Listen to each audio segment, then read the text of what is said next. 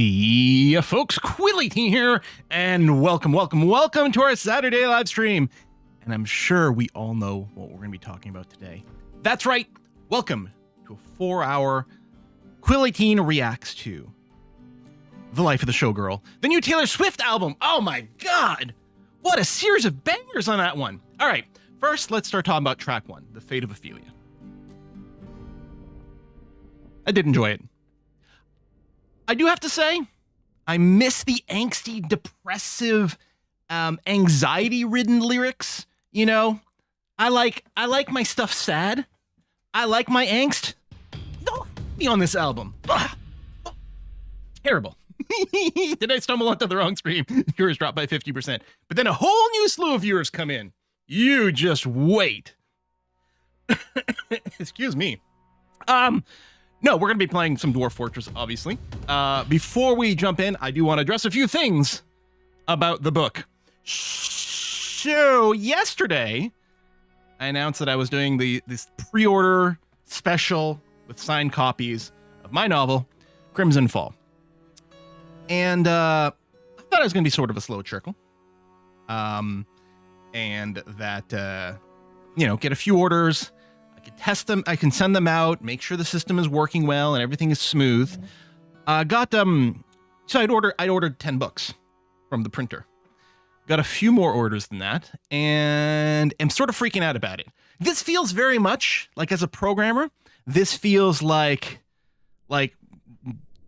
just developing on the production server immediately and hoping that there's not a bug in the system along the way.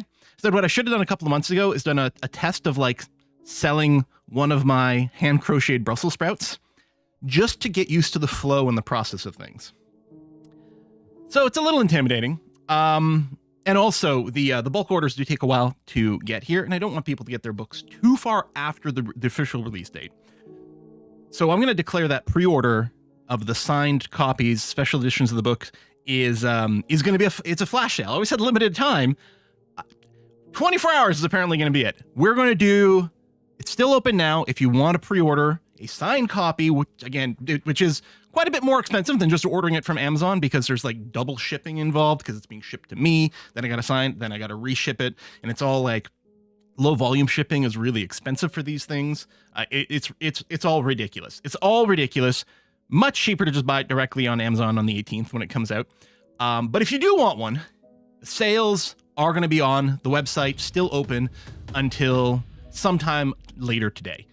So if you're thinking about it, you might want to do it during the stream, because the plug will get pulled on that sometime later today. Because, yeah, I got kind of all the anxiety now. I already had the anxiety of what if people don't actually like my book? Now it's because I don't know. What if people don't even like the way I sign the books when they order them? What if what if Shopify didn't actually apply the right shipping to things and I got to pay a whole bunch more to actually send the products out in the end? There's all sorts of terrifying stuff going on. The 18th. Yeah, no. I don't know why I would have picked October the 18th as the official release day of my novel. It is conveniently on a Saturday, which is a live stream day, so we can celebrate. It is conveniently 3 days before the release of Vampire the Masquerade Bloodlines 2, so vampires will be on everyone's mind. So October, of course. It all makes sense. Yeah, I might need an auto pen. I don't know. I mean, you guys know my hand's shaky, right? The signature is going to look like a seismograph is what's going to happen. So no, I mean, I appreciate the love. Oh God, I hope the book is good. I really like it. Everyone's going to get it and be like, oh, this is the worst. Yeah, so today I have all the anxiety. I barely got any sleep last night. Actually, I fell asleep last night okay, but this morning I woke up super early and couldn't fall back asleep because all I'm feeling is anxiety about everything. So that's fun. October 18th also happened to be the fake birthday I use for online signups. Oh, so in a way it's a birthday gift to you. Oh, it says Nightcark. Nightcark, the very first person who ordered the book. The very first person who got in on that, which is awesome. Yeah, shipping costs almost as much as the book itself. Yeah, which is the major problem with this. And here's the thing, that shipping cost, and the reason I'm still nervous about it, is much cheaper than me going physically into the place. Like for the American shipping, going through Purelator, or, well, I can't go into a Canada Post office right now because they're on strike, but using the online calculator gives me much higher prices for shipping than Shopify does. But I can I can buy the shipping labels through Shopify, and they apparently have this discounted rate because I think they're a reseller, they do bulk things or whatever. So the shipping would be twice as much if I was just doing it by hand, which is also why I'm still a little bit nervous that I'm going to show up with my printed, prepaid shipping label, and I'm going to be dropping it off at Purelator or Canada Post when they open again. And they're going to look at it and be like, oh, no, you picked the wrong category. And yeah, it's going to be an extra $20 for each one of these things. And I'm like, oh, well, shit, okay. And then, I don't know, you're going to have to refund a bunch of orders or pay some out of pocket. I don't think any of that is going to happen. I've like quadruple checked everything. But until the first book gets mailed out, I'm going to assume that everything could possibly go wrong. So yeah, how's your day? Man. Mm-mm. Cheaper to spell out the books in Dwarf Fortress. Yeah, absolutely. Yeah, it feels very doing it live. And there's no other way around it other than, because it's like when Nightcart like put in the first order, it was like, if I had a copy of the book that I could send them out immediately, I would have immediately done it and like tested out the process. Well, maybe not Nightcart. Night might be a Canadian, which is going to be Canada Post, so we'll see. But I think the second order, whoever that was an American person, and Purelator places are open. So yeah, I think the Purelator's a little bit more pricey than the Canada Post would have been, but the Canada Post isn't available for the US. Canada Post is going worldwide and domestic. So we'll see. The first set of the first shipment from the printers, the 10 books I thought was all I would need at first, is coming in on Friday the 17th of October. And then I did a bulk order of 100 more books. That's coming in, they say, sometimes between the 18th and the 20th, probably because it's the weekend, 18th, 19th of the weekend, which I can get deliveries on, but might be a little less consistent. And then after I close the sales today, I will do one more final bulk order to pick things up. And it wouldn't surprise me if they told me something like the 20th for that. So then I got to get the delivery, hopefully not any more delayed than that, go through the process of signing it, and then start dropping them off and getting them out to y'all. So, fingers crossed that no crazy delays and no problems. So yeah, I want to talk about, is there an online version of it, asks Theodore. By the way, how's the sound balance today? You'll notice the microphone has moved back to its previous position, which is nicely centered between them two monitors, and it should avoid me doing this as much and getting kind of like overly quiet. But yeah, hopefully it's not, hopefully there's not too much popping either. So always adjusting the sound. It's the most important thing of any stream, more than the visuals, audio quality, in my opinion. So Theodore says, is there an online version of it? There is an ebook version of the book.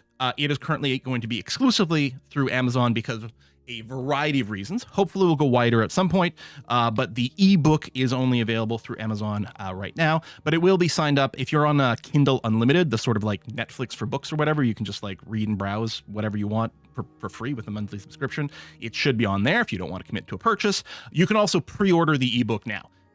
There's not any real reason to pre-order it, except that it does guarantee that the sale gets logged on the release day, the 18th, which can give like a little bit of a bump in the sales number on Amazon, trigger the algorithm to have it, hopefully put it in front of other people's faces. But yeah, so that's that. Will books be shipped as sold goods? Depends on local laws. People may have to pay VAT, like VAT. I don't know. Also, some people, like in the U.S., you might end up paying like duties and tariffs as well too. I'm not entirely certain about that aspect of it. How long did it take you to write the book? I think I was quoting something like 15 months or something like that. 16 months. It depends, because so originally I was just doing it for fun. Originally it was just some sort of fan fiction role-playing for Vampire the Masquerade, except I decided to set it in 1920s Chicago, so I think that'd be a cool vibe. And I sort of fiddled around with that for a little bit, and then liked it so much that I want to keep going, but I decided to genericize the setting. This is no longer a Vampire the Masquerade fan fiction thing, for several different reasons. Because you can, as Glenn Hooch, I don't know if you're in chat today, you can actually go and get the rights to publish an actual like World of Darkness Vampire the Masquerade book. But I wanted to strip away a lot of the extra that comes with a lot of vampire representation. Vampire the Masquerade, by the way, if you don't know, I mean, you should probably, is like a role-playing system, and obviously Vampire the Masquerade Bloodlines is a game. But it's got a lot of weight and a lot of baggage behind it. And I really want to strip things down to just what I considered the essential elements, and then we could really focus on the experience of what it means to be a sort of vampire, without it being like sort of like a fantasy book with like vampire wizards, which is sometimes how the Vampire the Masquerade characters can feel. Yeah, so I started, I think, I should probably open up the original document. I feel like it might have started in March of 2024, and then it was just sort of fiddling around, and then putting it away, and then being hooked on the characters and wanting to go back and deciding to actually try to write something. Originally, the plan was going to be like a novella or maybe like a short novel. And the first time I finished it, it was about 40,000 words. And I thought, well, that'll be swell. And I can put it up. And I let it sit on it for a little bit and did some edits. And then I thought, oh, you know what?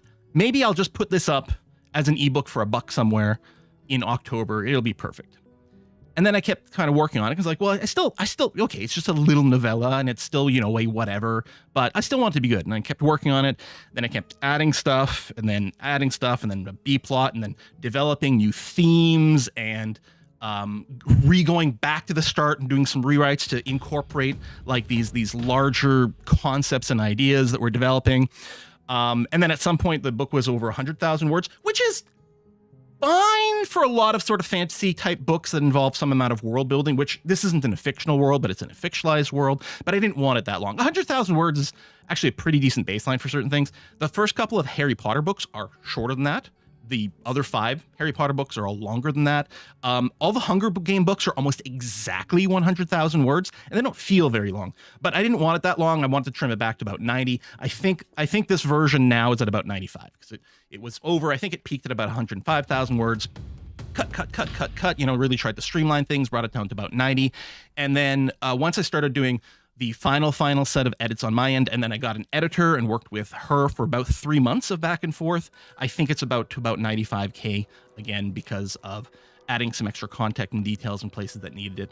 And I'm really happy where it ended up. I can still look at this and be like, man, I wish this section, instead of being 1 paragraph, was 3 pages of details and things like that. Like I could have made this a 200,000 word book, and I'd still have things I want to say, which is crazy. But I think that's the nature of things, right? Is you want to do more, you write more, and then you cut the worst 30% and hope that it works out afterwards. Special Director's Edition of those missing 5K words. One of the things I'm thinking of, like technically over on crimsonfall.com, crimson-fall.com, the website for it, there is a place where you can sign up for the newsletter, which honestly, the newsletter is probably going to be me including like a video, like when I make a video on my Quill 18 Writes channel, which I'm planning on doing from time to time. It's just a little like talking about the process, or I want to dissect some of the chapters in a way that I think might be entertaining. That's probably what the newsletter will be announcing. But I had thought about, I can also include like, deleted scenes effectively, how it might have gone other paths. That might be interesting to consider. So yeah, we will see about that. And, there could always just be a second edition that includes more stuff. In particular, I do have plans for sequels and a prequel that is being worked on. And what could happen is a second edition at that point that gets like maybe like the first chapter or the prologue of like the second book at the end of the first one kind of thing added in. So there's little opportunities for doing a few little tweaks and extra inclusions and stuff, and that could be neat. You can publish all those extra pages in a Quill Malerian. Yeah, I have so many versions. I mean, I didn't use a version control system. I didn't use Git or something like that to track my books, but my main work environment was in Google Docs and Google Drive.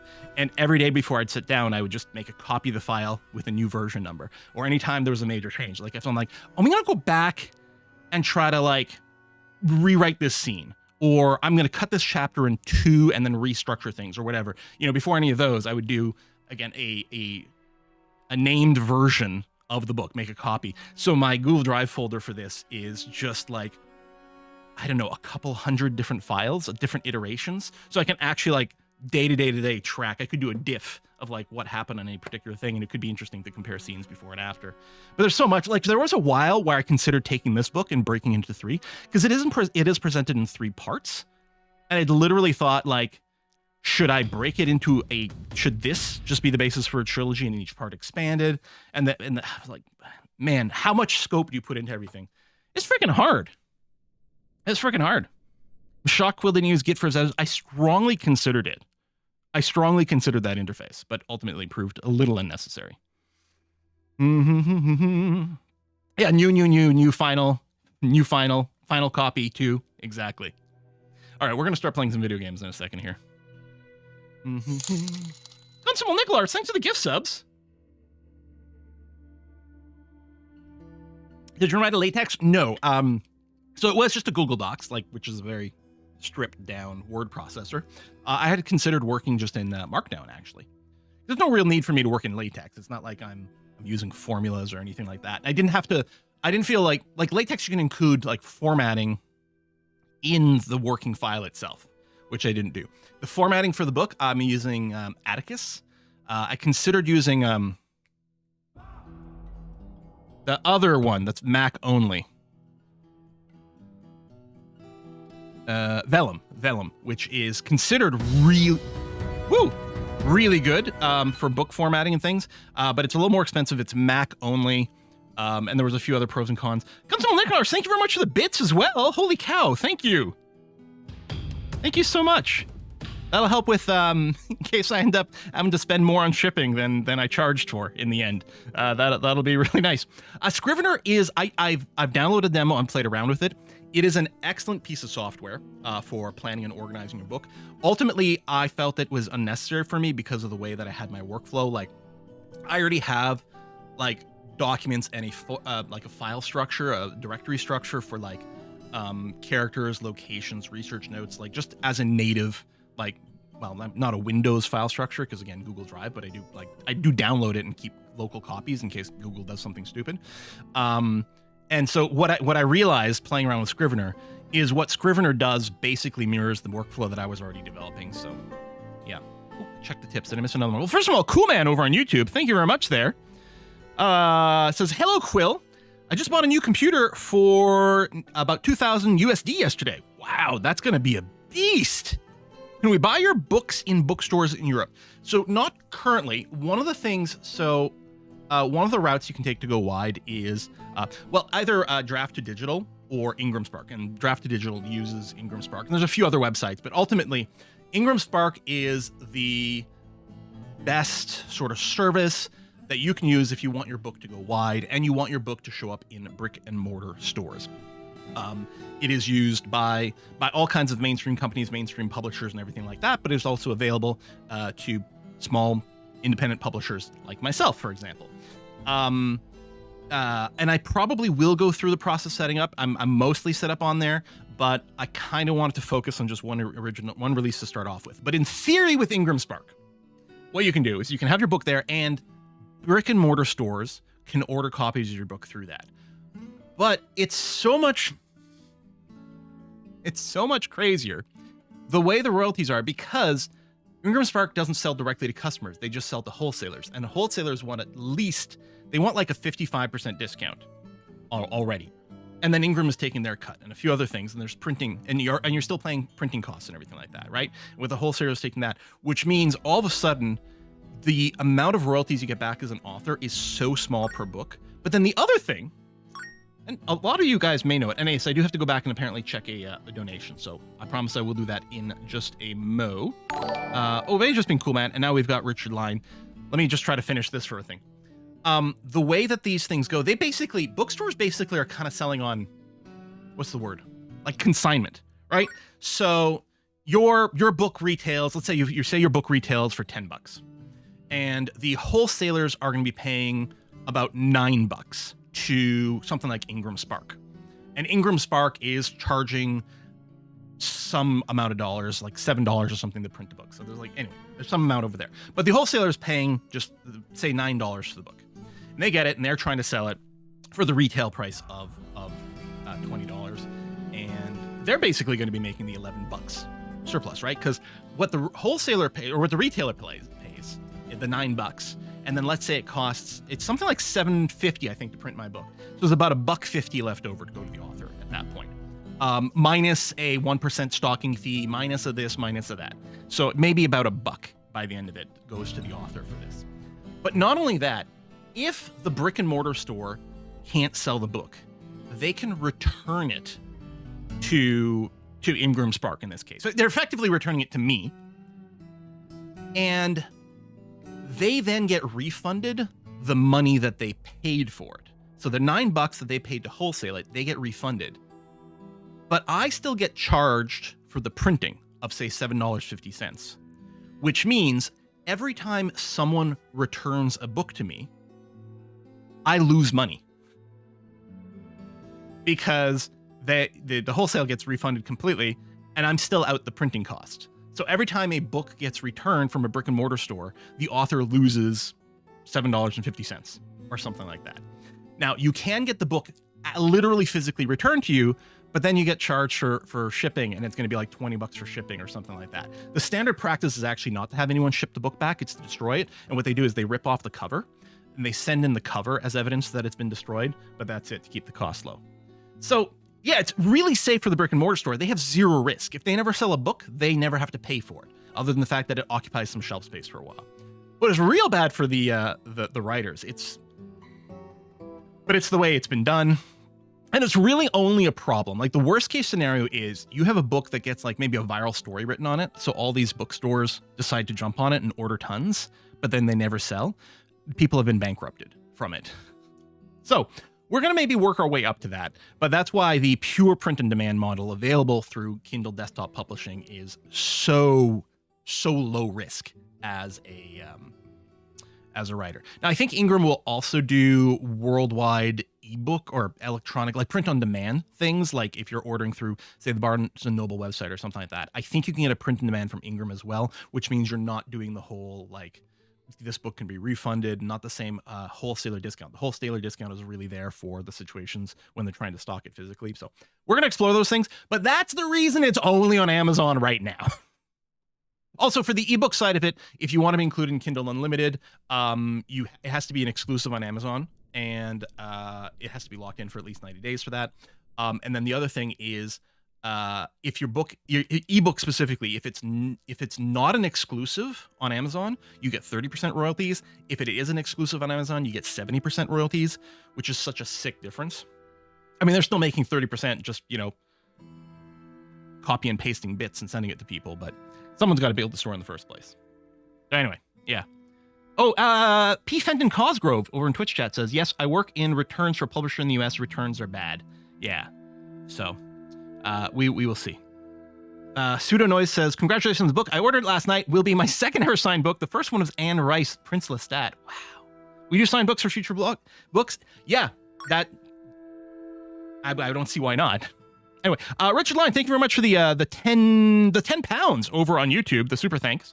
Says, do you think of having an audio version of your book? I'm certainly thinking about it. I'm going to get through this initial release first, and then we're going to see what we do after that. There's a variety of different ways. I don't think self-narrating it is the quality path in this particular case. But there are different ways to do it, including different like profit splits with like some of the audiobook companies, where as an author you might not pay ahead the same way, but they take a larger split. And so there might be a couple of different routes for that, but one step at a time. It's linked to the book. It's I think it's !novel gets it there, and it should auto paste it, but it's crimson-fall.com for all the info for the regular ordering as well as the signed copy. We're 24 minutes in. I really do intend to be playing video games here.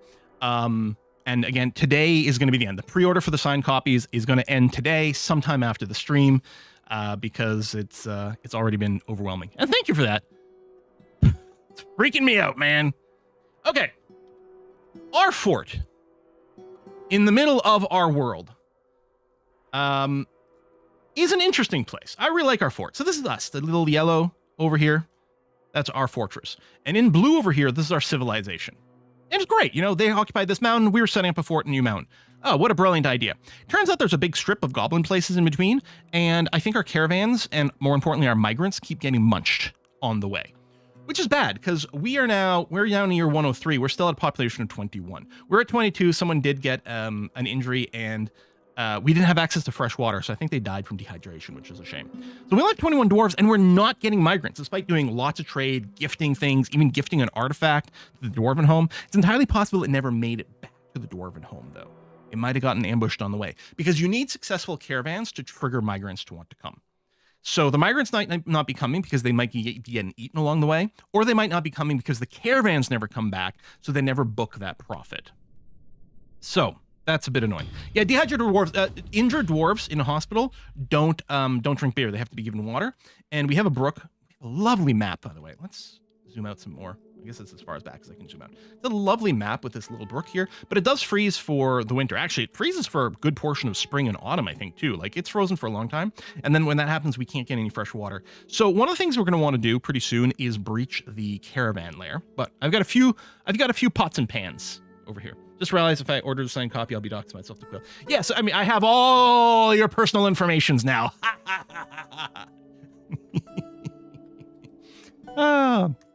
Oh, man. There's a caravan lair now? What? I don't know what you mean, Sarian. Either I'm confused or you're confused. But I'm not sure. Right, so the base. So we got this little wall. The wall's got overhangs. It's not quite complete over here. I'm surprised it's not, but hopefully we'll get that done soon. We're also going to be building the roads over here just to flatten things to stop some trees from growing right next to it, which would allow people to crawl in and out. But it's going to be a nice little defensive setup. We got our drawbridge set up. They're already got levers. We've got our trade depot over here, and this little surface building is for our fishery, the butcher shop, and the tanner shop. And we got a craft dwarf shop over here, which is simply set up. Yeah, it doesn't allow general work orders. This is simply set up to make bone bolts all the time because our bones are going to be on the surface. So we'll make the bone bolts over here and just keep that busy. Now, if we start to descend, the first level over here is our farming level. But before we do that, you'll notice we do block the brook with some wall grates over here to prevent anyone from swimming in the water and under our walls and getting into the base. So that's got that. I don't know how much of a threat it was, but that seemed like a good idea. If the caravan never got back, is there any way to remedy it? I don't know. We might have to go in war on some of the goblin bases. We'll see. So yeah, this is our farming area. Currently, we do have a bunch of seeds, but they're not here. I don't know where the seeds are being stored. And I don't know if there's can we find, like, if I go and look for a seed, like you. Oh, they're all sitting in the still over here. And a bunch over here too. It could just be that we're behind on hauling, and I think that is very true. But we allow seeds of every type. We allow toggle whether the stockpile can take items from anywhere, and it is. Oh! Hang on, is it because... Oh, there's a seeds from still stockpile. Oh, right here, okay. Which there's nothing in it yet. So what should happen is this is taking, yeah, so a dwarf should take the seeds out of here and move them directly to this. Hopefully, you know, organize them in some bags and stuff, and then send them. I wonder, maybe it's because we don't have bags. Maybe they'll only, I thought they would store the seeds on the ground though, so I'm not entirely sure. We're fine on food and drinks. Like the seed situation isn't too bad. One of the problems is because we have not that many dwarves, and we do have a lot of jobs set up because I've been growing the fortress. We're a little bit overworked. There's a lot of hauling involved as well too. So we'll try to keep an eye on that and not overdo it. Oh, someone just moved a barrel over here, so that's at least something. So yeah, we get the seeds up there. If we go down, down, down, down, down, down, down, this is the level that was our initial base. It is now our sort of public area. So this is a tavern that allows any visitors to come. These are rooms for the tavern so that we can have people stay at the inn. And we have, they're not decorated yet, so they're not terribly interesting, but these areas over here that used to be our initial workshops, this is now our generic temple with some little private alcoves as well. So this is a temple to all the gods all together. And then over here we have a weaponsmith guild, which is open to anyone. So the hope is that someone from outside the fortress will come here, train weaponsmithing, and give people, you know, at least 1 point of weaponsmithing skill, so that if they get into a strange mood, it's possible that they'll make an artifact weapon for us. So that's what we're going to try to do. Yeah, and we probably have to get a military going soon, which means even less dwarves working, says Bunisher, and I agree completely. Yes, the cistern is probably something we want to do, Snafu. So I'm going to pause for a second because I don't want the game to run too long without us while we do a little tour guide. But we want the cistern, A, as a source of reliable, non-frozen water. But also the plan is to build a waterfall. So the staircase over here. So this staircase is how you get into the base. Phone's ringing. It's my dad, but I'm not going to answer. This is how you get into the base in the first place, but this is just for the public base. Our real base is down this hallway, which we will block off with some drawbridges so that we can close them up. And then this is the true staircase for our base. What I want to do is channel down this middle tile, and then we're going to pour waterfall water down here to get a nice mist. So we're going to do that ourselves with the cistern. That's one of the big projects we're doing today. So if we go down, yeah, as we continue down, back up, and then down. All right, he's calling his cell phone now. 1 second.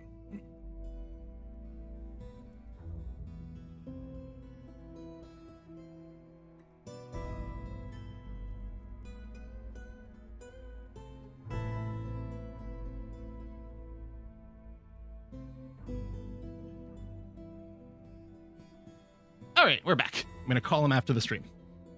So if we go down over here, we hit this, I think this was originally dug out just to get some rocks that we had, but this is our catch-all stockpile. So it's named this. This accepts basically everything, but all of our dedicated stockpiles, or almost all of our dedicated stockpiles, are set to take from here.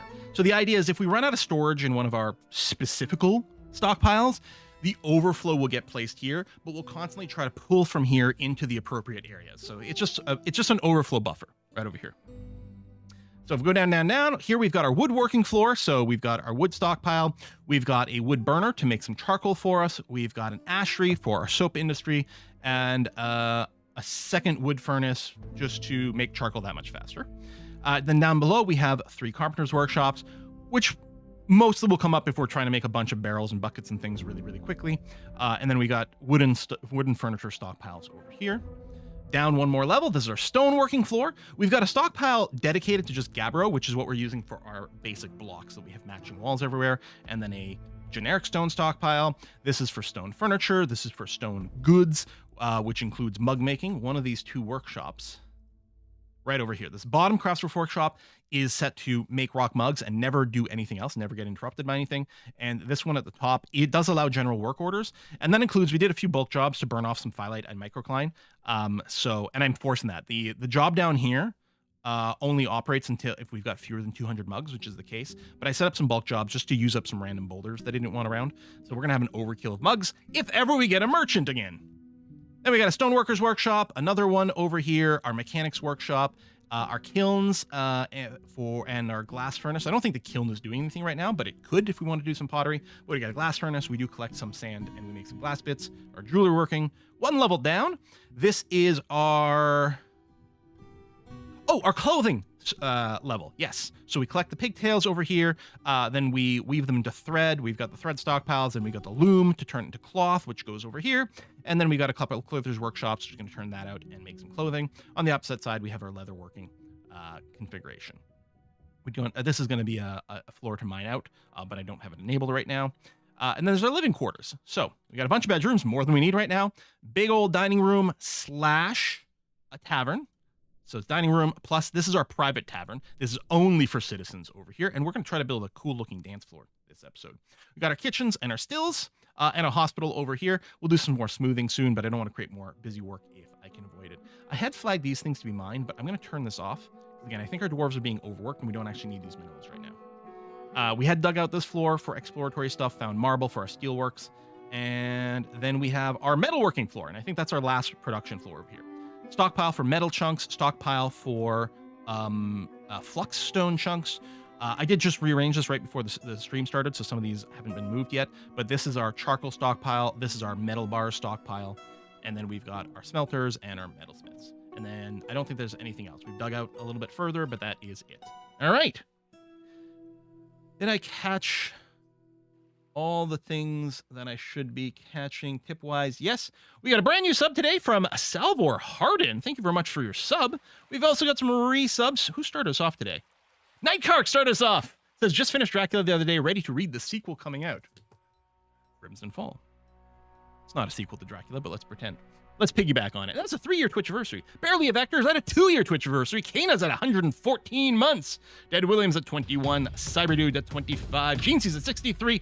Athedian, 19 months. Elder Druid's at 44 months. So did you know this 44-sided polygon is called the Tetracontracadragon? I can totally pronounce it. Not showing a D44 for D&D though. I had a friend who had a D30. Fang is at 98 months. Bad Cat Bad's at 35. Bowen Cormac, 36. Oh, that's a 3-year Twitchiversary. Deadmate, hey, Deadmate, is at 133 months. And thank you for your book order as well. Football's at 56 months. And Valentis has blessed us with a 2nd month of subscription. Thank you very much, Valentis. Rexit is 130. Valinor's at 86. Luxol's at 81. Cassie Empre's at 93 months. Ancient Wisdom's at 84. Tracy Blue's at 137. Gudra's at 44. Captain Jazz just now at 64 months. And I do need to get a 10-year badge. We're going to work on that. We're going to figure out. Oh, hey, David. Thank you very much. Best-selling list guaranteed to be at the top. Vampire romance novels written by Canadian streamers named Martin. Yep. I think I can probably top that list. All right. I think we should probably work on a cistern and waterfall. Now, this is going to be a great way for us to flood the fortress. One thing we have to consider is, what do we do with the water that lands at the bottom of our base? What we've done in the past is we have just routed it off map. And we can do that as long as we're happy, like wherever the bottom of our staircase is, which I think is at level 0. If we're happy to say, all right, the waterfall can stop here, then we can just go and build our little off-map thing. I think we can also dump it into like underground seas and things. I think that would be okay. But we need a drain because otherwise this is just going to fill up. So I think I like this idea. We're going to summer. Use it to make food. You're right. We could use to flood some underground stuff. And we might do stuff like that too. But let's consider. So this is the bottom of my staircase right now. What I'm going to do is I'm going to dig one more set of staircases down. But not right here.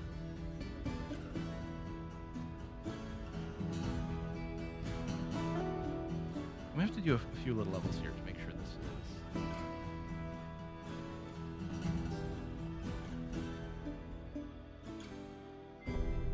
Let me just build the staircase here.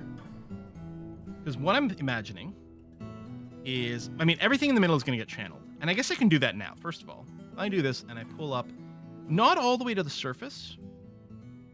We'll plan a cistern, say, on this level. So this is going to get channeled. These guys won't be able to go here. I think what I'll do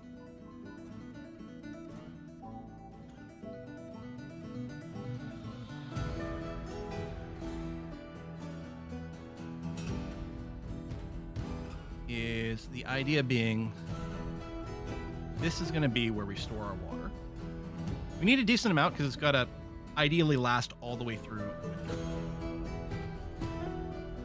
Actually, it's whiskey and chocolate. Whiskey and chocolate. Congratulations on the book, but I cannot read, so have tip instead. Winking face. SKM, thank you very much for that. Cannot read, have tip instead. Well, I appreciate that. And yeah, hopefully a bunch of people have asked about an audiobook. Again, we're not going to get ahead of ourselves, but that would be something I think we can all agree that would be lovely. Okay, so if I do this, then from here our dwarves can come here. They can dig all this out. Then they will channel to down. So this is where the base of the cistern is going to be. But we'll empty it from here. I mean, I don't have to do the channel, actually. This could just be mine.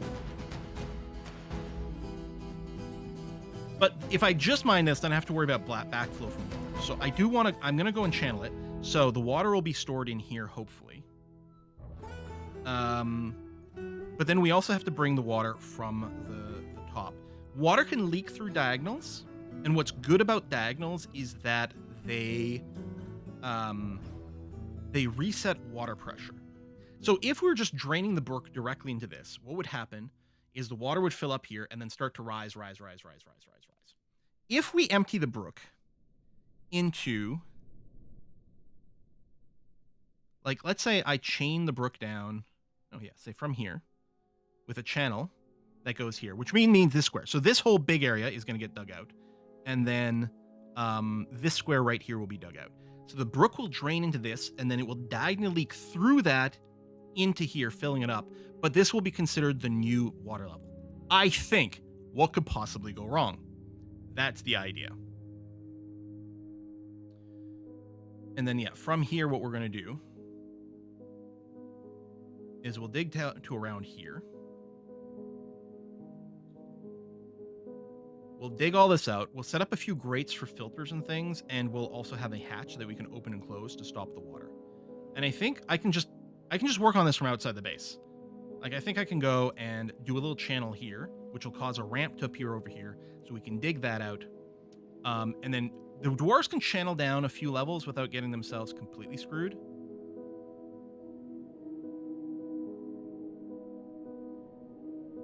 Instead of channeling here, I'm going to make this a staircase. So from here to there, because water will flow down a staircase. So the idea is we channel here, which means we'll have a ramp we can get down, mine all this out, then we're going to dig a downward stair to this level, which will be the base of our cistern. And this top part of the cistern should never have water. Like, we can build a walking path around it or something like that. Now, our dwarf that gets down here will get stuck.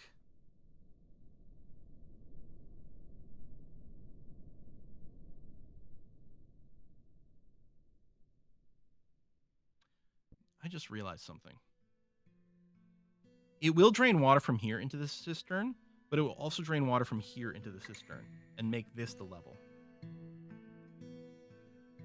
Yeah. I'm happy I caught that. Oh, that was supposed to be a delete. So instead,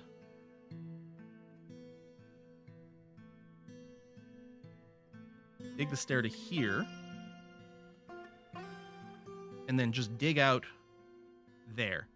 So the water will land here, and then we'll pierce through into the cistern there, resetting the water level. And all this will still be pressurized to a higher place, but won't leak out anywhere. And it won't go up the ramp to the surface because that's not the water level that it's at. I think we're okay. And then the dwarf over here that digs all the way down here and then digs this out can just walk back up the stairs, come here, go up the ramp, and then leave. And then we'll probably just put a floor hatch over here.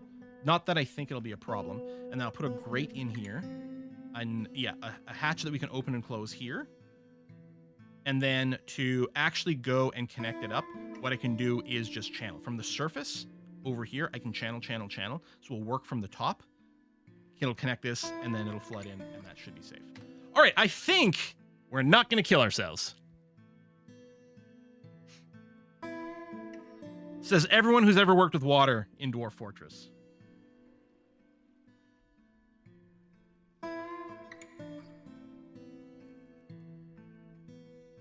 I don't think you have enough dwarfs to start sacrificing for construction projects. Some of you may die, but that's a price I'm willing to pay. Oh, I did change my dwarves to not be working on anything, like, specific anymore, because I knew we'd need a few other things, but, wow, all three of these are legendary miners? Hell, we've got a fourth legendary miner, which is ridiculous.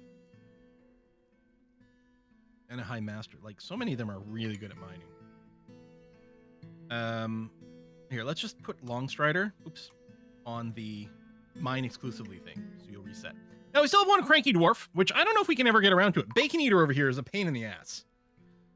All their memories are great, except right when we entered the game, immediately, like, we arrived in the spring of 100, immediately Bacon Eater tried to have a drink, didn't have a mug, and has been annoyed by that ever since then. And they were, lack of decent meals, away from family. We do have a bunch of cooked, like, prepared meals. That shouldn't be an issue. We could force some more vacations. We'll see. All right, we got a thief, but we did spot them, and they're running away. Great, good. We do have some dogs over here. Is there some more thieves? There's a lot of thieves. Send the cranky dwarf to tap the reservoir. So, there you go. Dig channel. Okay, you're digging that part of the channel, which is fine. And then I think for the mist, I don't remember if you need the floor grates for the mist. And I'm just realizing I need to do a job here. Stone, rock, great. Some things are stone, some things are not. We're down to level 0 from 46. We're gonna need maybe 45 of these.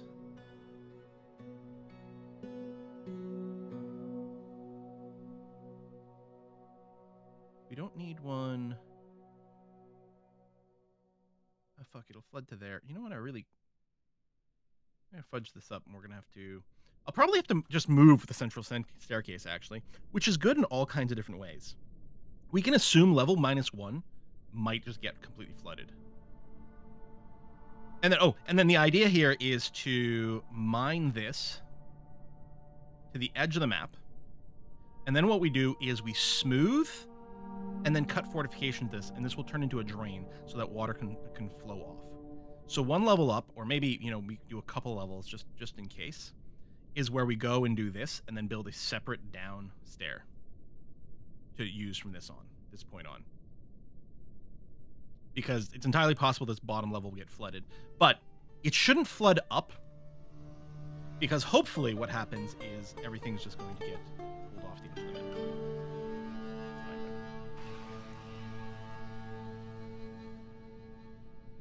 Okay, that's been tunneled, and then there. Over here. Good.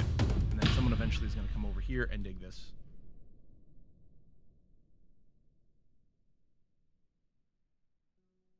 And then I can cancel those because we're going to be changing that ever so slightly. A human caravan has arrived. Okay. Oh, that's something anyway.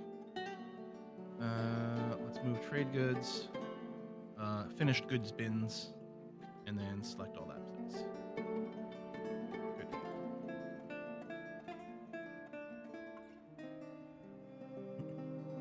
If you set up drawbridges with on-off valves, you can tunnel directly to the surface.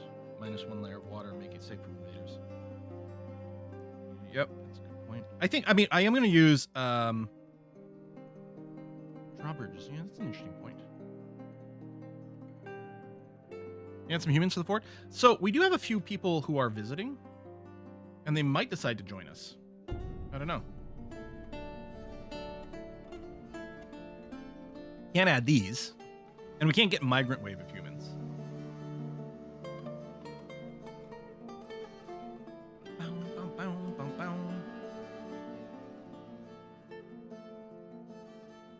Four items.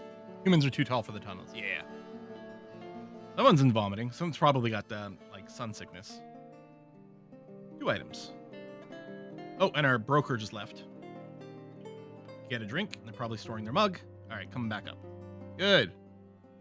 You can use DF hack to trigger a migrant wave, but you can't specify the number. It just produces a migrant wave of 0. So, okay, now I want to go to DF hack trade UI so that I can select the mugs in a non-insane way. There we go. So we're going to select all our mugs. We might not sell you all because that's 19,000 dwarf bucks worth of mugs. There we go. We'll take the bismuth, take the glass. Why not? I don't really need the ropes. We can make our own. I don't know. Maybe I'll buy one of the cheap ones. Sure, let's buy the cheap water skins for our eventual military. This, I think, is a musical instrument. We could use some more in our taverns. I don't need those. Milk. We don't have a cheese industry yet. We might have to look into that. Silver Warhammer. Hey, I mean, it's not Dwarven made, but we'll take it. You know what? Give me another pick in case we want to put on some more miners, maul, scimitars. Large clothing doesn't fit us, so we don't want to grab that. Tell you what, I'll grab all your bags. It might have sand, it might have seeds. I'll take the copper arrows. We've got tons of food. I'll take the thread.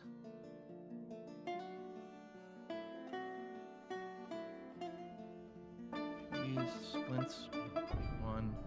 Take some crutches in case we need it for the hospital, so it's going to be ready. We might do some book stuff, so we'll do this. We don't have a library set up yet, but we might.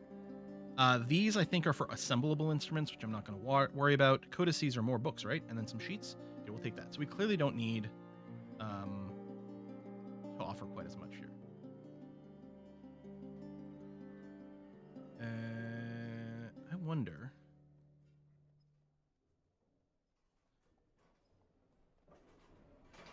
It'd be nice if this gave us the ability to like trade up to value here. We'll do this. It's only 19. It's or 4,700 dwarf bucks. It's only about 1/4 of our total mugs, and it's going to give them a green trade, which they will love. So I will do this. That's going to be okay.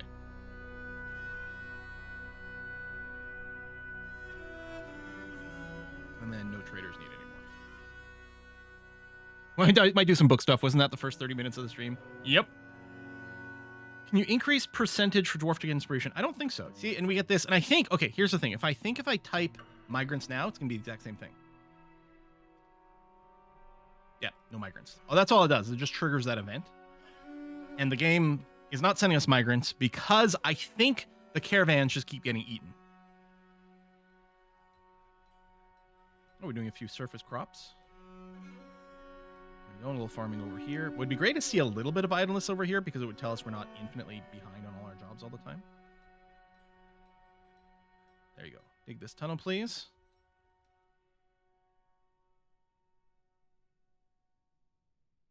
And I think we're going to need to dump all the rocks out of here. Or at least out of here, because I think if they get swept down into the water, it can be really annoying. We'll have to do the same thing for any rocks that accumulated at the bottom of our waterfall. Right, so that's the cistern.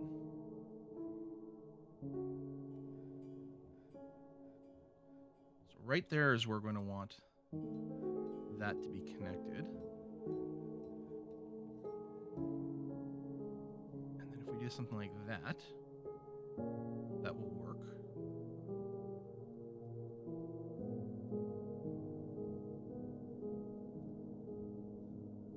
No, you couldn't do that one. And yeah, I'm going to mark all these rocks to be dumped into a stockpile. We're doing a few layers deep. The cistern, maybe. I don't know. So I'm going to make a garbage dump right here.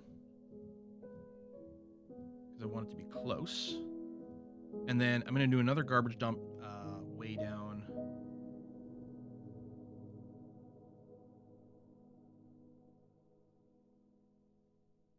Right here.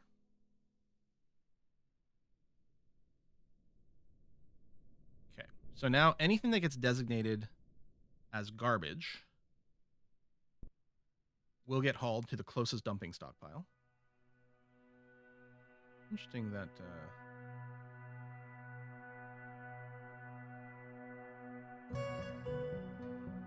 that's not being done. Suppose I can just mine that tile like as a normal. Oh, no, it's just a slope that's left over for some reason. Oh, interesting. So just remove that. There it is. Okay.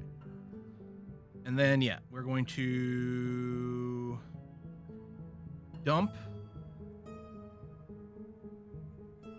all those objects, all those stones, so they'll get brought over there. And then I should hotkey the bottom of this because I might have to refer to it. It's whiskey and chocolate. Seems the humans were happy and left a little something extra. Oh, Thrashing Dragon, our merchant! Thank you! Smooth that. I'm wondering about smoothing all of it in case we need to do other things. No, I don't think that's necessary. Smooth that first, thank you. Wow, Thrashing Dragon, thank you so very much! Humans were happy. They just left you a tip, huh? Is that it? All right, you've secured your job for another season. But you got to talk to the Dwarven migrants when they show up. Actually, we didn't get one. We didn't get a migrant caravan, I think, at all last year. But hopefully they show up, and then we can ask them very nicely to send some migrants, please. We need to go and fight the goblins. Or, yeah, we have to breed a whole lot of Dwarven kids and then wait for them all to grow up, which takes a long time. We don't get, like, the quadruple acceleration of RimWorld in here for the chillin'. There we go. Toggle that off so you can do other things. Yeah. Cleaning, that's fine. Dumping item is the stone dumps. Now.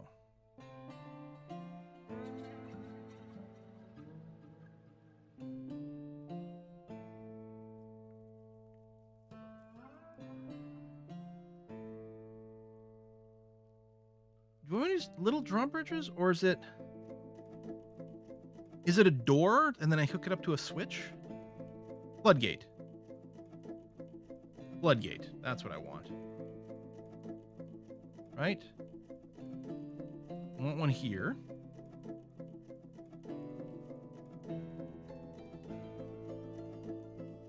And I want one here.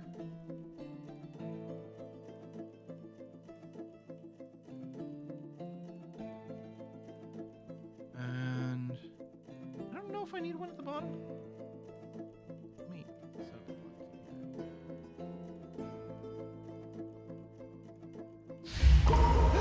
Boyden! Taken by Fey Mood.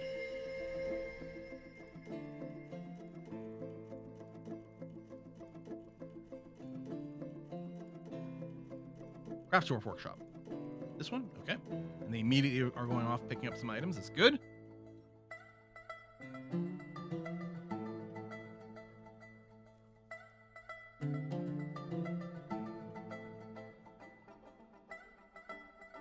Already this opening could cause someone to like dodge into it, which would be pretty bad.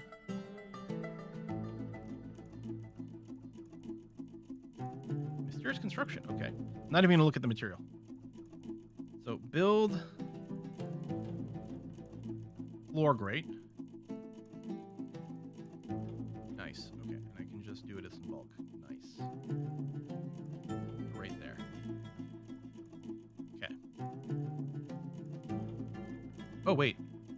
It only oh, no, it is only taking the one. Dang it.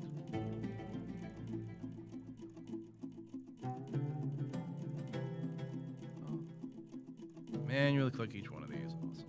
So this will let the water flow through, but will prevent a situation where a dwarf will accidentally step sideways and fall to their death. Not that a dwarf would ever do that all the time at the smallest prompt.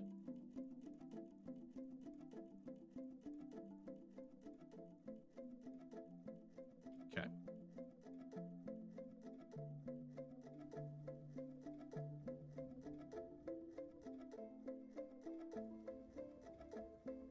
I still want a filter here. Oh, okay, hold on. Give me that just a second. I'm gonna want a wall grate right over here to stop anything from flowing into the fortress. All right, we have ourselves a new object. Lidrag Ston Ficod. Tightness Scalp the Fealty of Glazes. It's worth 12,000 dwarf bucks. This is an Ovaline ring. See, it should have been opalite just to get into the Life of a Showgirl vibe. All craftsmanship is of the highest quality. It is encrusted with rectangular olivine cabochons and encircled with bands of round gabbro cabochons and impala leather. This object is adorned with hanging rings of black zircon and menaces with spikes of cedar, sheep wool, and lead. Very cool. That's a lot of thieving creatures. Do we still have I think each one of these pedestals has something. Now, there's nothing stopping us from doubling up. And I'm going to start doubling up. So we'll assign a new display item over here.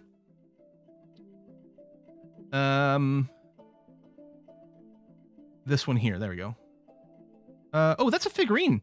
I'm betting someone's still carrying the other object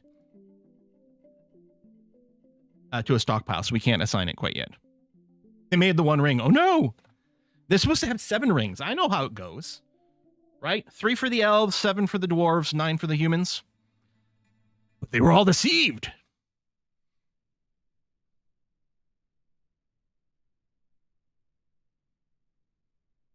Still waiting. Okay. Oh, some Kias are on the map causing issues. Well, hopefully our cranky hunter will go and kill them. Man, like, Bacon Eater, you gotta get your shit together, man. Like, legendary Marks Dwarf, legendary Archer. Maybe you just turn into an army one and you go, like, get murdered somewhere. Felt regrets. Oh, you toppled something over. Annoying sleeping on a rough cave floor. Why did you sleep on a rough cave floor? Oh, you're throwing a tantrum right now. Why don't you have a bedroom?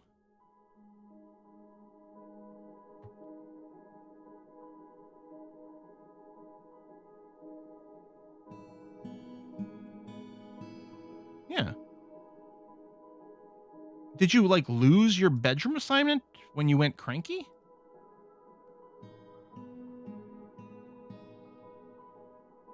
Well, we got our first, tantrum.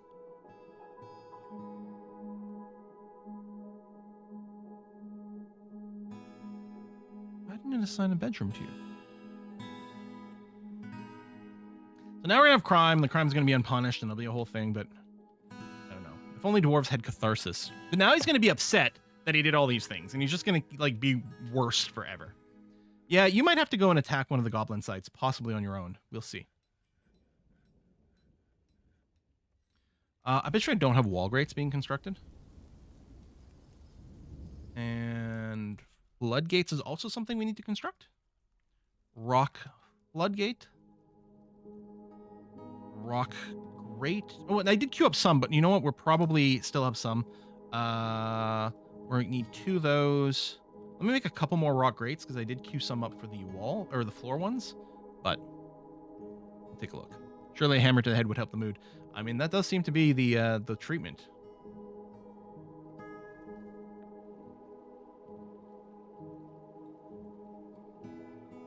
There it is.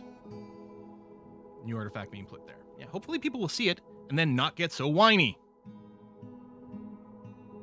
I suppose I could do enforced vacation time, send everyone to the tavern over here. But most of our dwarves are pretty happy. They're going to be even happier when we get our mist generator going.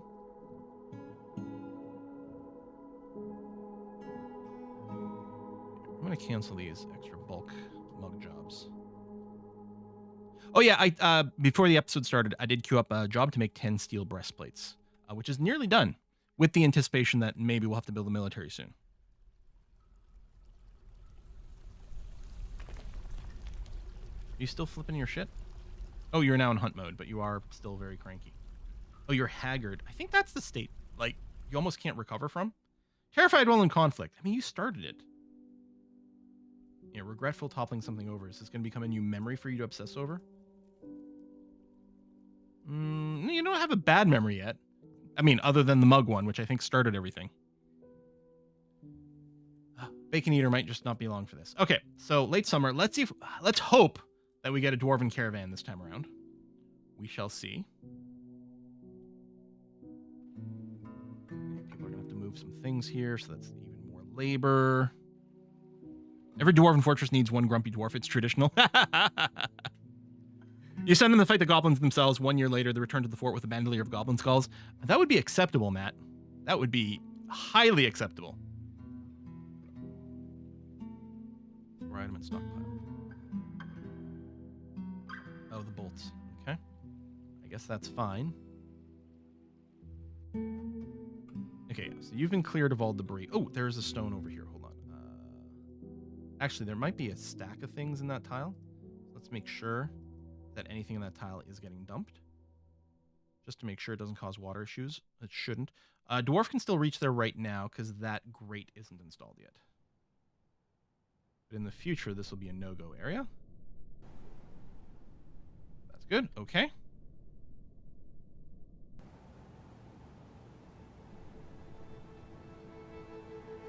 I'll say maybe near the cistern, but maybe one level above it out of paranoia. Because what if this floods? Because I think I'll install... Yeah, I'm going to put another floodgate there, too.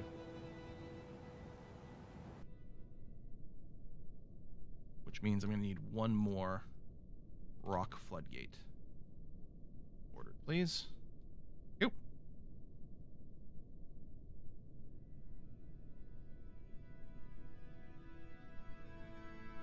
Just to stop any chance of backflowing from the cistern into the fortress. Which I don't think can happen, because I don't think the water will go up over here. But what if? And then down...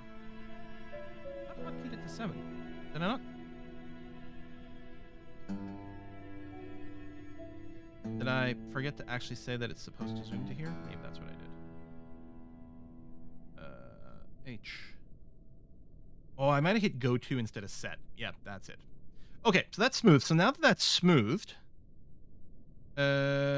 we can carve a gap in a smooth wall to allow your archers to fire. Okay, there we go. So we can, now that it's smoothed, we can carve that, and that'll be a gap that will drain water off the map. So things will flow down here and go that way. And hopefully not flow upwards. What I could do is widen this to like have even more capacity, just to make sure there's no bottleneck. In fact, I might go and do that at least a little bit over here. Native copper. Native gold. I suppose we should mine that out before we leave, actually.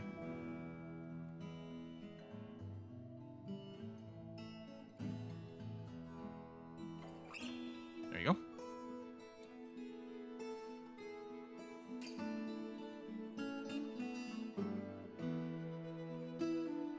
The sister going to double up as swimming pool.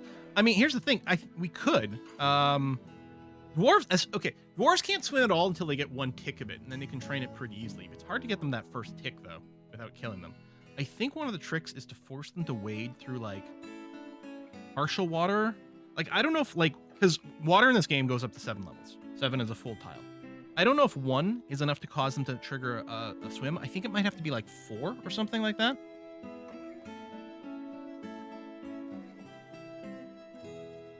So yeah, the big question is, do we get a dwarven caravan in autumn? And even if they do we know if they make it back to the mountain hold without dying?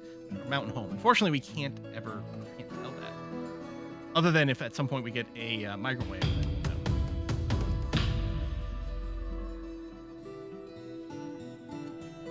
Okay, so our jobs for these grates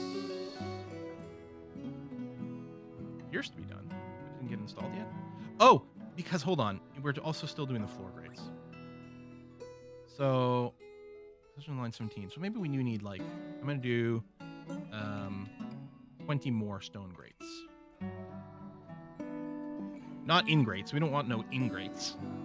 Oh, 4-7 is needed to teach swimming, but dwarves won't natively travel through 3 or 7 or more. So you sort of have to, like, force them into a situation where they might get splashed for 4. Yeah, I'm not sure. I feel like there are tricks to like force them doing, but I do know that if you're playing in adventure mode, like give your dwarf 1 level of swimming so that you can swim and then train it further. You could also do that with your starting dwarves as well, is give them 1 level of swimming just so that they can.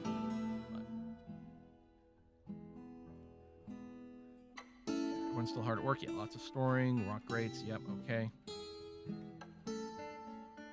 We'll do an.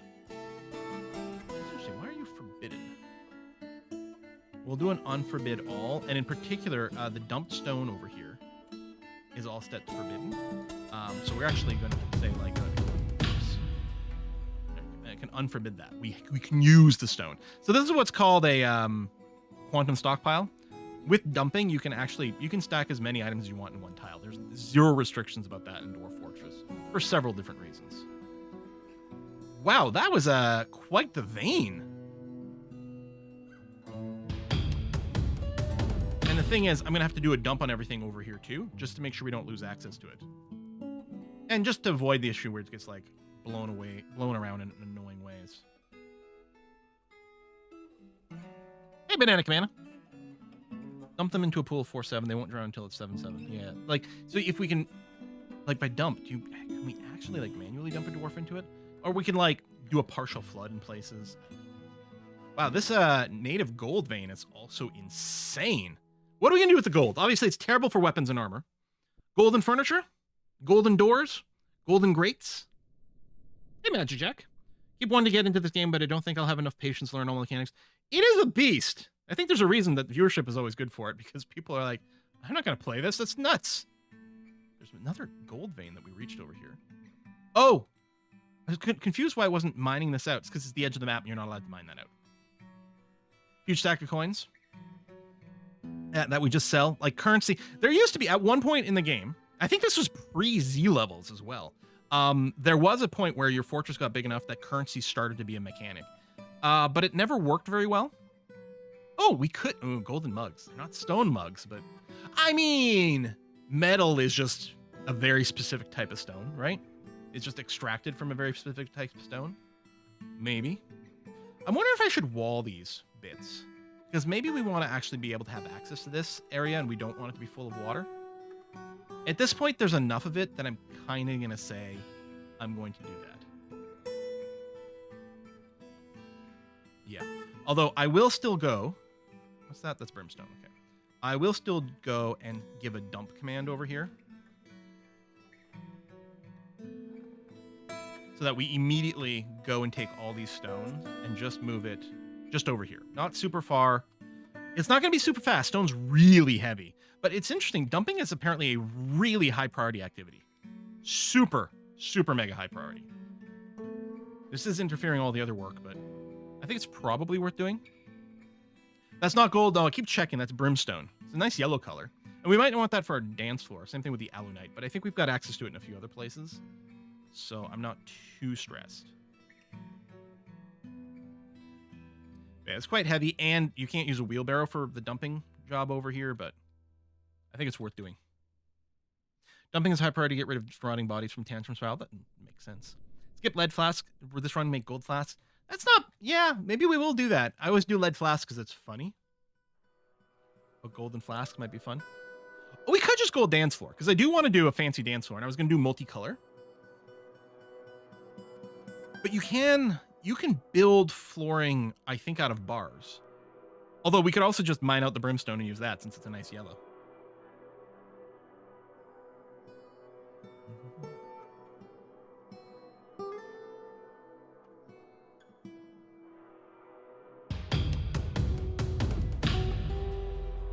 Concentric gold, copper, silver. Silver is actually valuable for us. We don't have a ton of it. We're only getting a little bit out of the galena. Maybe one other thing. I can't remember. Orchards attracted no migrants this season. No, of course not. Okay, this is all built. Although there's some missing patches, which is annoying in my road here. But I guess that's going to have to be okay. I wonder if there had been some boulders there. We get rid of boulders by doing like a smooth thing, right? Yeah.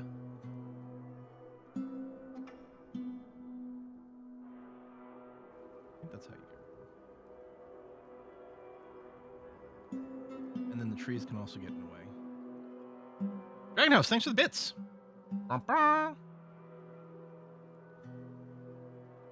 Trees again. And then we go build constructions, paved road out of Gabbro. And I think it's set to just blocks. So these will be guaranteed to be Gabbro blocks. And then we're making it 5 tile wide. 5 tile wide. I don't think it'll go over the water. I think that'll cancel, but we'll see what happens.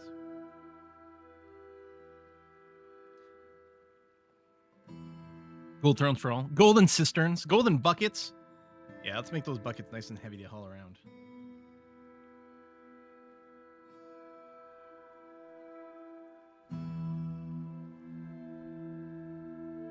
Fill those gaps. They'll look nice, and we just want to prevent trees from growing too close to the fortress, and therefore allowing invaders to do some weird, like, climb and jumps into us. Golden Tower for future King and Queen. It needs little rides over here. I thought we could put a little, like, watchtower on top of this. It wouldn't actually functionally do anything for us in any useful way at all, but it would be kind of cool. All right, you're still waiting there. Position one line. Hopefully there's one more grate still being made or just being dumped. I don't know if there's more in the order. Oh, yeah, 4 more in the rock order, so that's good. Gold bolts and give the enemy what they want. Can you make bolts out of gold? I know there are certain restrictions of what you can do with certain metals.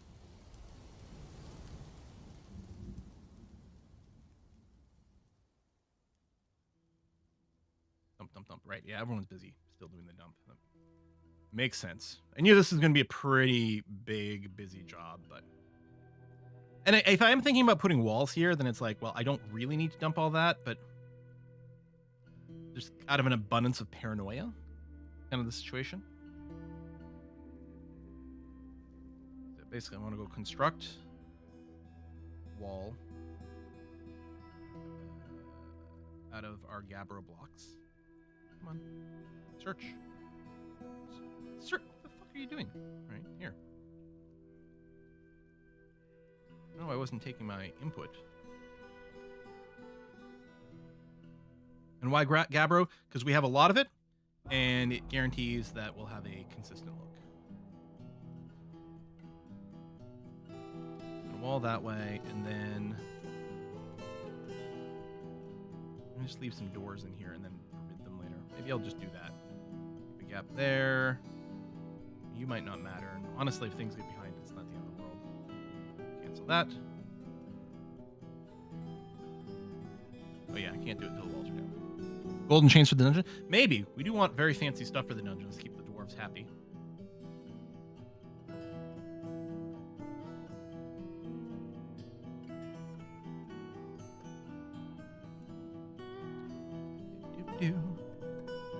Can't make weapons or ammunition out of gold. Go for decoration. Okay. That's why I thought there were restrictions to gold. I mean, gold ammo, like gold weapons and gold armor is all terrible anyway. I think you can randomly get it as an artifact, because they don't care the same way.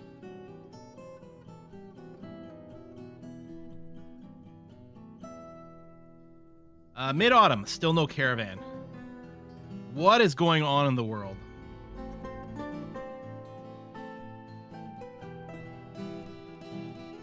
Are we really gonna have to take like half of our dwarves, turn them into fighters, and send them out to try to clear a path? We may.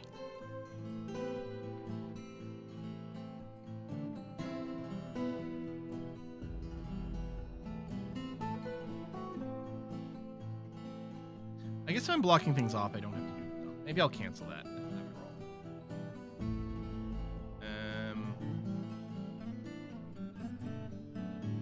Alright, don't worry about it.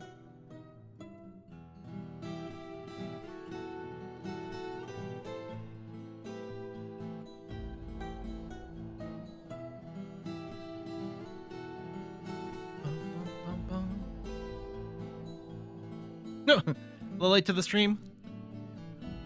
Oh, you missed the half an hour long book discussion. Would gold furniture make Bacon Eater less cranky? Maybe we could look into what what Bacon Eater likes, and then try to base things around that. Like Cryolite, bronze, green, gems, bucklers, quivers. Possible would like hake, and hake is a type of fish, right? Buckwheat beer. Test moon snails. Man, yeah, I don't know. How are your needs?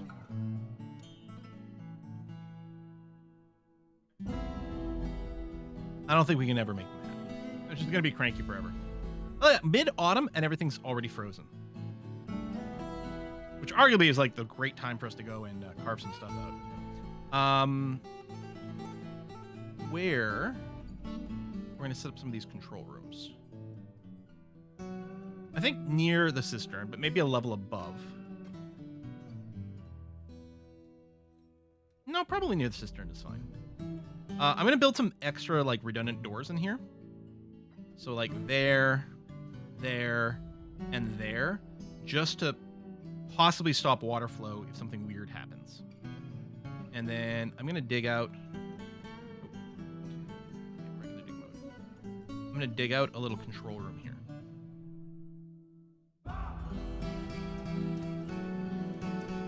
With various levers.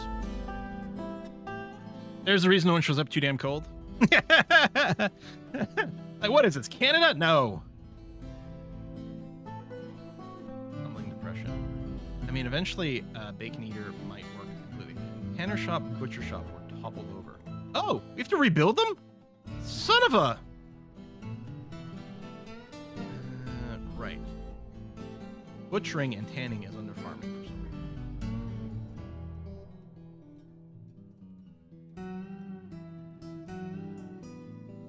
Send your legendarily angry Marks Dwarf out to burn down the goblin places, I guess. Yeah, I mean, I think we're gonna have to. Oh, possessed! Piano Man! Make us an artifact, you're the piano man. What do you do at a jeweler's workshop? Are you just making a one artifact gem? In which case, I mean, kind of cool.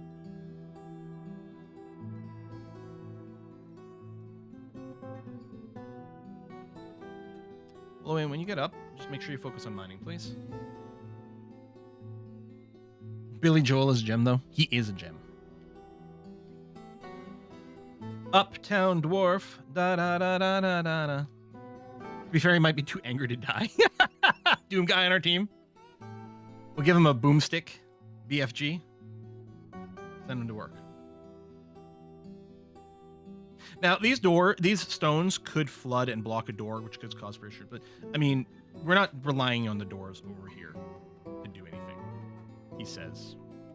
Surely nothing's going to cause a problem ever, right? So we need one for the topmost. I want one for this one. And then I want another one for the one at the bottom of the system, which is just those. Read that in a second. I think it's just those 3. So we'll do that. I'll also put a door in this room because it'll look nice. Okay, we got a new artifact. What do we... That's not the right one. We've got Meng Bembal, the Lash of Mechanisms. This is a gem worth 1,800 dwarf bucks. This is a perfect plum agate. All craft worship is of the highest quality. It is encrusted with pear-cut plum agates. Very pretty little gem. Yeah, it's a very spacious control room, but you know, why not, right? So maybe what I'll do is... Oops, caps lock is on. Cistern level over here. Things are there. Okay. So this one, we're going to link you to the surface. And you're going to get renamed surface, like brook level is really what this is. It's going to be linked there. And then this one is going to link here. This is going to be cistern access. Maybe I'll rename this one cistern access. Oh yeah, you can't arrow key. Okay. And then finally, this one here is going to get... Oh, I'm out of mechanism, so I can't even, like, plan it. But this is going to be cistern drain.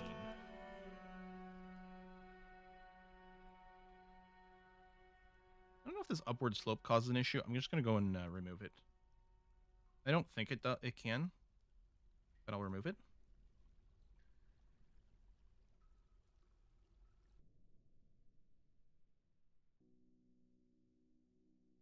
Yeah, there's no elves around. Not even any elven impersonators. Crazy. Question about game mechanics. You make your inn and legendary, a tavern legendary would improve recruitment chances. I have no idea if that has a connection from one to another. It might. We might decide to make our public tavern and everything like that prettier and hope it encourages more non-migrant migrants. You know what I mean? Oh, no one can go through this thing yet. We need to pull the lever. God, we better never pull the wrong lever. Better not gronk it. But we need to open this so that someone can come down here, mine that, and they'll also need to come down here to hook it up. That's why there's nothing accessible. There you go. Now we got some blinking. So now I think we can probably link you to this. Yeah, that was the issue. Someone's going to come down here to do the hooking up. There's a dwarf walking here. I don't know what they were grabbing. Maybe a stone?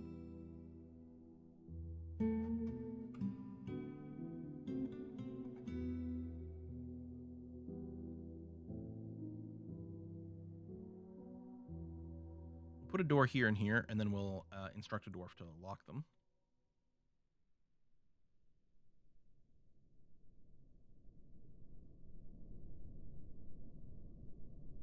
Now, it's not the end of the world. So what I'm going to do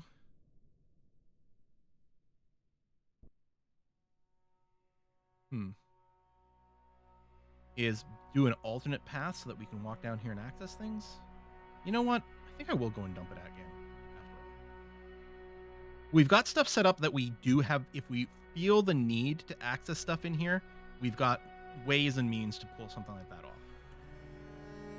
But I will try to dump this so that we don't have to. Even though this area should all be dry, out of an abundance of caution, we'll assume that we will never access this stuff. Except that we have set things up that if we need to, it should be fine, because everything should be totally dry. But we'll dump the rocks. I'll forbid those doors anyway. And eventually, like, we can drain that. Like, if we just stop the cistern from dumping down into here, eventually everything here will dry out. We can access it once more. So probably, maybe, I think. All right, you are now linked. Good. So I'm going to pull this lever, which will turn off the cistern access.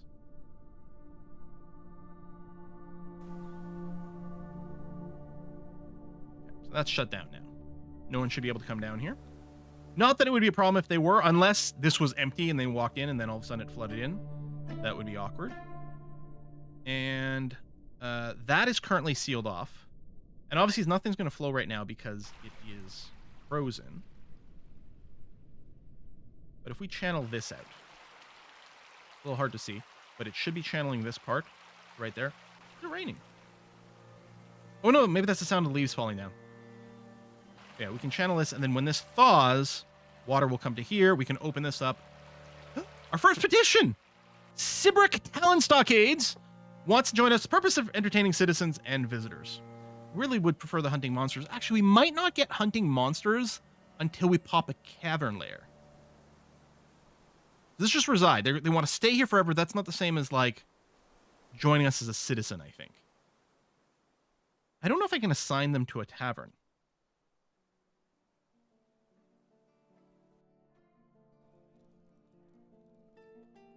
No, Sibrick's not in the list. I think not until they join us officially. But yeah, you can stay around as a permanent resident. You're not a citizen currently, but you are a permanent resident. I'm gonna... It's whiskey and chocolate. I don't think the slopes matter here. Hi Quill. I usually only watch your VODs, but I'm sitting at home with a cold and noticed you're streaming. Oh, sorry, Just wanted to say thanks for all the content. Got into playing Paradox games and KSP because of you. You, DF pun totally intended, rock. Oh, I love stupid puns. Thank you very much. Oh, that's lovely. And if you do like the Paradox stuff, I mean, there's no doubt that we're going to be playing U5 when it comes out.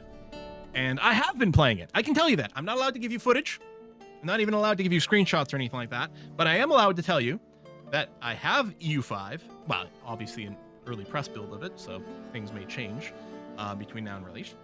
And I have been playing it, and that I enjoy it quite a bit. Mm-hmm. It is beastly, though. There's no doubt about that. Like, keep saying, you know how, like, a lot of games get dumbed down in sequels? Yeah. With Paradox, it's like, we don't do that here. They're like, no. Why would we dumb things down? More complexity. I don't have a date for you for when the embargo ends, unfortunately. Or, you know, EU5 just got a master. I did just do an update. And started a game. I started a game as the Netherlands. Well, am I the Netherlands yet, or am I just Holland? I don't remember what my actual thing is called at this time. But basically, I'm playing the Netherlands. And I just started it a couple of days ago, and I think that's on the current newest stuff. Big UI changes from, like, when I first started playing it. Huge improvements abound. But yeah, I still don't understand, like, most of the mechanics. It's very intimidating, which is great. Yeah, it can't be the Netherlands. It must be like the Duchy of Holland must be what I'm playing. Is this game hard to learn? Dwarf Fortress? Yeah, but not impossible. And watching streams like this, or by many other great people on YouTube and things, is a great way to learn. Okay, construction, paved roads. So I didn't realize I can go and just overlap things that a road can't go onto.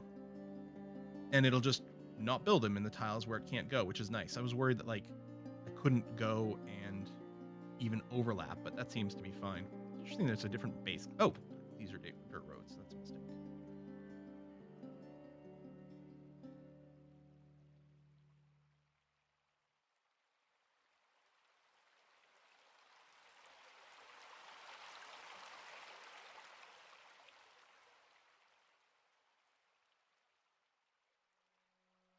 Dirt road?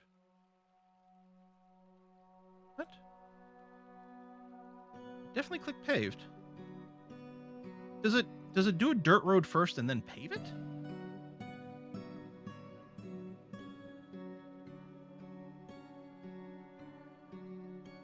Maybe when it's in a queue, it flags as dirt road. Because this whole thing where you can, like, queue up buildings is part of DF hack. Maybe then it changes to stone afterwards. Do soft ground? Yeah, maybe. I don't know. We'll see. Still no migrants, no. And we again didn't get a dwarven caravan this autumn. Like, I know we don't get certain news updates. Like the news and rumors and stuff like that. We only get those updates when we have traders. But I think we do get a live view of the world map if things flip. Like, you know, this was a dwarven place and it was taken over by goblins, right where my mouse is. So presumably the dwarven civilization is still there. But yeah, I think, oh my god. How crazy. Oh, we did increase our population from Sorbeck joining us, so I don't know. There are dwarves in other parts of the map, but the trade caravans and migrants always come from your home civilization. And, I mean, there's a gap there, but there is another... Yeah, this is another dwarven civilization over here. So they could reach us. Oh, look at this place. Infamous desert. They could reach us, but they don't, as far as I know. We don't interact with the other dwarven civilizations.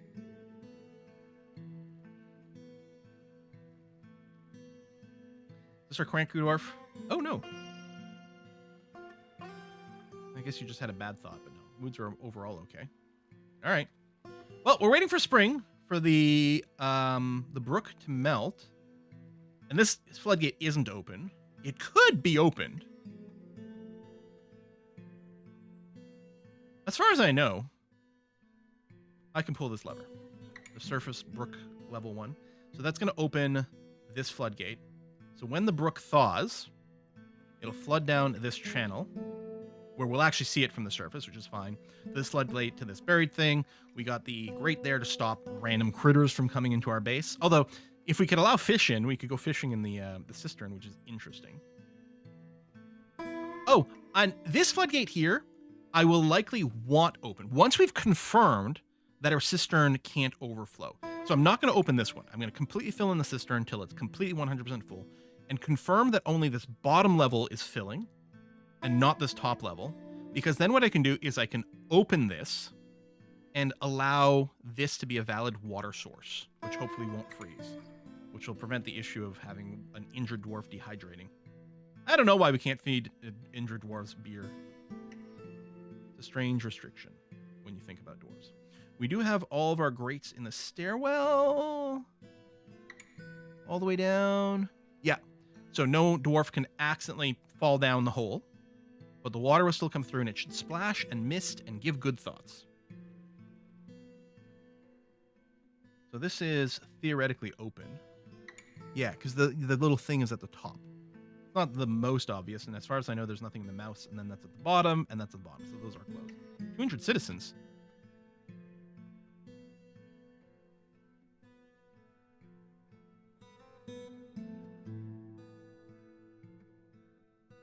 Treatment schedule, but you probably need... What happened to you? Oh, I still have my nest boxes.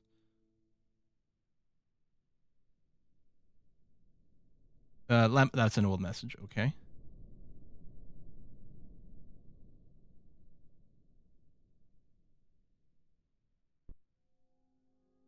Oh, is it Bacon Eater? No, you're fighting...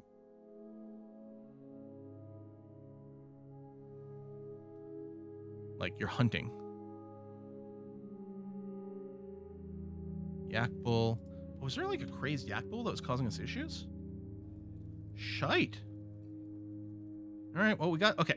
So, oh, is Bacon Eater one of them? Bacon Eater's seriously injured. Wait, did you fight with Void?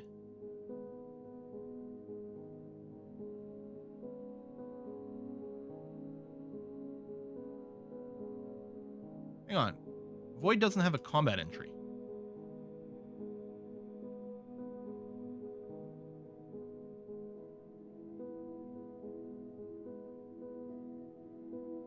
What happened to you?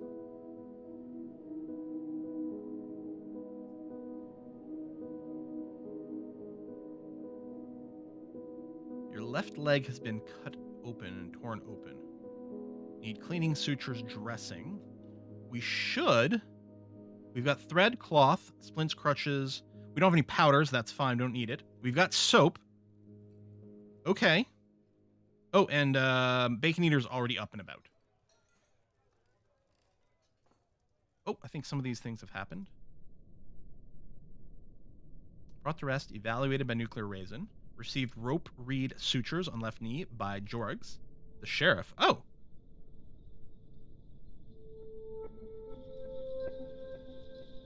Jorgs isn't even assigned to be a doctor. I guess you don't need to. Maybe because I don't have an explicit surgeon set, but I thought that was just... I'm confused, but okay. Really thought... And then Alpaca Wool Sutures by Juan Worthington. And then you got more evaluations.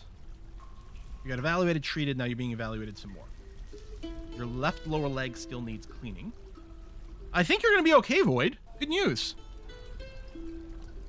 Sorry, I completely forgot. How did I go through so long? Yeah, no dwarf hat. I'm so sorry. I didn't want it for the book part, and then I forgot to put it on. Even though I've been dodging around it every time I go to get some water.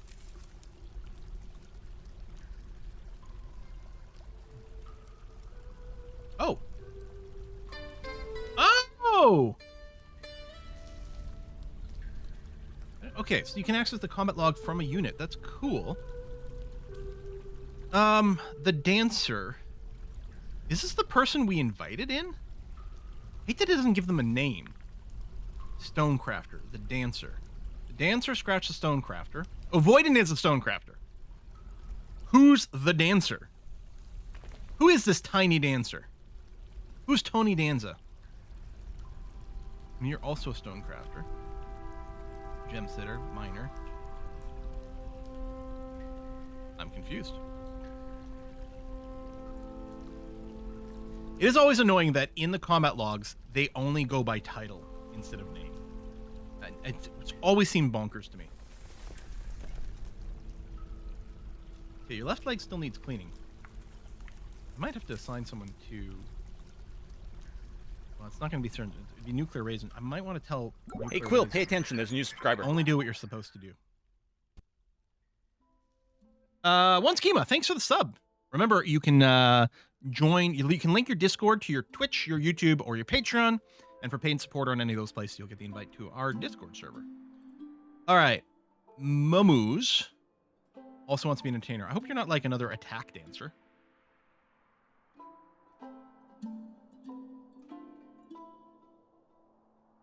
Right, so the question is, what is Nuclear Raisin doing? Sleeping. Okay. I'll just keep an eye on you.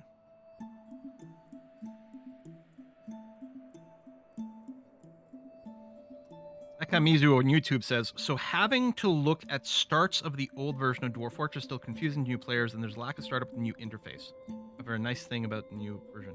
Oh, yeah, you're saying, right, a bunch of the tutorials were for the old version of the game. Yeah, that does make sense. Nuclear Raisin's having a drink here. Why are you having a drink here? We have a dining room with access to drinks and with mugs. Okay, you're socializing instead of doing doctoring. I guess I could force you to the hospital.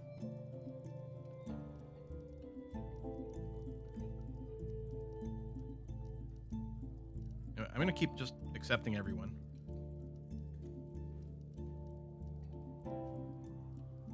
That's where the drinks are. I mean, there's definitely a lot of drinks here, and you just got up. Like, this is a stockpile full of drinks over here.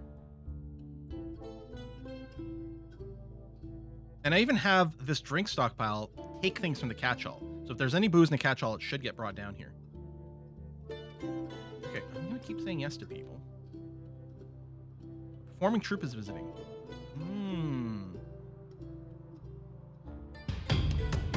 The water system. Okay.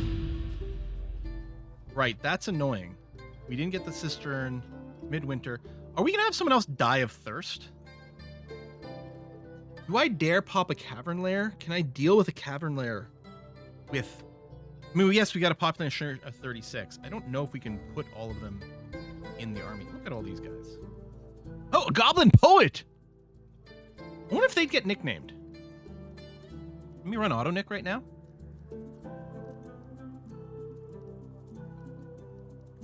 Yay! All right. All of our new joiners are here.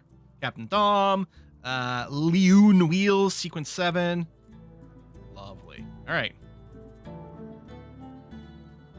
A bunch of people are to be performers. Maybe we got too many performers. But I think they can be upgraded to, like, a full join status, I think. Can I intentionally melt some water?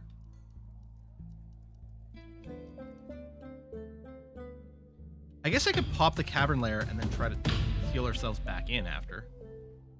Oh, I don't like this.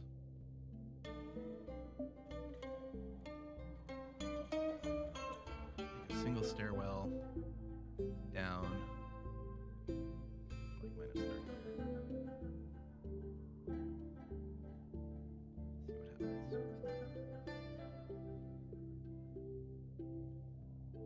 what happens. We didn't get a migrant wave. We just got a lot of, like, dancing troops wanted to join us. All right, expansive cavern deep underground. Pause. Does you have water? You does have water. Good.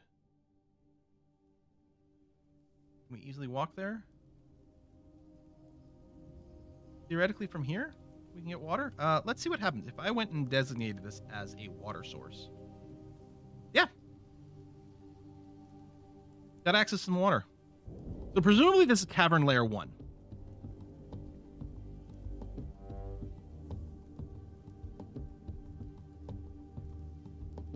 I'll probably reorder my hotkeys at some point.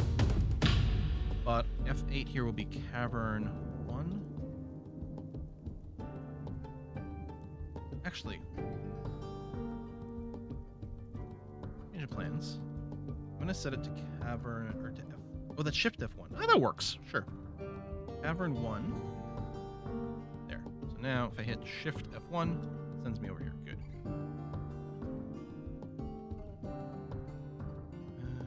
I'm gonna cancel the rest of this mining.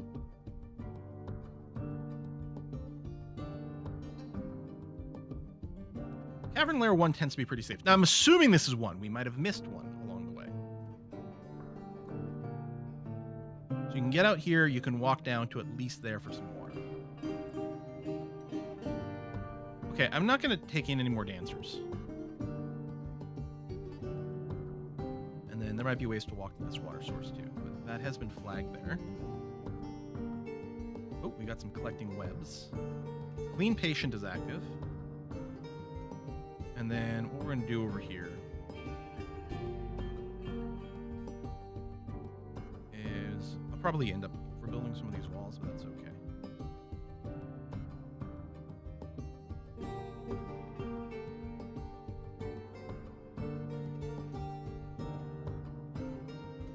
We'll do this. We'll put a pair of doors. And maybe some traps. Do I want access over here? You know what? I'm going to wall that off completely here. And then the other thing we'll do is we'll plan an up ramp on the outside. So from here we can climb up onto the wall. Oh, is this flush to the ceiling? Oh, good. I don't have to roof it. Nice.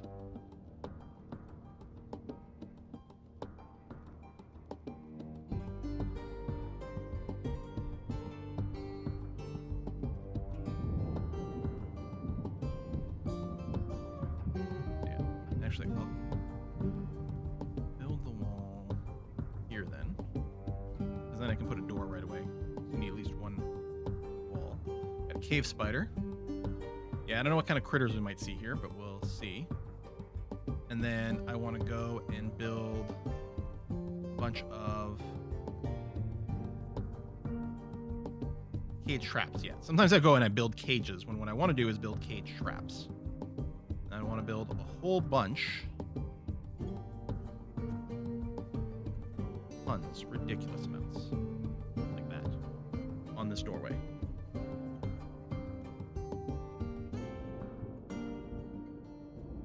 It's been slaughtered. Storm has come. Now, how's our... Oh! We're out of the hospital! Great! Okay. Well, some things are working out. Well, were you talking to us because you were occasionally getting drowned out by the music? Oh, sorry. Is the Dwarf Fortress music that loud? And I'm probably leaning away from the microphone a little bit, and I've got it tuned in the way that's more supposed to be, where it should only be picking up sound when I'm closer, but then I have a tendency, especially on the long stream. Let's go and do this, and then mutter some more. So let's try to be better. Okay, entertaining. I don't need more entertainers. I'm so sorry. We got 2 different acting troupes here is the problem. 2 different dance troupes, I should think, actually. Yeah, leaning away was the bigger problem. Mm-hmm. I wonder if the same person can keep asking over and over. If I say no, it's just done. Bacon Eater is stumbling around obliviously. Now, I think you can get away with that once or twice, and then it's just like you're permanently gone. I kind of like that your name could be Parstolinus's Disco, but I'm going to deny you anyway. You a cattle prod in the back of the chair. Yep. Thanks, Soda Jerk. Entertainment by becoming military. Mm-hmm.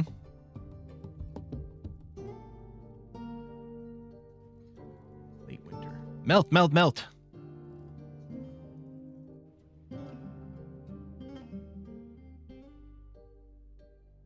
Pause hunting to improve Bacon's mood.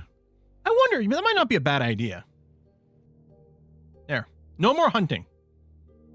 Although I think you enjoy it, but maybe, yeah, maybe you should spend more time indoors and doing other things. Let's give it a try.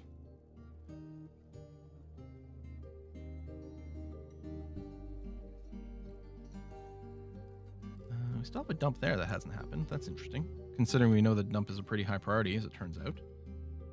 Oh, no one can reach this one. Okay.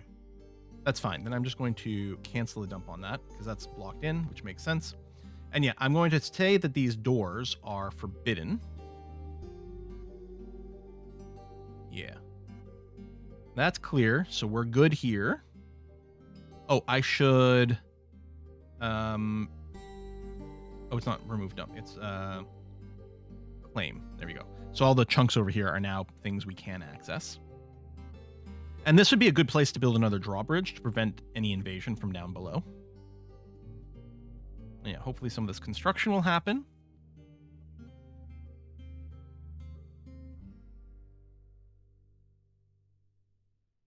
No one's behind the door. Probably not, right? Denied.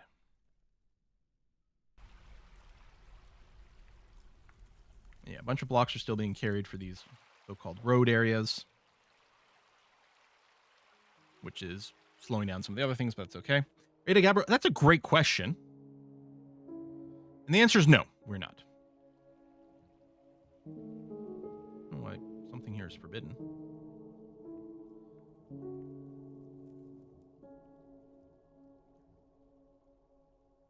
There still needs to be a search on this. I don't know why there isn't. Make Gabbro blocks is there. We try to make 10 a day if we have fewer than 50, and it's certainly in place. It's interesting that neither one of these has the Gabbro block job. Who's our manager? Longstrider, which should be fine. Okay, we do have a sheriff, which is auto set and does run out some space. Do we set up prisons? And if so, maybe on the living quarters floor? Maybe we could set up some prisons on the opposite side of the dining hall? Because maybe, you know, we'll want space for extra bedrooms. Because eventually, hopefully, we got migrants. Well, we could run out of loose Gabbro. We're never going to run out of Gabbro proper, but we could run out of loose stuff. So what I'm thinking is let's set up...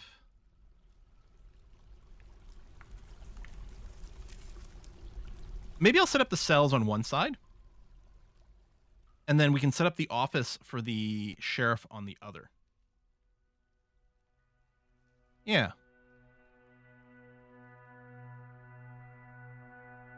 So this can be the office. We can build them. Well, you know what? They should be a little fancier. Let's go. Yeah, 5 like that. And then a little dining room.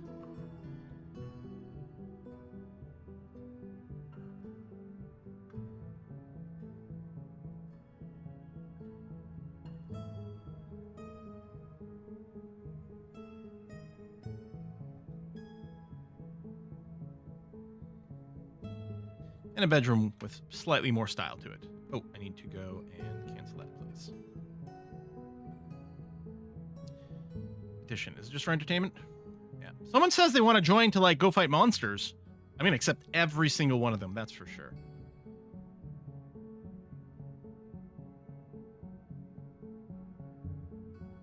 And we may have run out of iron-bearing ore, since we're not finishing that last breastplate, but we'll get a little bit more hematite on this other side here.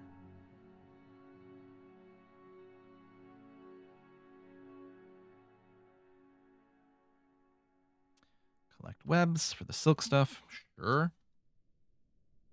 Still waiting for stuff over here. Diggy, diggy, diggy. Bunch of rhyolite. Oh, I thought there was going to be a bunch of hematite on this side. No, but we'll get some over here. I'm not going to mine all of it out. We might end up doing it later, but for now we're going to leave it. The expectation is once I pop open this floor here, we're probably going to find a whole bunch of extra hematite. Hopefully.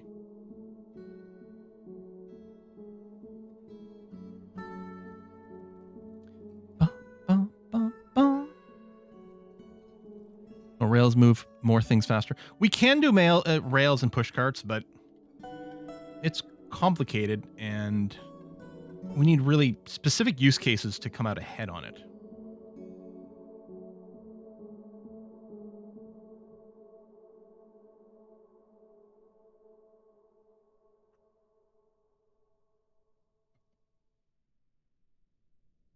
More petitions.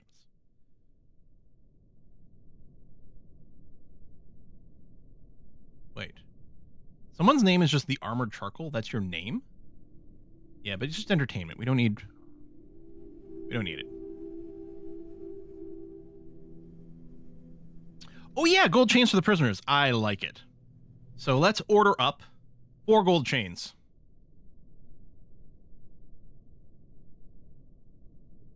And presumably we have some gold bars. Yep. We want the prisons to be as fancy as possible because the whole idea is to keep the dwarves that are in there as happy as possible so they don't come out and just commit more crimes immediately, which can always be annoying. We did check items, Bacon's desires and likes and things. It wasn't terribly helpful for us, unfortunately. Okay, let's go and plan some doors. Chunka, chunka, chunka. We'll put a door there to go into your suites, and then we don't actually need doors to the prisons, but it will add some value. Okay, and then we will say, please smooth all this. We'll go into the hallway and stuff, that's fine. In fact, I'll probably go and issue a smooth command and everything over here too. But it'll just save me some clicking if I do it this way. And then table.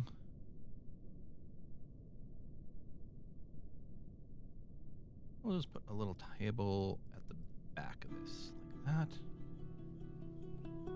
We may have to reissue some smooth commands. I seem to recall in the past there's a bit of a conflict. If we put furniture on top of a smooth command, it cancels it or something. So, we'll see. Even prisoners deserve bling, yeah. Yeah, I never did set up the nest boxes. You're right, we should totally do that. Not that we're hurting for food, but...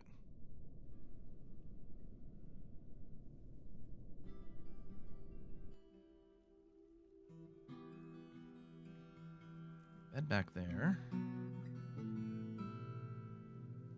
Cabinets, chests. I think you're also going to want an armor stand and a weapon stand. Even if you don't want it, we're going to go and queue it up. Okay.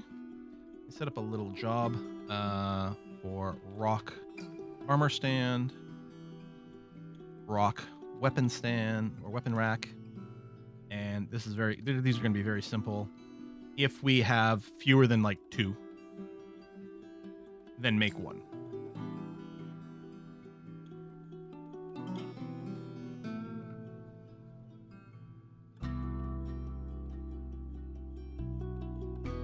Okay. Yeah, the King of Yellow is just saying the furniture might cancel the smoothing ghost, and we may have to reissue the command, but it's fine. We'll deal with it then. Throwing a tantrum. A thief has stolen one of our artifacts. It's going to be CSI Dwarf Fortress over here. Dun dun. Oh, we need the sheriff equipped.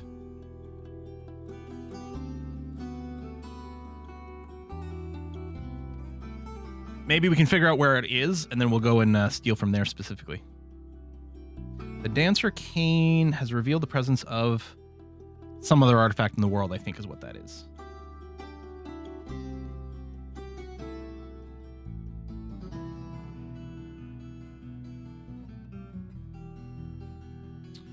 I don't know what floor where I want to put the nest boxes. I think I sort of talked about doing it on the living floor. They're living things. They're also a source of food. We could put them behind the prison over here. I might just do that.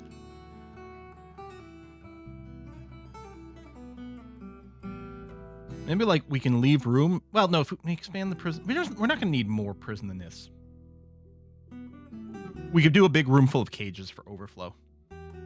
So let's go and make a spot for some nest boxes. I'll leave a gap. You know what? I'll put it over here.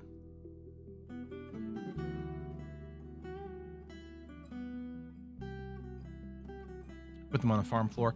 Yeah, but I think deep down here, especially where we're cooking, a little closer is probably better. Ooh, Aiden! Taken by Faye Mood.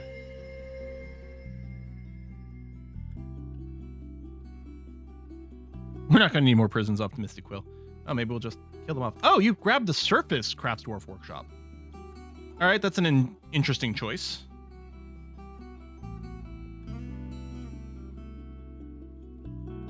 Oh, I probably need to order... this is 5 by 8. I think I'll order 16 nest boxes.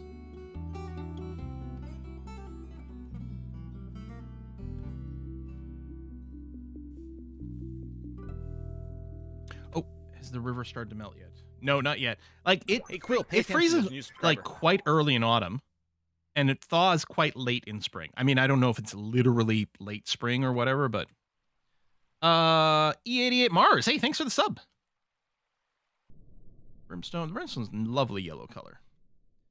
And then furniture. Maybe workshop farming? Nest box.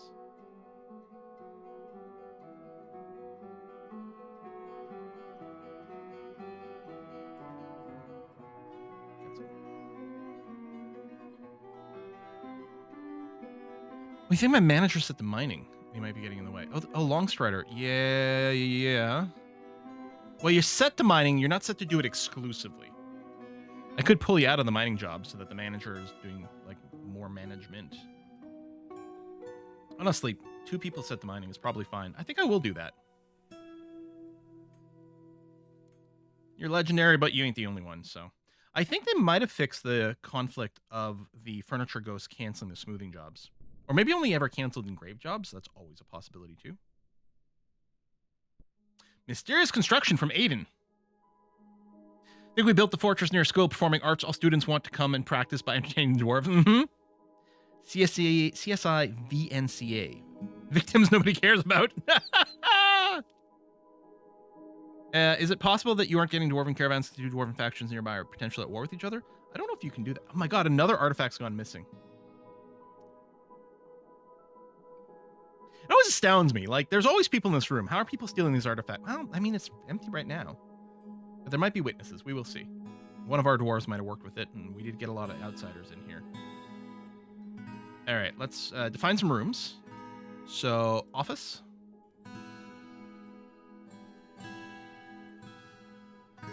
And I guess the dining room is just under meeting area for a private dining room. It's still weird to me.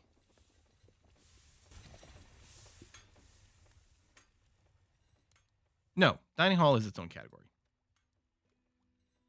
Oh, I think it's the tavern stuff that I was like, isn't it used to be somewhere else? Dining hall. Bedroom.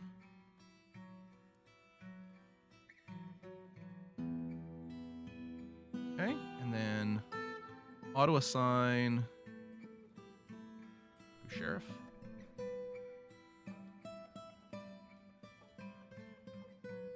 There we are. Now, look over here. Sheriff is completely satisfied. Lovely. Doesn't have a chair in their office yet, but that'll come. All right. Do we think we've got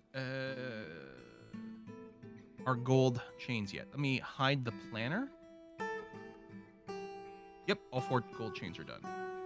Oh, it doesn't stay open? Oh, that's annoying. That's the other advantage of the planner.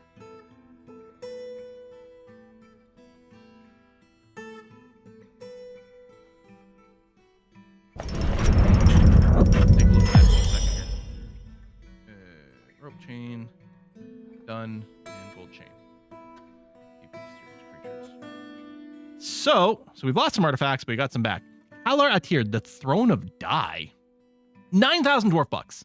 This is a dog bone buckler. Ooh. All crafts dwarf is of the highest quality. It's decorated with dog bone. This object is adorned with hanging rings of steel and morin. On the item is the image of a cat in cave spider silk. The cat is in the fetal position. Artwork relates to the slaughter of a cat in the Castle of Cups in the midsummer of 103. Well, that's a little dark. Because we don't have anything hunting, we don't have anything going after these thieving or mysterious creatures either. But the fact of the matter is, they can use red. I think what I'll do is I'll put Civilineer into hunting mode. And here, do it exclusively. You're not going to be that great. Hopefully Bacon Eater dropped his gear. It's possible he doesn't.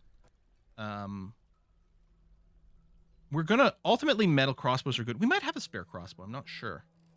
But I could also go and ask for a few wooden ones. The thing is, crossbows get turned into, they get used in melee as a hammer, so you kind of want heavy metal crossbows. Maybe we can make copper crossbows. We've got some sources of copper ore.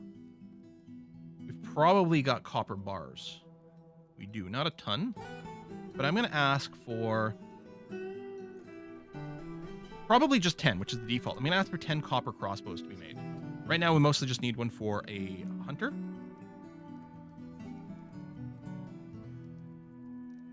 Okay, so now if we go up here and we go to Justice.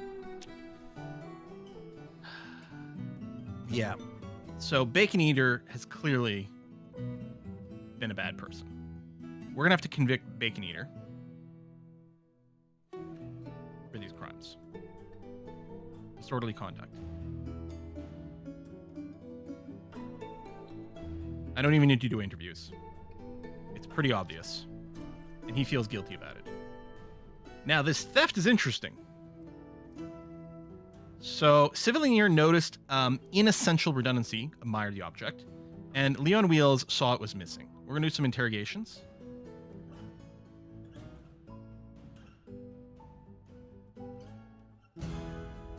I thought it would sort based on... Where's it? Oh, I was looking for. So, Civilineer, we want to interrogate you and Leon Wills.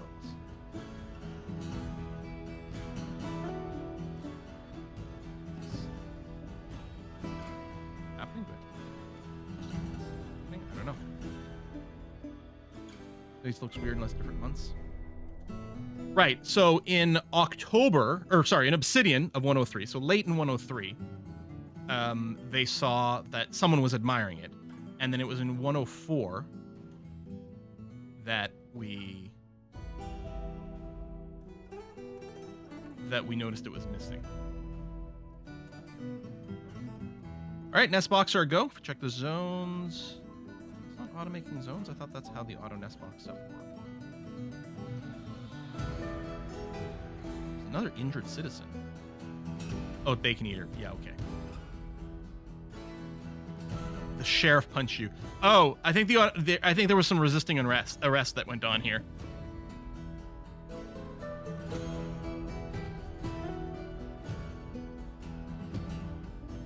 All right, let's go, and we're gonna queue some engrave over here. Might just end up being some kind of middle tier artwork, but we'll practice, and it'll still add value to our prison cells. That your tetrahydrate for silver warhammers and copper bolts. Yeah, so I mean, we do have some like auto smelt on demand. Like our orders over here will include some tetrahedrite smelting, and we do have some silver. When I checked before the stream started, I think we only had 4 bars. Yeah, we still only have 4. We got sterling silver, which is interesting. So not enough to really just make silver warhammers in bulk.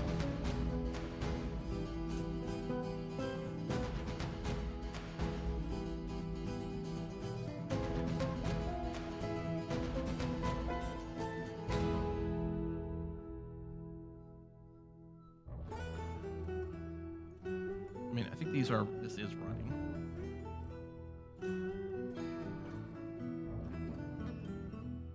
Can we get a status on you?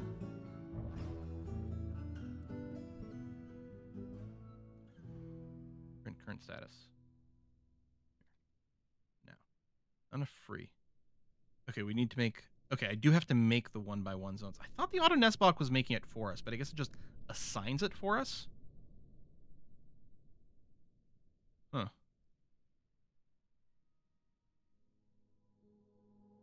There's also a nest boxes command. What do you do? Oh yeah, you'll just protect the behavior.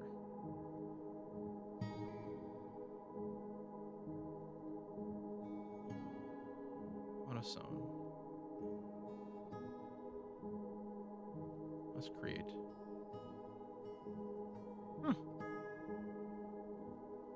I really thought that part of the idea with it is to stop you from having to make all of these manually.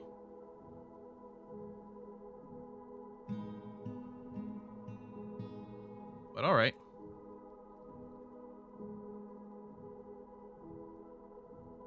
There's a burial command to automatically make like the tomb designations.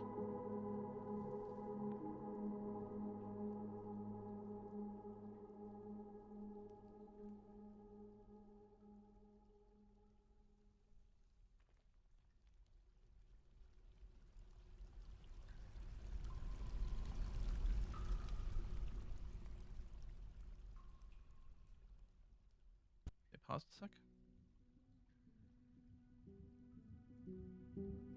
Because then I think what we also want to do is I think we want to make another pen pasture sort of here. I'm going to go assign all of our turkeys. There's only these two. Assign them both to this middle base. And then what should happen is the hens should get automatically then put into these little guys. But we need the male one to run around in the middle for the fertilization, I think.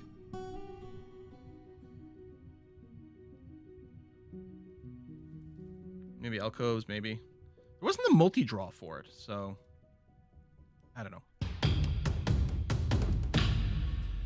And how you create these is different from how you used to create them, so I don't know. But things are being brought here. Oh, we have a chicken, too.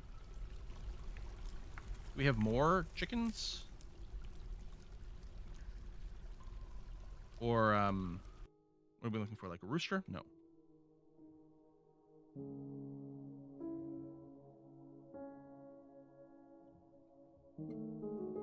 Hey, Big C Panda. As a reminder, I will be closing down the pre-orders for the signed copies of the book after the stream. So I can do one final bulk order. And then get things going on. It's not that I, don't want to do more, and maybe I can reopen it post-release, but I don't want people like waiting on that. I just want to make sure that everything gets done in a relatively timely fashion. And I'm kind of feeling overwhelmed by the whole thing. I've never shipped anything like this ever. I mean, I might have dropped off a return at a Purelator station before, an Amazon return or something. But that's pretty much it. It's very nerve-wracking. And the turkey and the chicken crossbreed? Maybe. And I bet you it would be delicious. What are you doing over here? Okay, so did we finish? Did we do the interrogations? How do I know if the interrogation went? Ah, over here.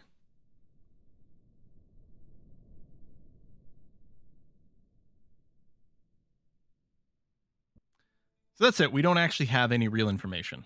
Dang. Okay.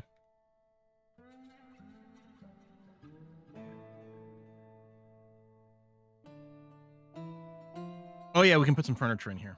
Yeah. We absolutely should.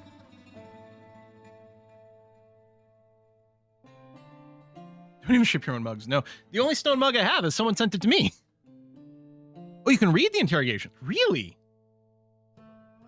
Oh, Okay, civilian here. Met with subject, attempted to make intimidating remarks in order to elicit information. Subject was not afraid and refused. In retrospect, interrogator may be completely misjudged the subject's character. I guess one thing we could do is we could maybe set a different sheriff, honestly. Subject naively complied. Unfortunately, no new pertinent information was revealed. Okay. Yeah, we don't know shit. Oh, no one's got any relevant sheriff skills, so alright. Jorg, you can stay. You'd interrogate the suspect? Oh, okay, that's a point. I suppose that's a good point. I don't know that Inessential is the suspect, but I guess we saw them in okay.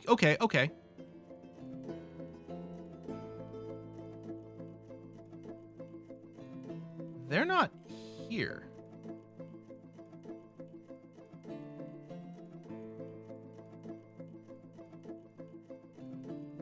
I think they might have just been a visitor that got a name. Yeah, so we can't interview them. Someone suggesting we could just interrogate visitors in general. An interesting idea. Be everyone in purple. You know what? Let's interview lots of people. It might be good for skills, too. There you go. Let's do it. Sometimes the accuser is thief, yeah. That's usually when it's a vampire. Yeah, the self-report. The strong move in Among Us. Oh, we got an orange cranky level dwarf. Rager, well, good name. Caught in the rain. Embarrassed to have no shoes. But we should have some tailoring, like...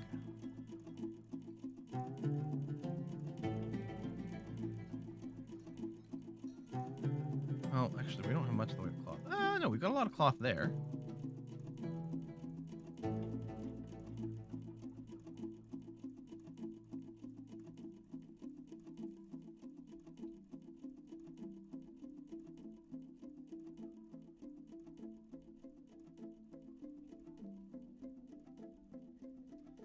Oh, hold on. I don't know if I know the one of these is enabled.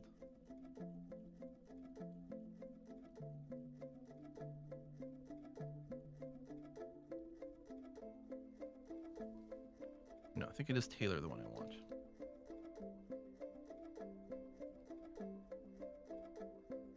Yeah, because it'll confiscate, etc., etc.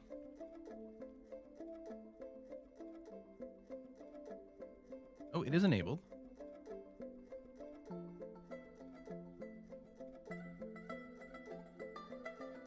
Someone's complaining, unless they've already got their shoes.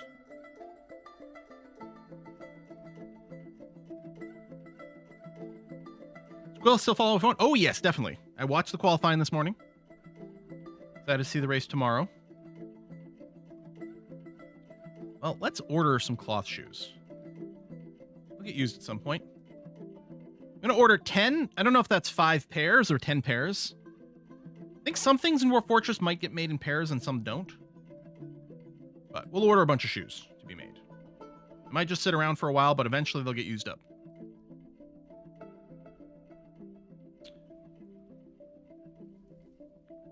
Oh. The cistern? Perfect. Completely full and not overflowing. That's lovely. Although I don't really need to use this as a water source because we do have the one downstairs, but I can open this and treat this as a water source if we need to. Is it time to enable the waterfall? I think it is. All right. Pull the lever on the cistern drain. And yeah, we're correctly resetting the pressure, which is nice. There it is. I think this will probably empty so fast. I don't know if there's a way to slow down the emptying. Some sort of pump. I don't know. Like, I'm worried that we won't actually get to like keep this full in the winter and we'll still get a bit of a cycle, but so be it. There we go. We've got some mist happening. There we go. So dwarves should constantly be getting misted. Someone got injured. Did something... I wonder if there's something sitting on the stairs.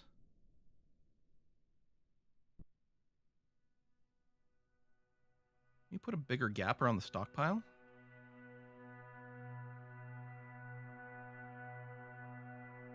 Did something just get like knocked around by the water? What? Oh, inessential redundancy. Wait, you are here. Was I tapping you in with 2 N's?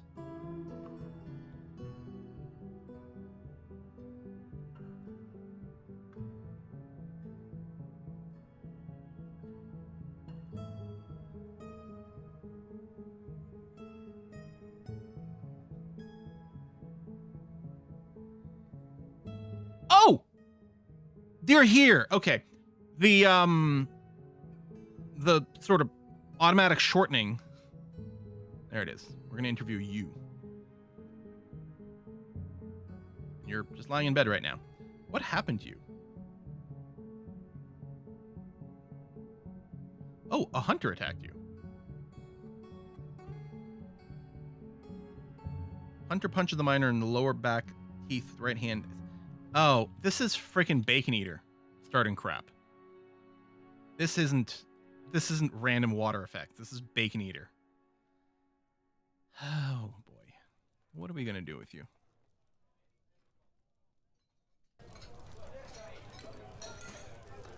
Yeah. Oh. I did convict Bacon Eater. Oh, so there's more dirt. Yeah, I'm gonna convict Bacon Eater here again. Yeah.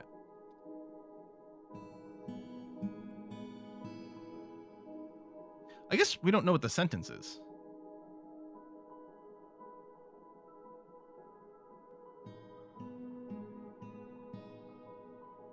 "29 days in prison is the current sentence." Oh, I didn't make the prisons.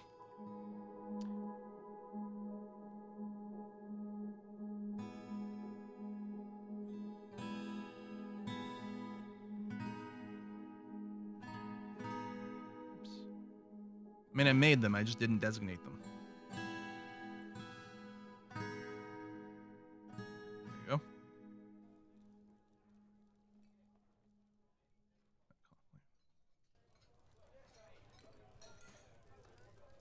Why are we not growing infinite amounts of pigtail?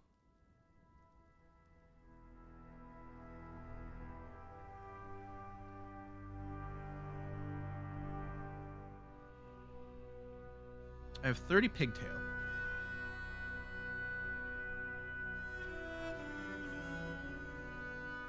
Shouldn't you be processing pigtail automatically?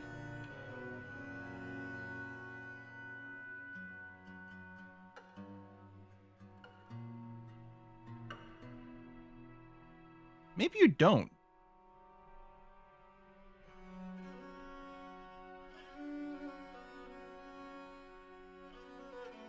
No, I don't think pigtail is cookable. Not a bad point. We should check. No. Oh, is it brewable? Okay, pigtail is brewable, although that did give us seeds. I think we also get the seeds out of these when we process them.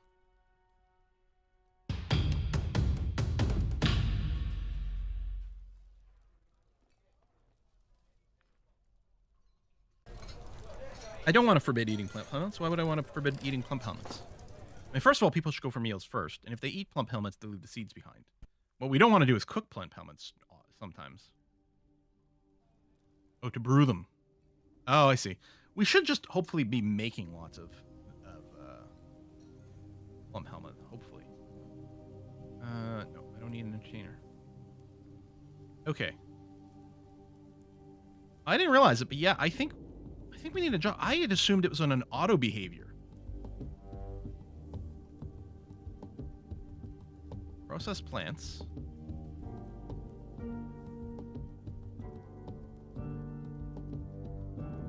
If you've got at least 10 of these, try to do 10.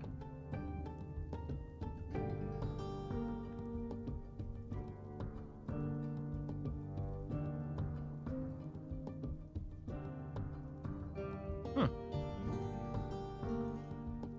On auto farm, that's something different. You should be on. Right? I think you were on. I guess I could have checked.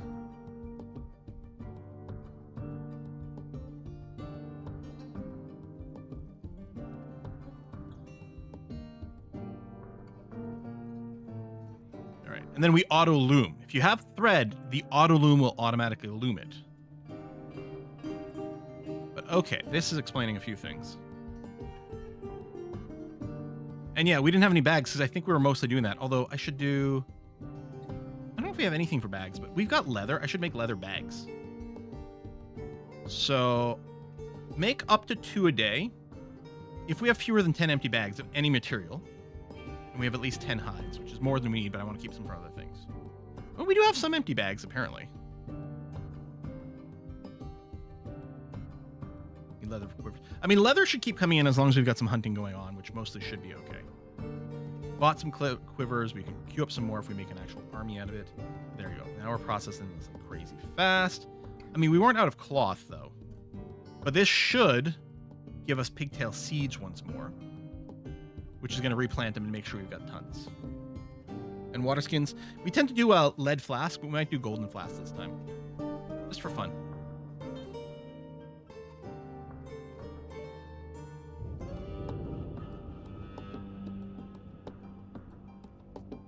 Oh yeah, and we have it set to do, we're doing cloth shoes, but I suppose we have silk and wool we could do instead too. Where did we just strike native copper? Oh, we just spotted native.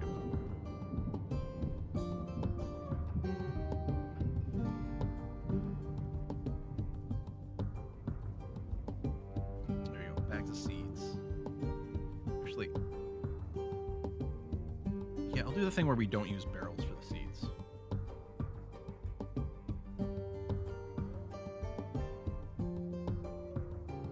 Sometimes it can cause issues. And I'm just going to expand our seed storage so we can have lots of seed bags. We just took the barrels away. Hopefully they bring the seeds back.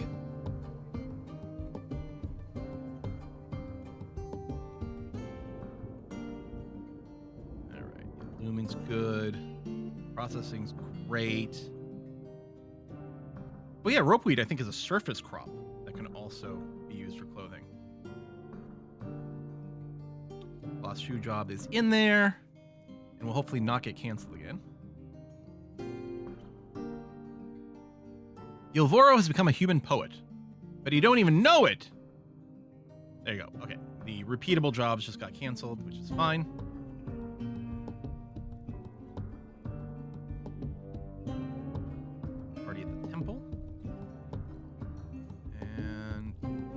These guys might be leading. Oh, these are just socializing. I was hoping that one of these was leading a weaponsmithing demonstration.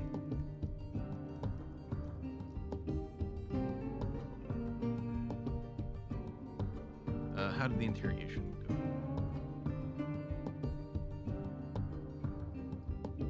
Oh, I think we're still doing the bulk interrogations because I queued up a whole bunch. I don't think they've gotten around to interrogating the person we saw admire the thingy. Remind me, we'll take another look in a few minutes here. But yeah, hopefully some good thoughts. And then how does the cistern actually look? Okay, so it's not insta emptying. But yeah, this I think would drain pretty quickly in the winter.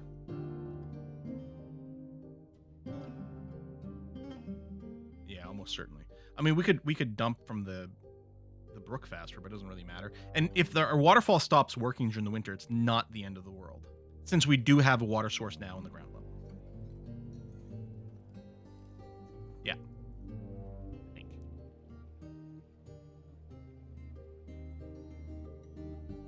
Boo-doo-boo-boo.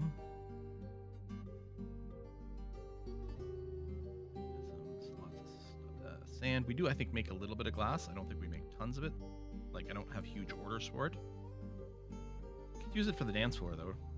I want to build a dance floor here, but we've got other things being worked on. Okay, so this is, yeah, that's Bacon Eater all chained up, which isn't going to leave them very happy.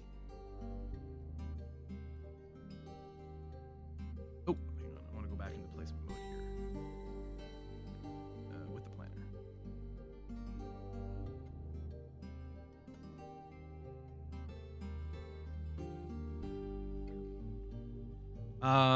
Dig a hole in the middle of the cistern leading to lure cistern and drain there first. Yeah, that's, I mean, if we cared about the water reserves and different things. But I don't think we really need it.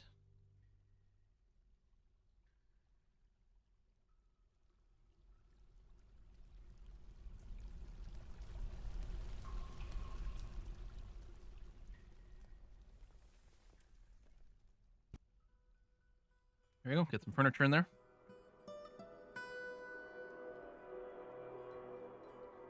Yeah, in theory, the mist. I mean, I think our overall moods have gone up a lot. Oh, and our orange dwarf just moved from like yellow-orange to yellow. Just saw that happen as I was starting to point this out. Yeah, moods are going fantastic. I don't know if we can ever help Bacon Eater, unfortunately. But Grand Ballroom, yeah, dining hall plus it is a tavern, so dwarves should go and dance and stuff. You know, assuming we had enough of them. And this population is deceptive because we only have 21 dwarves. Well, we have 21 like proper civilization dwarves, and then everyone else in here. So 15 more people are people who just petitioned to come and stay. They're not citizens; they're just residents right now, I think. But I think they can petition to become citizens, which we'd be fine with, because once that happens, then we can start assigning the jobs. Because they're not in here; they're not assignable. I can't put them in the military. Why is Bacon Eater angry? Nobody knows. Like a millisecond after they arrived on the map, they had a drink and they didn't have a cup, and they were kind of bitter about that. And that was about it. Like in their memories, for example. So it was over here. Then everything else was like blissful, blissful, satisfied, blissful, blissful, wonder, blissful.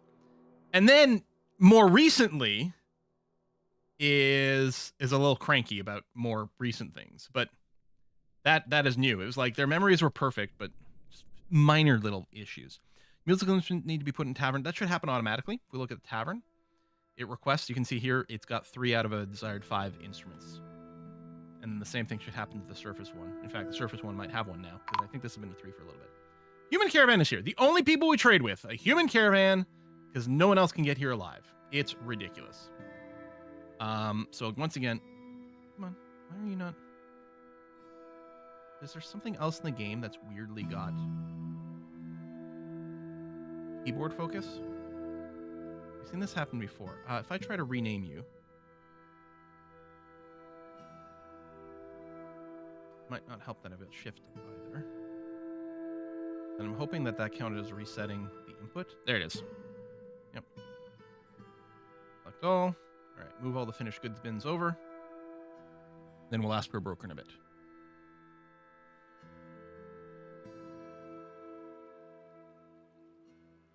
Okay, we've interrogated its inessential redundancy. Intimidating remarks. Subject naively complied. No new information was revealed. I don't know how I get back to the intelligence screen. When I click on one of these, it does here. Like, oops. If I click there, it doesn't go back.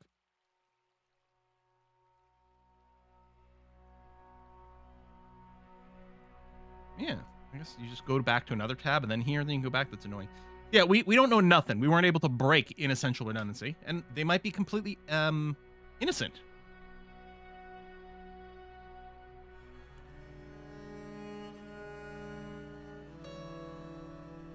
Yeah, we don't have anyone.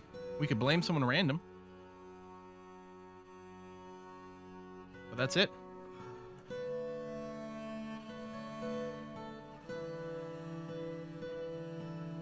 Did you happen to have any mugs? Yeah, it does. We're all good.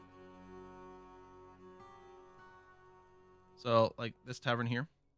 And we're just looking at the other one. Yeah, and you did get an instrument as well. Both tavern have mugs. The whole, like, drinking out of the mug thing, it happened, again, that was a millisecond after we arrived on the map. It's never been an issue since then.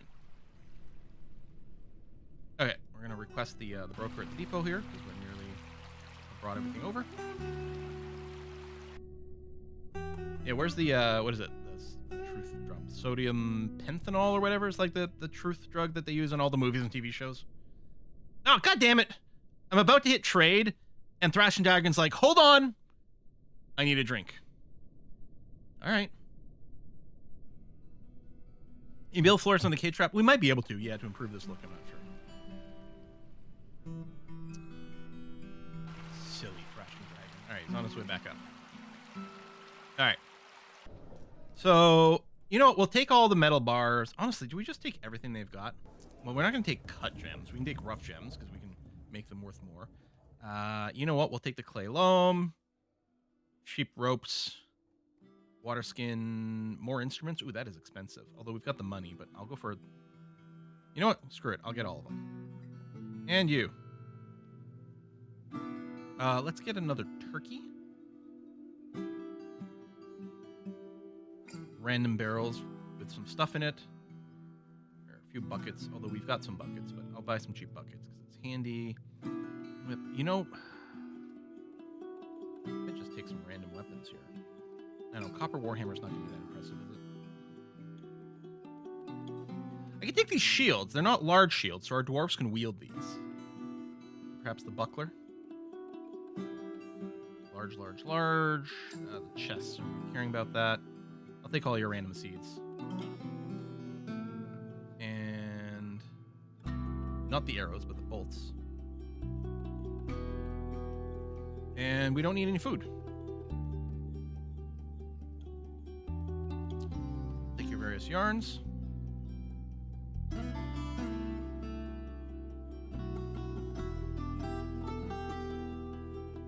Okay, so 7,500 dwarf bucks.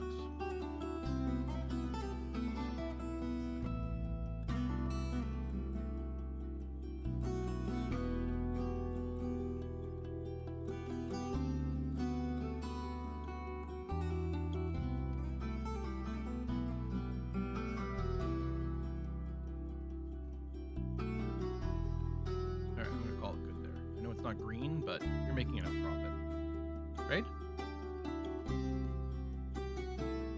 A little something extra. What? No.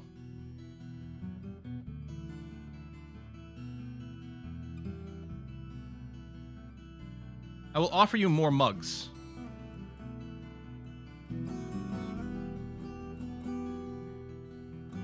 See, we're in the green here. Don't be ridiculous. There you go. I'm only doing that because I don't think we're going to have dwarves to trade the rest of our goods with.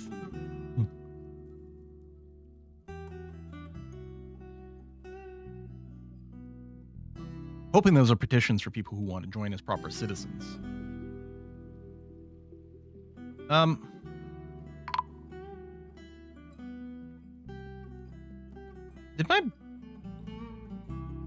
Did my road get smashed?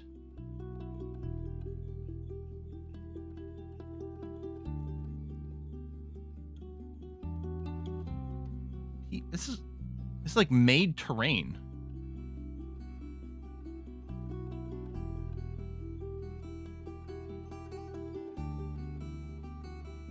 There's something really weird that can happen with water. Yeah, did it fall into the water? I wonder, did some of it get built when it was on ice? And it was like, oh, this is a legal place, so I will build it while it's on ice. And then when the ice went away, the game was like, oops, never mind. Let's try. We'll build you and see what happens. Oh, we're actively shooting.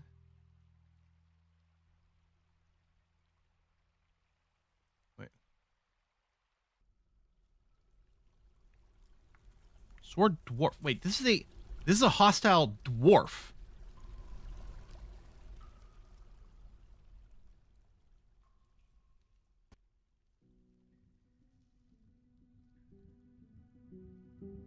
Are we at war with different dwarven civilizations?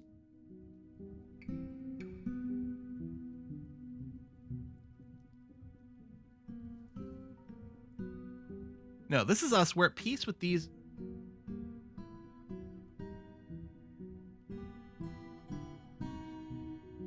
I lost him. Where is he? There.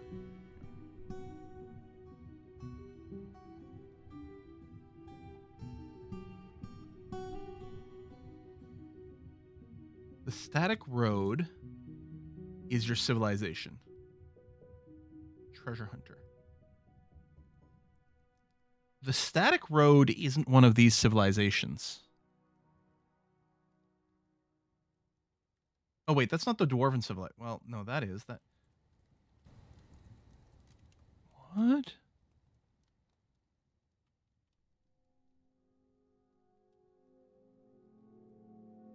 Well, they're just running away.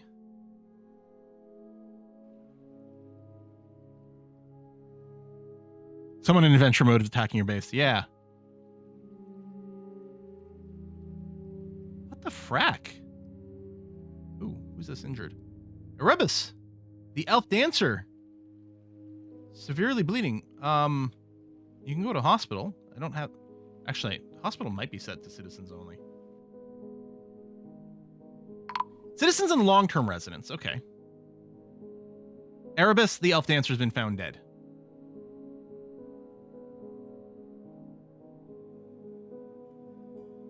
You could have gone to the hospital if you were long-term...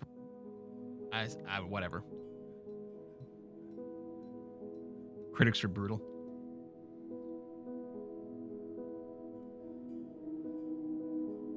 Not a dwarf, so it didn't matter. Okay. Wonder if they'll get entombed. They weren't a citizen. But I wonder if they can haunt us.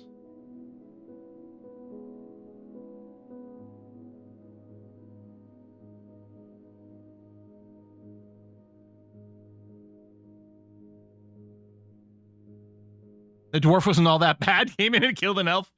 Like, I heard you allowed non-dwarfs here. That is not okay. We got to do something about that.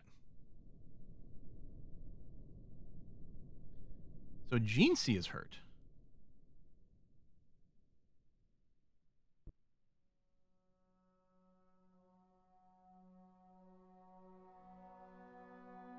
Brought to rest by Last Revenant, another elf dancer. We got a lot of elven dancers.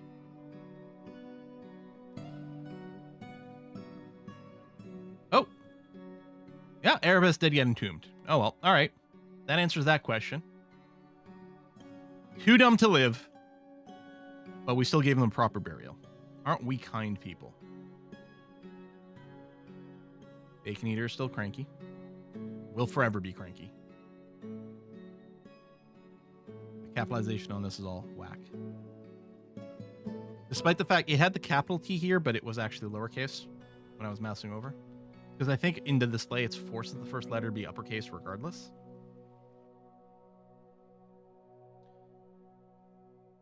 No migrants. The world politics is definitely whacked. God, do I start training a little army? Does this even like resolve things? Go through and burn down some dwarven sites? Yeah, I'm properly confused. No, the river's still going underneath it, so I don't know. I feel like we generated some sort of glitch here with the road, but not think about it too much. Push comes to shove, I can floor over the water as well to seal it in. Oh, Von Worsington is possessed. Okay. Carpenter's Workshop. Okay, something made out of wood. We'll try not to hold it against you.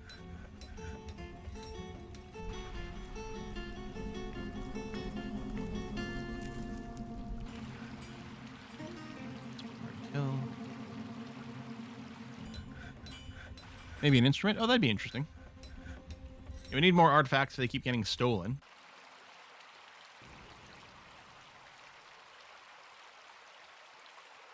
There, it's not great for frame rate performance, but it's working.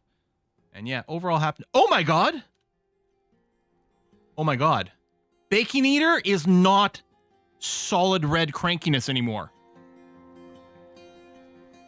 Bacon Eater is now in the orange level. Tent being next to a waterfall, sleeping in a very good bedroom, which might have been the prison room, honestly. You know what? I think our prison reform was a huge success.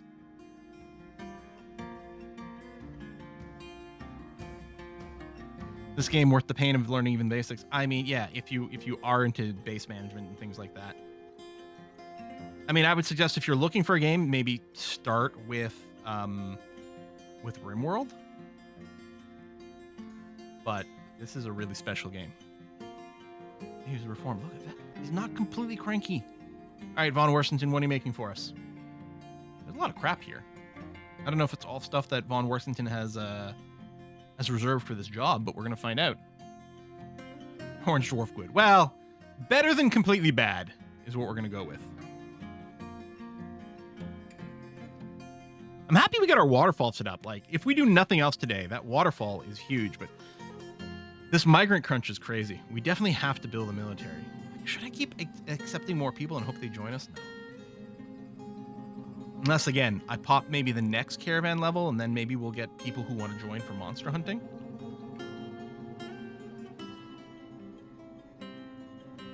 What about auction not included instead of RimWorld? I feel like O&I is a different game. O&I is a little bit more like an intersection of base building and some factory automation is kind of what it feels like to me. I might be wrong about that, but I do feel like it's a very different game than Dwarf Fortress and RimWorld, despite ostensibly still being a base builder. All right, what do we get? Oh, named after themselves? Oh, really? So we have an artifact called Von Worstington Sazirazes, which means Bridge Knight. Bridged Knight. 5,600 dwarf bucks. This is a pine casket. This casket literally has your name on it. Literally has your own name on it. All craft dwarf ships of the highest quality. It's encrusted with round gabbro cabochons decorated with pigtail and encircled with bands of pine and rectangular gabbro cabochons. This object menaces with spikes of obsidian, green glass, and morion. On the item is an image of Stinthad Earthenworkers, the dwarf and dwarves in Gabbro. Stinthad Earthenworkers is surrounded by the dwarves. The artwork relates to the ascension of the dwarf Stinthad Earthenworkers to the position of king of the Clasp of Communions in 84. Potentially still our king. Wow. After seeing 2 people die, they got existential angst, made themselves a coffin. There you go. Sign it to someone else just to mess with future archaeologists. Now bury him somewhere else when he dies out of spite. Wow. Another artifact is gone. Wow. Hang on. Before... Space Otter thought was missing. That's it. I will interrogate Space Author.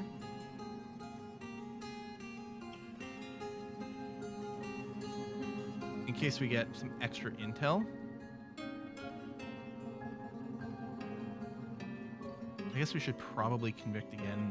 It worked last time. Maybe Bacon will just keep arresting Bacon Eater until they stop being cranky. And then another theft over here. Oh, that's the same one. That's Dent Mortals. Yeah, that was the same one. Cold case, but we'll start that. Okay.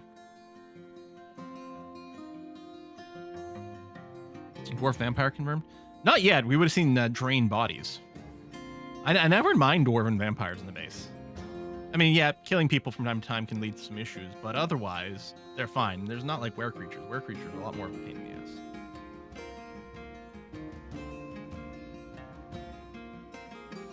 Bacon Eater will keep getting arrested until morale improves, yeah. You're gonna be like that one guy from Shawshank who, like, can't live being outside of prison. Sorry, not to drop, like, insignificant spoilers to a movie that's, like... Shawshank must have come out in the 90s, right? Early aughts? No, I'm going to say 90s?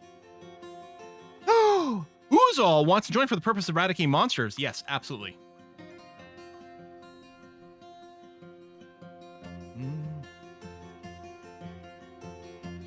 Game looks fun. How much is it? Well, there is actually... You can play the free version, which won't have these visuals. And it is available on Steam, and it's not too expensive. So the answer is, how much is it?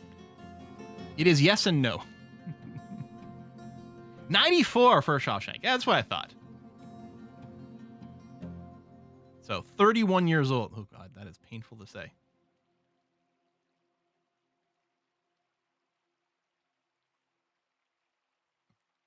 Red mood, straight to jail. Orange mood, you're not going to believe it, also straight to jail. I love Parks and Rec.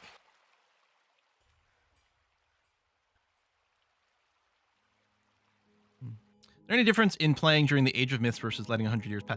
Yeah, I don't think the age itself does anything. Like, I don't think that implies anything about the mechanics. It's just sort of the naming convention that is used.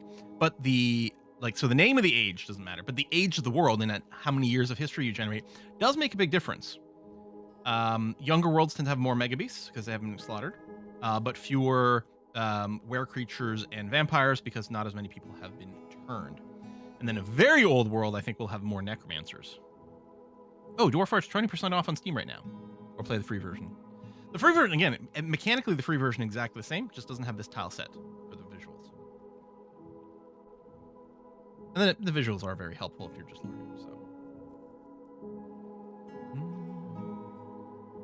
Everyone is still ultra busy. Bacon Eater's currently chained. What else can we put in Bacon Eater's room? Sometimes I put little food stockpiles so they kept being fed, but I think people will bring them stuff. I'm not sure. The name of the age, myth, etc. reflects the percentage of megabeasts are still alive, if I remember correctly. Oh, really? That's really interesting, if that's the case.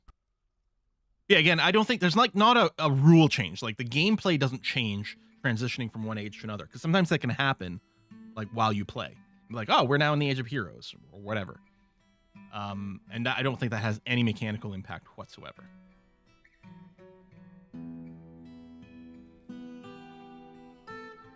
Yeah, the spray, yeah. I mean, most of our mood's good, so that's good. Sure have a lot of dancers in our base.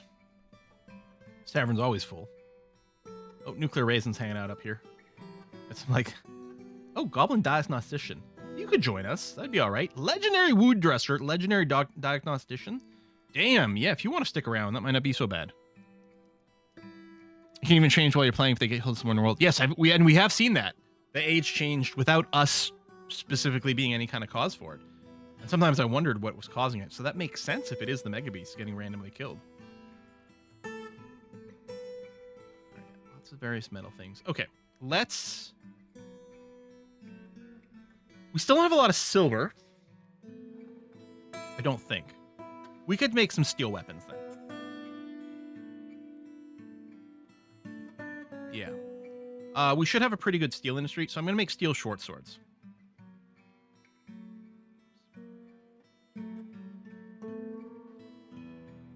So we're going to make 10 of those. We got 10 breastplates. Although breastplates are heavy, and I might have wanted to start to crew out on like leather gear until they get armor skill, because they will move very slowly. But I've got the breastplates now, so it's fine. I will order something like maybe leather high boots.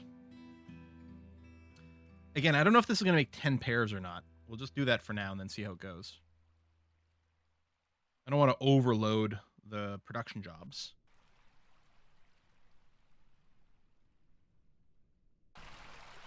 Maybe I should have just gone metal right away, but...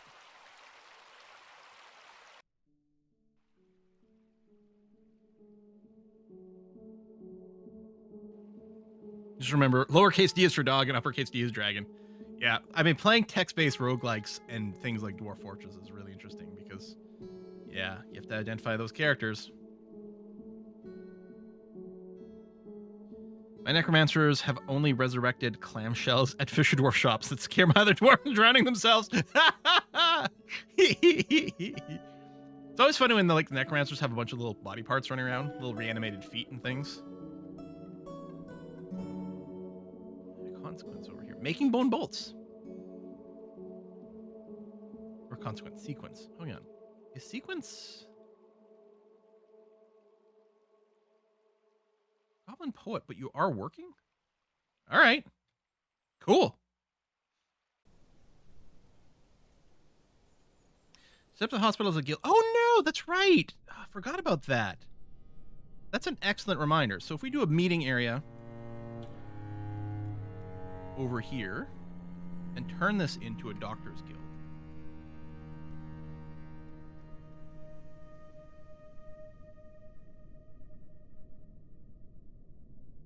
I must have missed it because I'm sure there's a generic.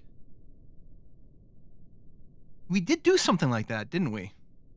It keeps people here too.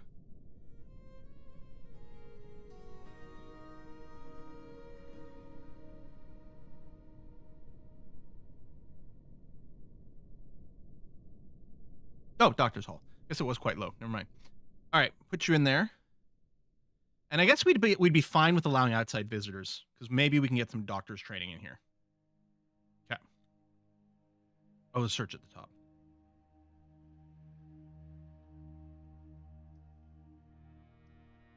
We don't need more bedrooms. We built them expecting us to be overloaded with migrants, but they never come. Little red squirrel graphic that's very cute. There you go. Some farming is happening. Growing some pigtail again because they're actually being processed now, finally. Good. Okay.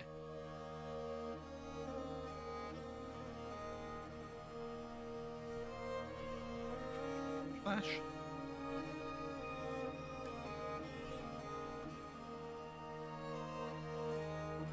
We don't currently have a diagnostician's hall. Just the generic doctor one. which I'm assuming covers lots of different skills, but I might be wrong.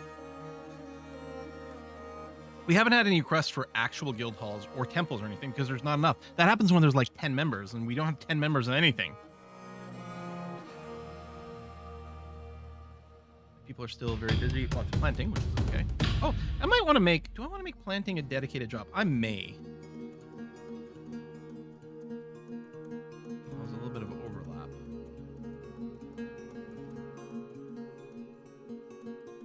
Yeah, I might want... I don't know if we've got enough dwarves to really focus. Longstrider, I think, is also our manager. But maybe Void. I mean, their high skill is stone crafting, which is why they have that title. But maybe I should just make Void. You are just a full-time farmer, and you do nothing else, and no one else does farming. I don't think we need more than one dwarf doing it currently. We'll see. They might have a hard time.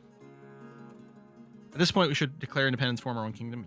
Maybe. I mean, that's effectively how we're operating. Hey, is there a fish on the other side?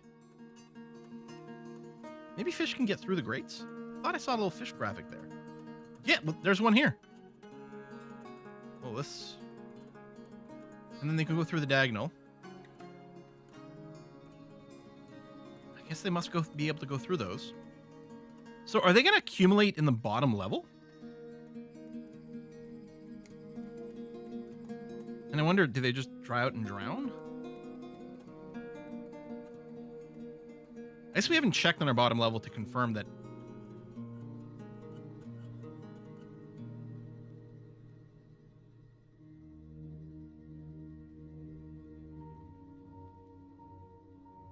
Please tell me this is draining. I'm not wrong, right? Like, this is how this is supposed to work? Yeah, it's definitely draining. Okay, the number's going down. But this is, like, sitting at level 7 a lot. It doesn't seem to be flowing up these stairs, though. There's, like, 0 water level here.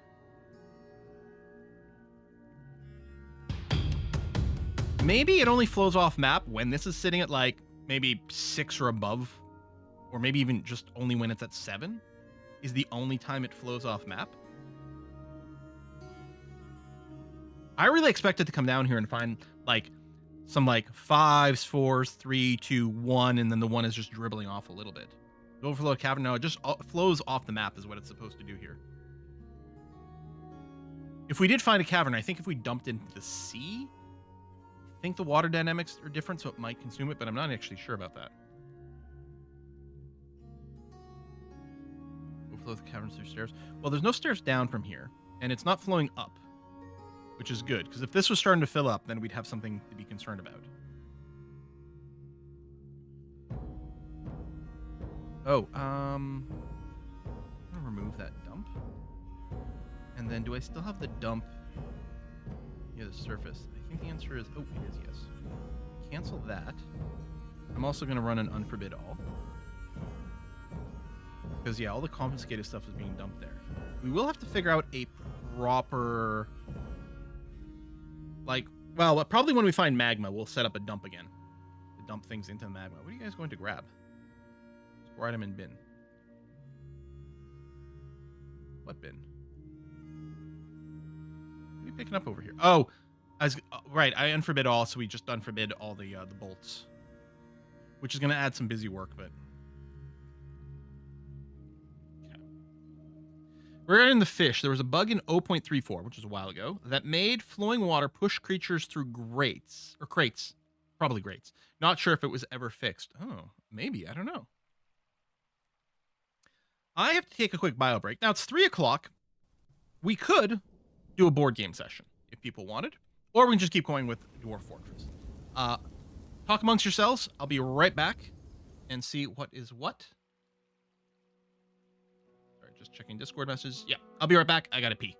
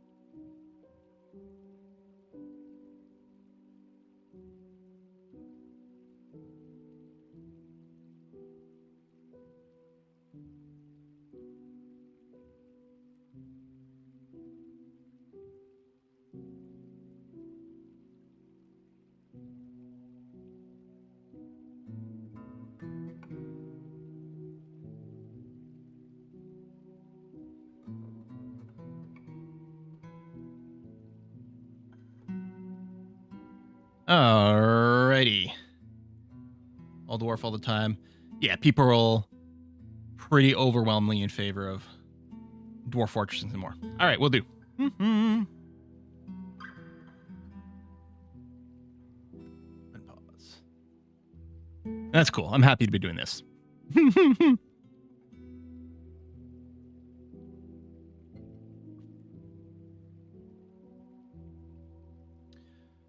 All right, that's been rebuilt. Early autumn. So again, we're about to get a freeze. I'm going to wait until the next thaw to build the next bit of our little road here. And I'm curious to see if there's any status change here, because it is apparently going over some water, which is weird, because I didn't think it'd be allowed to do that. All right, no one in jail anymore. And yeah, and there's no way to, like, to just be like, oh, well, we're never going to solve this one. I guess I could accuse someone random. Let's just keep accusing. Let's just accuse Bacon Eater of all crimes.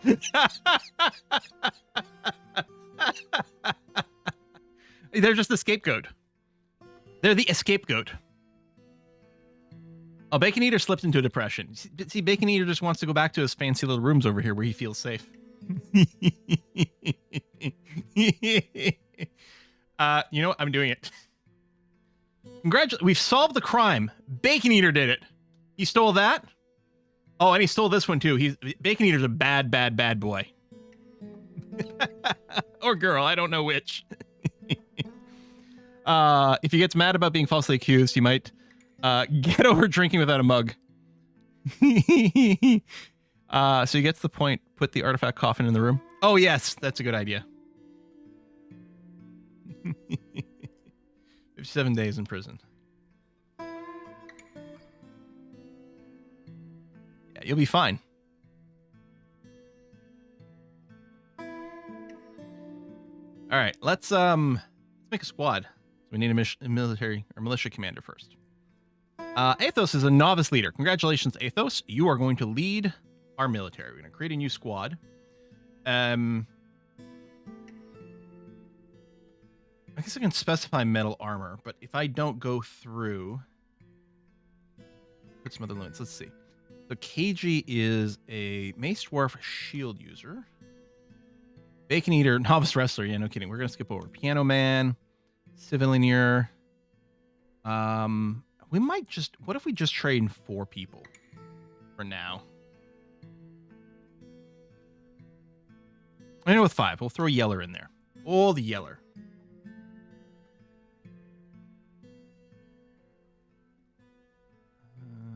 Oh, it's here. And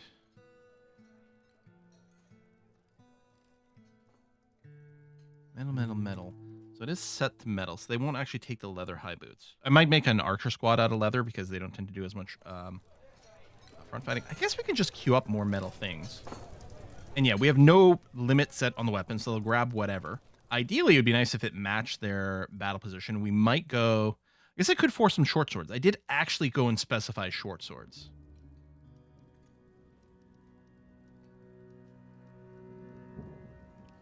Let's not... We'll just get some training going on. I like to train them on the surface so they don't get too cave adapted. And I guess we don't need to... Normally, you'd create a piece of furniture and then make them based around there. But I'm going to have them train right here by the staircase.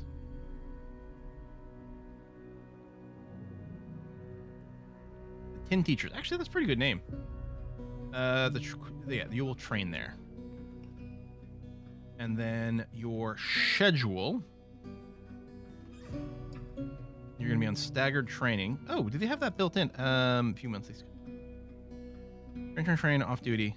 Oh, that's nice. As a default, normally I have to do that myself. There we go. So 3 months on, 3 months off. They're going to try to train. Yep, we got no migrants, because why would we ever get migrants?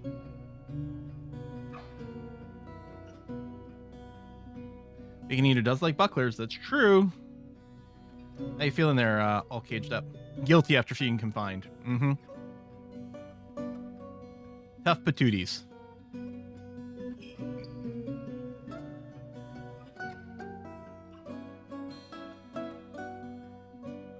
wonder if we did go and assign Bacon Eater a fancy tomb, if it would help their mood at all. Or at least, yeah, scare them into behaving. Kind of thinking of keeping the artifact until we get the artifact coffin. I mean, until we get like a ruler. All right, some training has begun. Okay, let's go and put in an order for equipment. I could be super lazy and import the military rule set. I might do that and then purge a bunch because I know it's going to do stuff I don't care about. So, like, we're not going to do any of the copper stuff. Or bronze. Or bismuth bronze. Some things might get made of iron. Like, the iron crossbow is fine. And the iron pick, keeping some of them around makes sense. But no iron weapons or iron armor. We want steel. We'll try to keep some silver warhammers around, because why not? So we'll leave that in there. We don't need the steel crossbow or steel pick. And yeah, I'll just keep... So this is going to make sure we've always got some short swords. Some steel short swords. Spears are really good. Breastplate, greaves, gauntlets, high boots, helm, mail shirt, shield, yes. Oh, and they're going to try to keep bolts of various materials. That's fine. Okay. That seems fine to me. And a lot of times, and I don't think it'll be relevant for this portion, we'll see. I do like to go and fine-tune the armor sets myself, because you can stack a lot of things. Although, again, this squad maybe should have been equipped with leather armor. And actually, did the military rule set not queue up a bunch of, like, leather gear? Oh, it did! Okay, it adds some more smelting jobs. Right. What's one of those leather stuff I'm fine with. Wooden shields are good because they're light. You actually don't want... Yeah, I don't want steel shields, because that adds weight. Wooden shields are just as good, as far as I know, and they're nowhere near as heavy. I'll cancel the wooden crossbows. They're fine for hunting, but again, because they use them as melee weapons, we want a nice heavy smashing one. Leather bags, backpacks, water skins. We'll replace the water skins. I'm going to put in a thing here for gold flask. Make up to one a day. And keep... This would be unassigned. It's really like keep a couple of... Well, just any flask, really. I guess I'll remove the material. Well, this is an actual material. No material. I guess we could keep like 10 empty flasks around. Because I don't know if the military squad equip, de-equip it all the time. I don't know. No, I'm going to go with my instinct of a couple. Keep a couple of those around. Do it if we've got, if we like at least 2 gold bars, then make 1 there. We won't use the last gold bar. Thought they fixed the melee crossbow issue. I mean, that's not a melee crossbow issue, though, right? The idea of if you've got a crossbow and you get engaged in melee, you should just try to smash someone with a crossbow. I think there was an issue that crossbow-equipped dwarves tend to still run up to and attempted to melee things. And hopefully that's something that doesn't happen. But the idea of smashing someone in melee is perfectly acceptable. So we're going to let some of these jobs process. And then I might go and tune the outfit.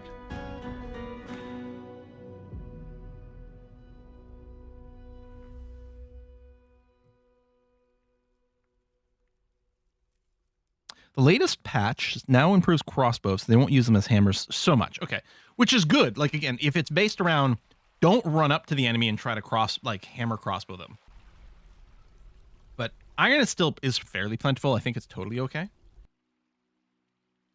Mid-autumn, it hasn't frozen yet, so it's a little bit warmer this year. And yeah, that will turn off our waterfall, but I think that's okay. There's no reason for us to preserve the water that's in here. So for a few months of the year, we won't have the mist generator. Womp womp. But the memories of the mist should hopefully last. Hey, Bacon Eater, how you doing? You're still fine-ish. There's not a proper room. I wonder if you lost your room from some of this. I don't know. Unmet need. Eat a good meal. Be with family. Pray. Well, you're not going to be able to pray or maybe not be with family. Maybe I'll go and put a stockpile here for food, prepared meals. No containers. No containers. And I want you to take from here. There you go. So hopefully someone grabs a meal from here and just drops it in the cell. And there'll always be one meal away available for you. I can do similar things with drinks. Of the wet ice generator. Maybe it'll snow. Okay, there you go. The brook is frozen. So eventually this will all empty because all the water is going to flow down. And already it's not flowing anywhere near as fast. So the water level in here is going to drop over time. It'll still linger for a little bit, but yeah. All right, train, baby, train. So what I often do, can you make, I guess you can't make a uniform ahead of time, which is a little weird. You have to go, select the squad, go here. And then, yeah, I can create a new uniform. So I can manually do this. And I don't think you can copy, which is always annoying. I think it's better. I don't know what the glitch is like. Usually the uniform replacement clothing tends to be a little bit better. And for here, I might want exact match only. And the idea is to go, ooh, big space otter has been possessed. Is to have the breastplate. Let's for a sec. The full helm. I don't know. We might be building both of these. I think greaves is what we're specifically looking for because I think that's harder. And then the gauntlets, and then the high boots, and a shield. And for the weapon, we'd say something like short swords. And then we'd also specify material. Like, I really want this to be a wooden shield because it's lighter. And then everything else, I want it not just metal, but specifically steel. We could turn off the exact match now that I think about it. Because I think what'll happen is if there is this exact item, they will go and grab that. But if there's not, then they'll try their best. So ultimately, they should all upgrade to full steel. But then the other thing is, if it's replacing the clothing, I think we want to do something like, oh, and you can wear socks. And I think you have to put it in twice. I shouldn't be doing this from memory. I guess what I should do, since I'm worried about this, as I can say, don't replace. Put it over clothing, and then at least you'd still have things like socks. But that's definitely something to do. And then if we assign uniform, like steel, and I think that did that everyone, because I think I can assign it individually here. There you go. It's all red. There you go. Some things are being grabbed. Not the weapons, so presumably we don't have the steel short swords, which are currently in the queue, and we might be getting some... Yeah, we don't have enough steel bars. I think we should be able to make it. Let's see here. We only have 4 iron bars. Okay, then it might be time for us to go and mine this out. I'm going to put a big space otter starting an artifact. Nice. Low priority mining. You know, mine out this whole thing because it'll connect up and then it'll chain to some of these others. Purpose of entertaining? No. And a mysterious construction. How exciting. Hey, yeah, see, there we go. Hematite, which is what I expected here. And then I guess what I can do is on a level 4 with auto mining, I can do this. Then ultimately we can do the whole floor, but encourage people to go mine out that hematite, keep the iron flowing. There's some more there.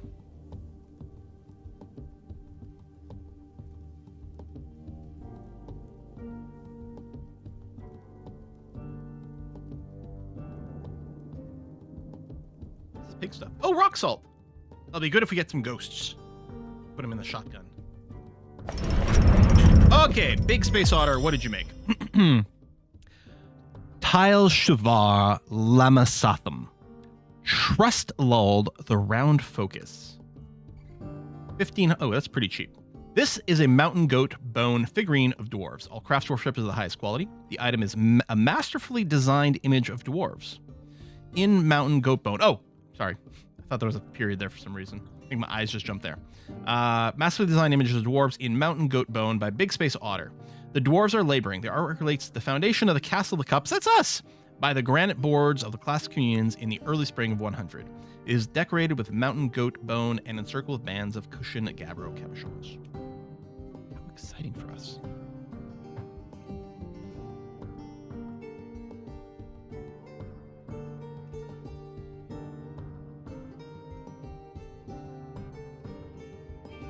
All right, we've got wood. Charcoal should continue to be a thing that's being made. Our smelting level's down here. We've got a bunch of coal in these bins. I can see it. We've got metal bars of all kinds of different descriptions. You know what we don't have? This storage is full, and that kind of makes sense, of various other bits and bobs. I might want to trim this back and have one storage that's dedicated to hematite or other... I don't know if we have any other iron bearing. But I'm going to take this. I'm going to shrink it down a little like that. And make a new stockpile.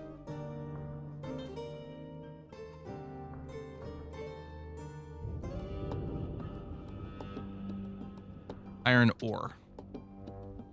Which just means stone, metal ores, and hematite for us right now. And yes, have one wheelbarrow.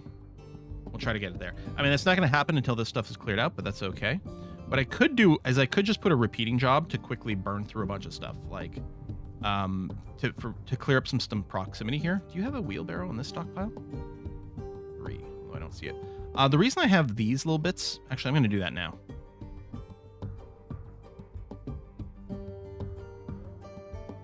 Was to allocate more storage to certain stones.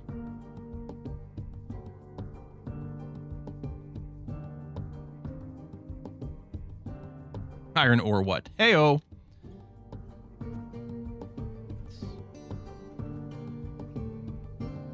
Connect out.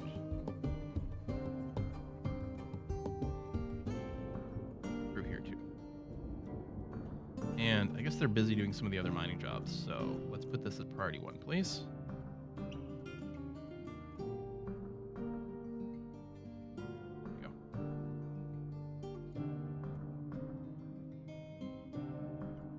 Expand the rock storage.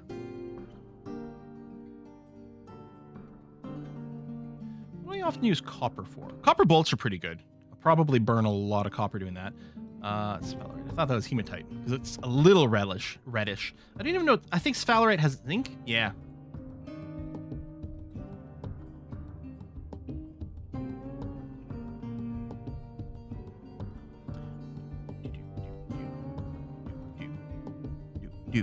I like this song. It's chill. So what I'm going to do is paint. Expand that stockpile there.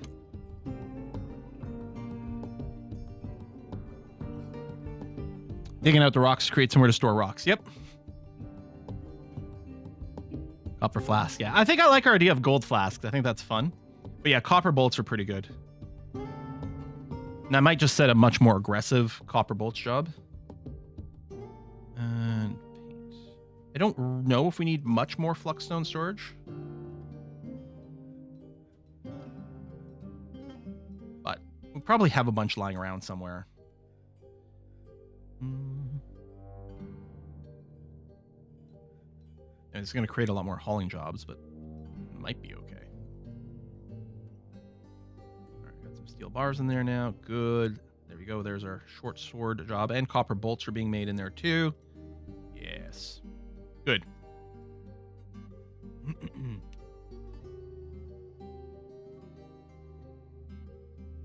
Got a little more room. That's actually weird. Why didn't they bring boxes here? Is there something? Did they do something where they try to keep a couple of tiles empty for some reason? I don't think so. Go short swords. So if we take a look at our squad equipment, they should auto grab it. We can force the update as well. But if it's not in a stockpile, oh, there you go. There you go. Very good. Yeah, wheelbarrows make the hauling faster. It's not useful for things that are light enough that your dwarves don't get really slowed down. Then the wheelbarrow makes things worse because they first go to the stockpile to grab the wheelbarrow, but stone is super heavy and really slow to move. So it's incredibly important for your stone stockpiles to have that. Furniture is the other thing that can be kind of heavy. So the furniture stockpiles, I'll often put a wheelbarrow or two in just to help haul some things. Like a stone cabinet is really heavy. But you don't end up moving it quite as much as some of the stone chunks. But yeah, stone chunks are very key. And yeah, this one is now reserved just for the iron ore. So eventually someone should hopefully clean this out. And push comes to shove, I'll put some job to like force stuff. Oh, there's a little hematite in there, so that's good.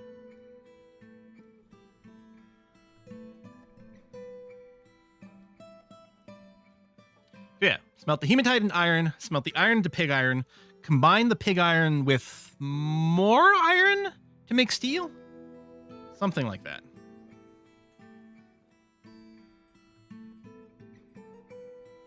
Falling gypsum. Might need more wheelbarrows assigned to some of these tiles. Well, the charcoal. So pig iron gets made with iron plus charcoal. And you do need more refined coal of some type to heat the furnace. I don't know if you need coal for the last steel making step. Maybe you do, maybe you don't. But like if we had magma smelters, then we wouldn't need coal at all for any of the processes other than the ones that explicitly need charcoal as an ingredient. Oh, and then there's fluxstone, yeah. So yeah, so pig iron is made. Maybe both pig iron and steel need the fluxstone? And maybe they don't use any charcoal at all other than to power the furnace. That might be it. I don't know. The important thing is things are happening. Yeah, melting steel. Okay, pig iron and marble. You got iron bar, pig iron, and marble, I guess is how you're making steel. Oh, you got some thieves. We do have some shoulder. Ooh.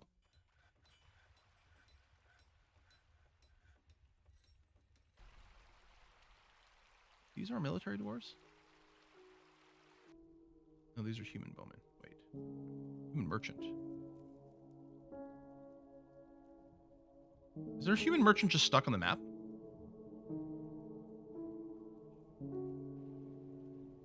Might be. From the wiki. Oh, there you go. Iron plus flux plus fuel. We can ignore fuel in the point of view of like, that's not actually an ingredient. Iron plus flux equals pig iron. Iron plus pig iron plus flux is 2 steel. Yeah, there we go. The carbonate in the flux stone is what provides the carbon for the steel. Okay.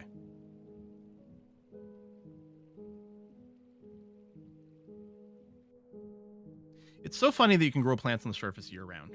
They have no seasonality whatsoever. It makes no sense.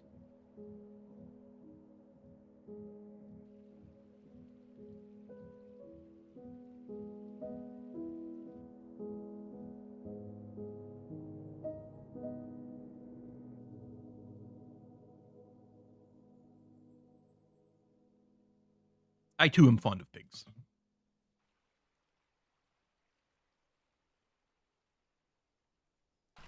It's a great quote, and also true. Yeah, we don't click plump helmets on. We don't cook plump helmets. We just turn into booze, which leads lots of seeds. That's not an issue. Drinks and food is good. We've got lots of seeds. We're not planting right now because I don't think there's any real need. Like, we've got a fortress that is fit. I mean, we literally have 60 bedrooms over here. And honestly, we could probably support a lot more dwarves than that. With everything else we've got going on. But the no migrant thing is crazy.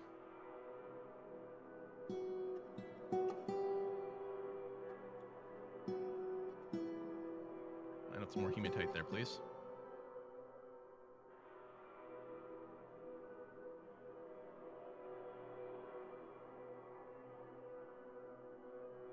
You need to put a pull order from the new iron-only stockpile to the smelters. No, because the smelters, I don't think. Yeah, the smelters have no specific pull rules whatsoever.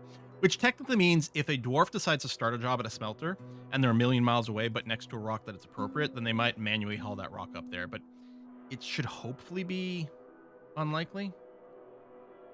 He says not entirely convinced. No, we might be out of coal. Do we still have logs? I think I've got auto chop on. Yeah, we've got lots of logs. We might need more wood furnaces. We've got 2, and they're probably operating more or less full time here.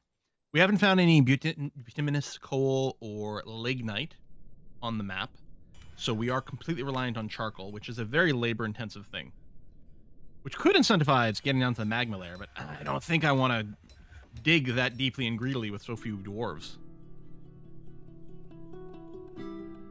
Yeah, my thinking is if we destroy the goblin camps between us and the homeland, then that might fix our no migrant, no trader thing. I suppose I should probably bite the bullet and just make this a 10-person squad. God damn.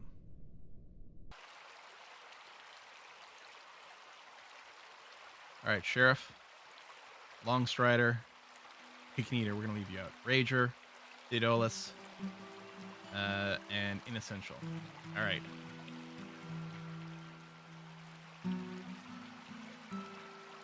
Force an update, although it shouldn't be necessary. They should all have the same outfit.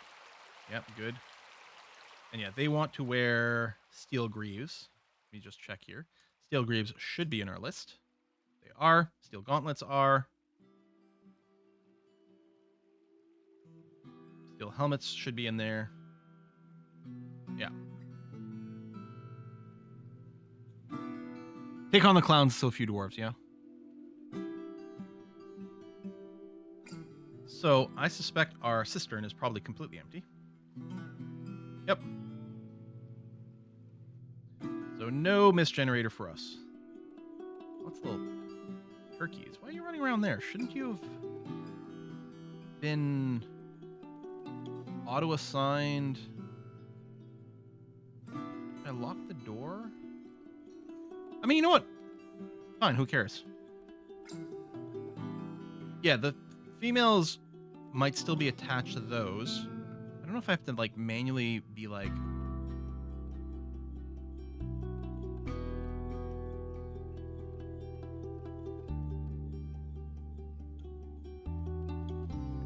all the male turkeys. Will get assigned to this middle stockpile there.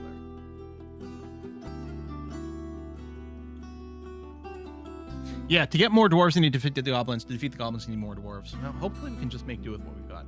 I think our squad is probably in the downtime period right now. They're only set to train half the year, which is mostly important to maintain their moods.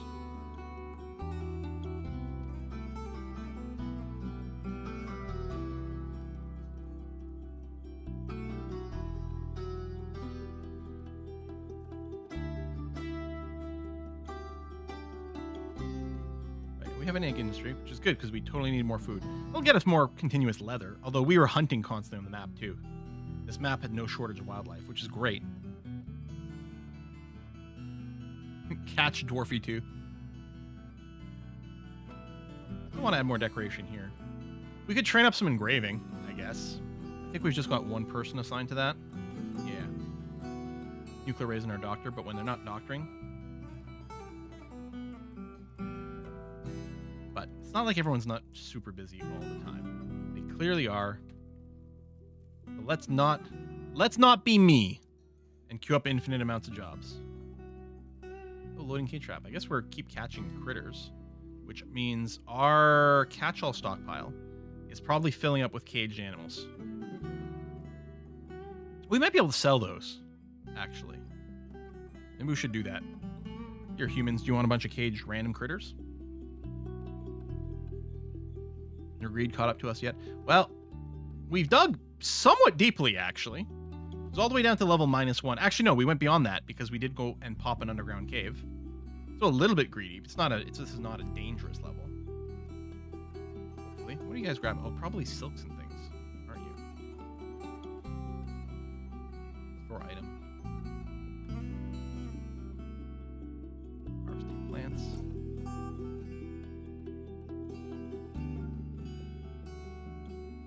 Yeah, need to build a helicopter gunship, take on the goblins. Oh, we gotta help that.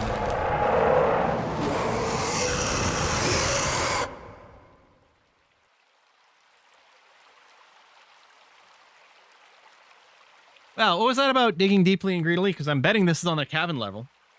The forgotten beast, Mishos, a mug telling, has come. A gigantic hairy scorpion. It has an enormous shell, and it is slavering. Slavering? Slavering? Like, that's like drooling and stuff, right? Its cornflower hair is unkempt. Beware, it's oh, fucking webs! Well, we had a good run. It might not come for us.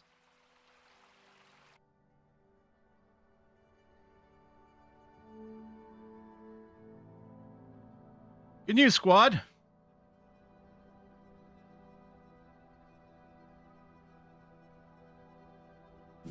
We're going to activate the civilian alert. Pull everyone to the dining hall. Pull our troops over here. And once we feel like everyone's been restricted and that there's no one still wandering around here, we're going to lock this door. Where are you going? Queen Self. You're just going to bait. All right, you clean yourself. Congratulations. Okay, I'm going to say just that everyone's in there. I'm going to cancel. No, that's the disband button. Cancel the order. And I'm going to lock this door, which obviously doesn't prevent a forbidden beast from walking through it. They also don't care about the traps. But then I can clear the civilian alert. And I know that no civilian's going to wander around on this dungeon level just randomly. Where's the hostile? Oh, we lost track of the hostile.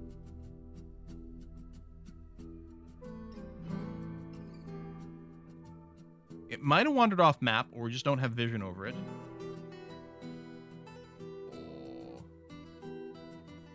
Oh. Yeah, Forgotten Beast, avoid traps.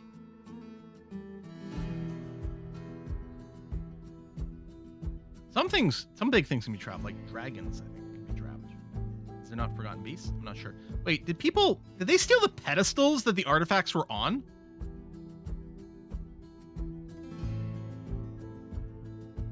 Now that's just petty.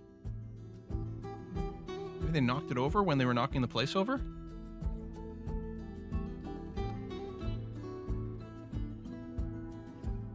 Available too. I think they got uninstalled. Maybe they got knocked over and then uninstalled. Yeah, some theft is pettier than others. Okay. Hostile is visible again. Great. Well, as long as it doesn't see a dwarf, maybe it won't come after us. But yeah, we can't use that anymore, which means it's going to be important to set this up as a water source now.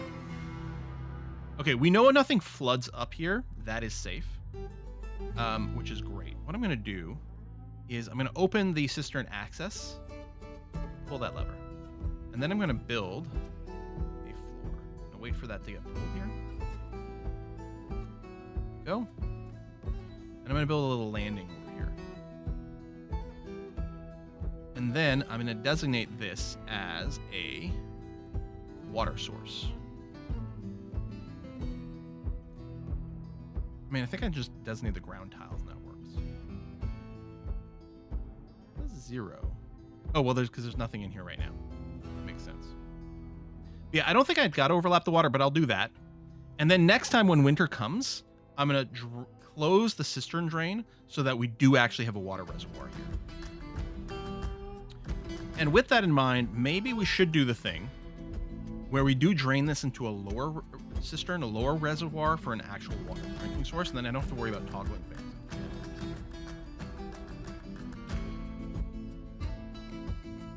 Well, yeah, if we just dig down one more layer, can they reach from here? Because if we just dig down one more layer, then that won't drain anywhere. But I'm not sure if it'll count as accessible water. I could dig down one more layer and then put a well a layer above, and that would reach all the time. Maybe I should just do that. Okay, no water's going to come in here right now. I will dig a little 3x3. A little 3x3 area over here. I mean, I guess there's nothing stopping me from doing even more. Anyway, I'll do all of this. No, I can do all of this because this will all be ramped down. And then, yeah, we can go... If this doesn't count as a water source because of 2 levels, because it might not, it's fine, because what I can do is 1 level above. I'll set up, yeah. Right here, we'll do a little channel.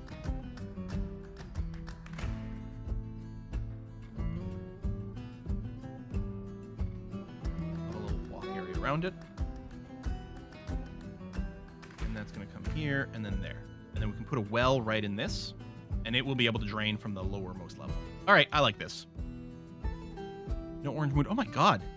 I tell you, Bacon Eater loves being in the clink. It's a comfort area. You know what?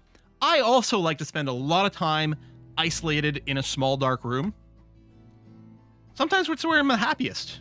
Certainly where I play all my video games. Now he doesn't have a video game, which is too bad, but I'm happy he's feeling happier.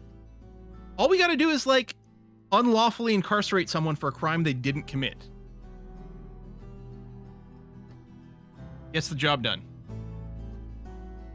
Boy, I guess those ice people aren't so bad after. Oh, Quill, don't get political right now. I'll just get saltier and saltier. All right, well, that Forgotten Beast is certainly around. Please. The problem is, even if our military was god tier, the webs would still kill us. What we need to do is combine a melee group with a range group. The melee group runs in, gets webbed, distracts the Forgotten Beast, while the range group desperately tries to kill it with bows. Check for cage merchants. Is that a thing that could happen? Like, is that why they're not leaving the map, you figure? Like, that a random person might have gotten into a cage? How do we check? I guess if I went and built a cage and then try to place it down here. Got a deer, Kia, deer, raccoon, all empty. Kia, deer, Kia, bull moose. Raccoon, Kia, Wolverine, deer, deer. Kia, raccoon, eagle. So no.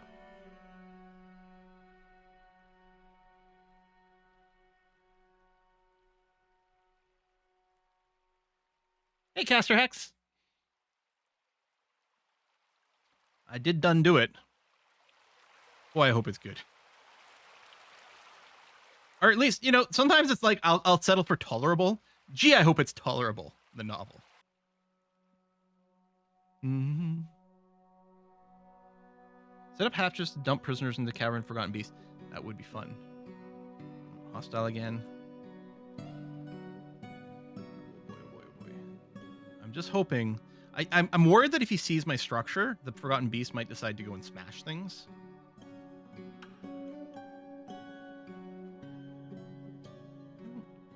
Is this a new or an old message? I think that's hopefully that's a fairly old message. Bacon Eater hasn't gone to like permanent mood break yet. Swords, okay. Cage.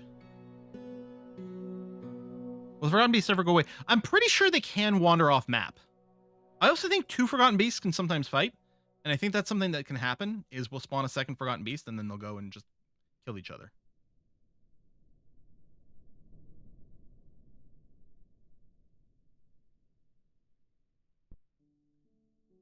Okay, let's take a look at our squad equipment. That's the wrong button.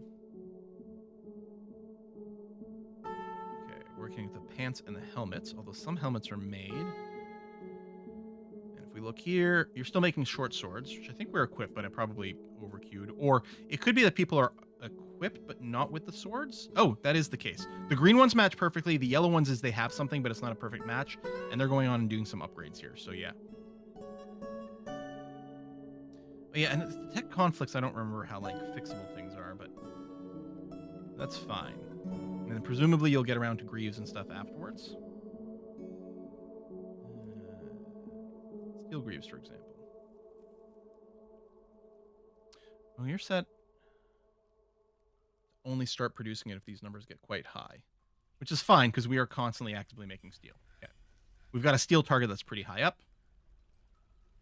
We've got some hematite here, a little bit over there, and we've got some more that we could just mine as well. The stuff we're mining right there. There's more hematite there.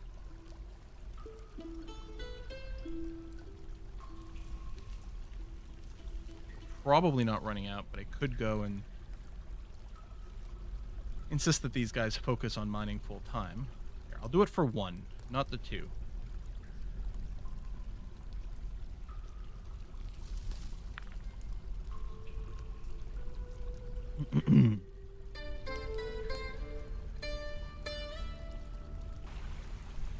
So, as a reminder, speaking of the book, we got some bow shots going on. Speaking of the book, the pre-order special for the signed books, I am going to be closing it a little later today. Let's say you'll have at least an hour after the stream if you're interested. And because my thing was never to try to do a bunch of direct sales and stuff, but a lot of people did express interest in getting a signed copy. So I did set up the shop and got a lot more orders than I expected or was prepared for. Which is a great thing. But I'll be putting a little bit of a pause after today so that I can make sure everything gets caught up and properly processed. I want to make sure that it's not continuously overwhelmed. Gotta know your limits, right? You have to wait for it to be made into a movie. Oh, I want a Netflix limited series, my friend. That's what I want. And I already know who I want to cast as my main character. I don't know about everyone else. But the main character I know.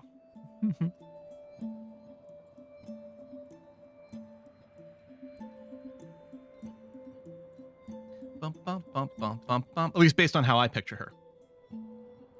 One interesting thing that was a struggle the entire way through is how much description to put in for people. So I'll read some books. I find that especially the cozier books. Like I recently read the Vampire Knitting Club. Lovely story, very cozy. And lots of extensive details about everyone. And if nothing else, it's very important to describe their, hand-knit cardigans, because that's kind of the vibe of the thing.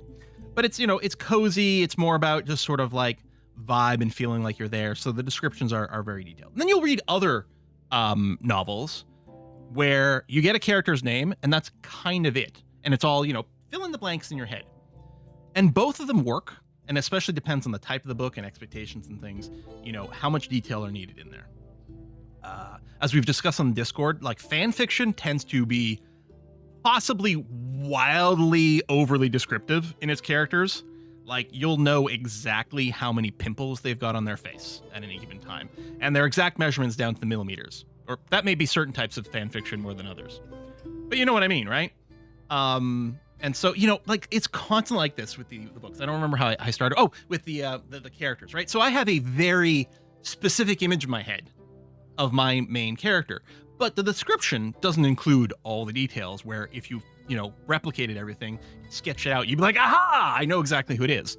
Mostly my characters are like, okay, unless there's a specific reason to have a very particular physical trait, mostly you're getting hair, eyes, and that's mostly where it ends there. And then a little bit more about clothing, because period clothing is kind of fun to talk about.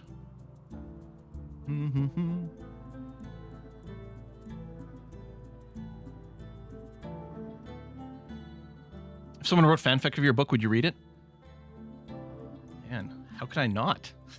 How could I not? Although what is it like with some people? They're like, oh, we can't take it because then if I do something later that uses some of the same ideas, then you could accuse of plagiarism and different things like that. I don't think that's an issue, but I know like some things like TV shows, movies, directors and stuff is like, no, I can never read other people's stuff because it's got the lawyers at Disney tell me no. Hair, yes. Highs, too.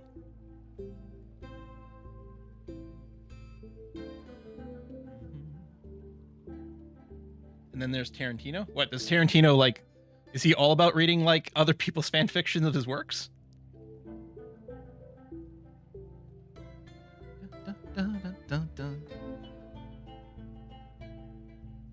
One thing I've heard is, when you're doing your first draft, over-describe everything. Make dialogue, conversations, longer than they have to be, with, more back and forth about certain things.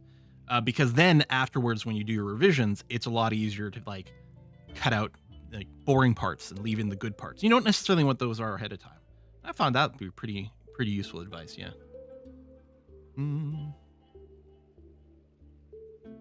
Never notice eye color in real life. That's part of it. Also, it doesn't help that I have a certain degree of face blindness in real life. So the idea of like not extensively describing faces in a book is like very compatible with me. I love that we're training again. Watching the dodging demonstration. That's good. Everyone's just dabbling. Like we are not top tier here. And maybe whole not like the uniform replacing clothes versus uniform above clothes maybe isn't as much of a problem anymore. It definitely used to be an issue where the dwarves didn't necessarily know what order to put the clothing on. So they would put their boots on first, and then they weren't able to put on their socks. And there was like very weird behavior, and then they get cranky about it. Maybe a bunch of that has been fixed. I don't know. And so what you would do instead is you would specify a uniform that was replace clothing, and then you would add the clothing in a specific order to make sure things were equipped the right way around. There's weird things like that.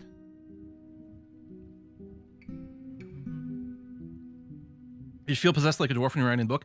If you ask Essentia, I think that actually would be a fair thing. I mean, there were a lot of days where I'd wake up at 7 o'clock in the morning, write nonstop until 2 or 3 in the morning, fall asleep, wake up, do it again, because it was really obsessive. Really obsessive. And I think there's a lot of different reasons for that. First of all, that's kind of how I am. Things are, I'm really into one thing until I'm not, and then I'm going to do something else for a while, and then I swap and they do this and do this.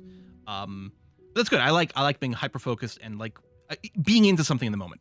Part of it has to do with the type of stuff we do, right? Whether we're talking about the computer games we play or being a computer programmer, it's very difficult to task switch because you need to load a lot of data into your brain RAM to do those things, to play a Civ or Europa or Victoria or to do computer programming. You have to load a lot into your brain for this endeavor. And so you playing Victoria 3 casually 45 minutes at a time doesn't work. So you have to kind of almost by its nature do like bursts of obsession about it. And I think writing's very much the same way because like if I haven't written for a few days and then I get back to it, it's the Gandalf meme of I have no memory of this place, right? So then I have to like reread the last couple of chapters before I can even get started once again. And that is painful. What did you just trap over here? A Wolverine, nice. And where's our hostile? All right, you're fine. You're just splashing around. Good. So that's one thing. So it really helped the writing to be like, okay, I'm just going to hyper focus on it for now because that is functional. But the other part of it was this real sense of desperation because I have wanted to be a writer for a really long time. Oh, I know. I'm so unique and special. No one else has the same story as me. But yeah, I've wanted to write for a very long time. The whole reason my username is Quill is because when I was a teenager, I thought that was going to be a major, major part of my life and a goal. And then being in a position where finally it was happening. And I mean, I've written casually for fun for a very long time, trying to practice it. You know, got to credit things like coming up with character ideas for D&D and stuff like that. All helps the creative flow. But this was the first time where like all of a sudden I'm typing. I'm like, I can't stop because it's happening now. And if I stop, I might never finish, which is a thought I'd expressed to Essentia at some point. It's like, I feel like if I stop, if I go for a couple of days, I'm never going to get back to it. So there was an extra sense of desperation of I have to keep focusing on it because if it doesn't happen, if I get 75% of the way there and then stop, I'm just going to be so disappointed.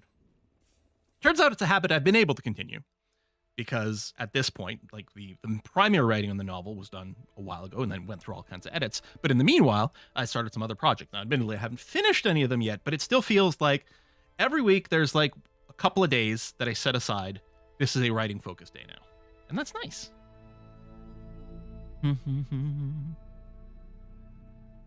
There's a writerly quality you can look forward to, folks. Roten. Yeah.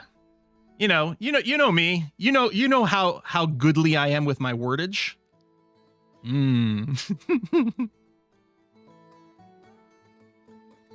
Part of it, I've always been entertained by just language. I find it fun to be fluid with it. You know, the reason we talk about like Debris instead of debris and things is It just, some reason it tickles me, and I'm not sure why. Look how dirty this looks. This muddy path. What are we? Mid-spring. We haven't had a thaw yet. Come on!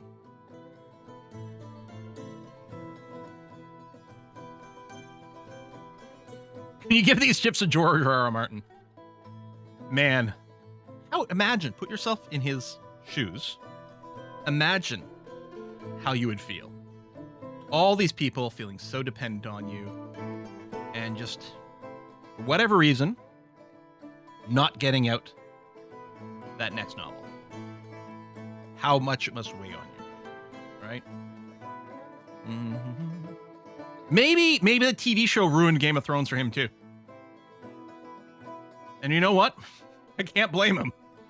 Oh, that last season especially was real bad.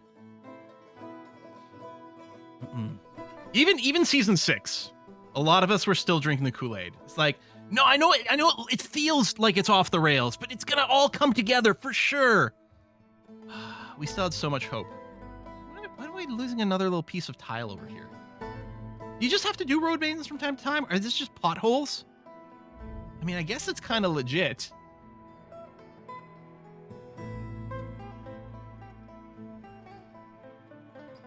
Didn't stop reading. He's written plenty of other books in the meantime. Oh, did he? Okay. I wasn't actually following. I don't know what else he's done. You're considering having the book recorded as an audiobook? I mean, for sure. Lots of people have brought it up. And, I mean, over here in Casa de Quill, Essentia especially is big on audiobooks. And I want to be bigger on audiobooks. The problem is, because of... I don't know if I have some sort of deficit, like attention deficit thing going on or whatever. But the only time I can really listen to audiobooks and properly pay attention is when I'm listening to them when I'm driving. Because otherwise, it's like... People talk about, oh, I listen to audiobooks while doing housework or stuff. No, man, if I'm like picking up something and thinking, oh, where does this go? Oh, right, it goes on that shelf. I've just missed 3 sentences and like have to rewind constantly. It's very frustrating because I would love to consume more books in audiobook format, which is a totally legit way to consume books. You're not reading, you're just using your ears. Well, you're not reading, you're just using your eyes. What the? Okay, I think it is the thaw that is breaking this. But what's weird is that it's legally allowing me to place it ahead of time. Although I wonder if there's any chance that this is simply due to using the planning mode. Like, if I don't, will it still let me do it?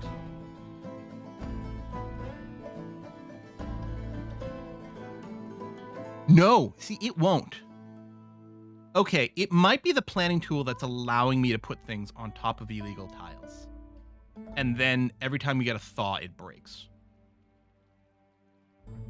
All right, so we'll have to keep doing it this way. Paved road.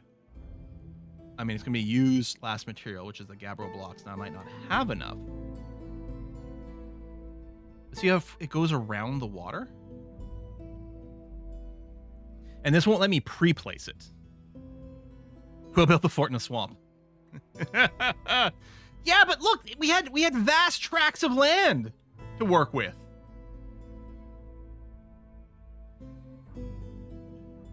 Huge tracts of land. Frozen ground wrecking a surf it's built on. Isn't it an actual problem up north? Yeah. I don't know what like the road construction, maintenance, whatever budget is like from, you know, town to town, right? I have no idea how it compares. But I'm sure that where I live, it is ridiculous compared to other places. Because big, intense winters, lots of frost heaves. I mean, spring comes and our roads just look like the surface of the moon. It's just craters everywhere.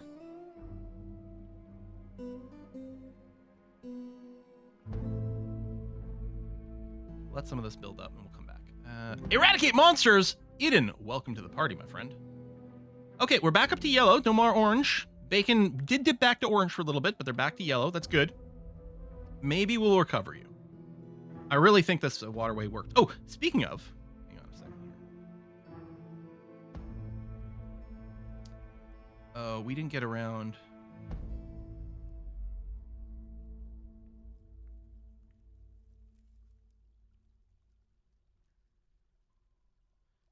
did I do something? Did I fuck something up? Did I lose the ramps?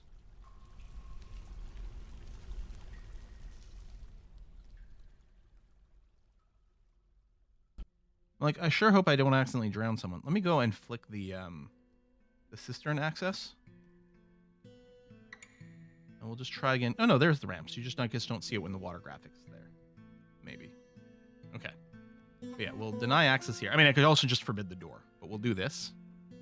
Oh, right, I can shut off the river. Oh, boy.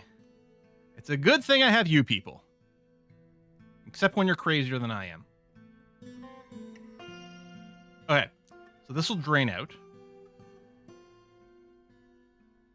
Maybe I should have put a higher priority here, because we do have some other mining jobs. Yeah, I might want to do the channeling it as a super mega high priority. Interesting. Yeah, there's still some water, like, in that. Yeah, no migrants. I know, no migrants. No migrants ever.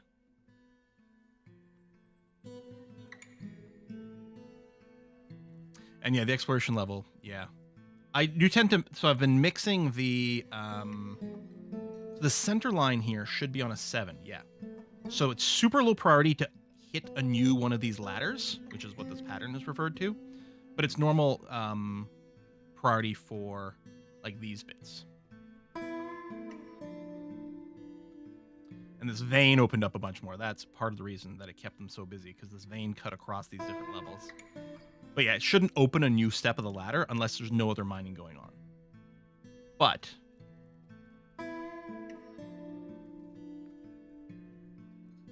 there we go. This is low enough that we can get in here. Okay, so this is open, so we can get through here.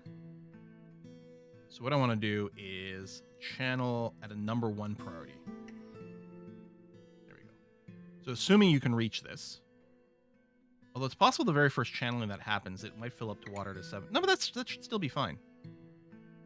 Oh, I wonder if you can't get there from this slope.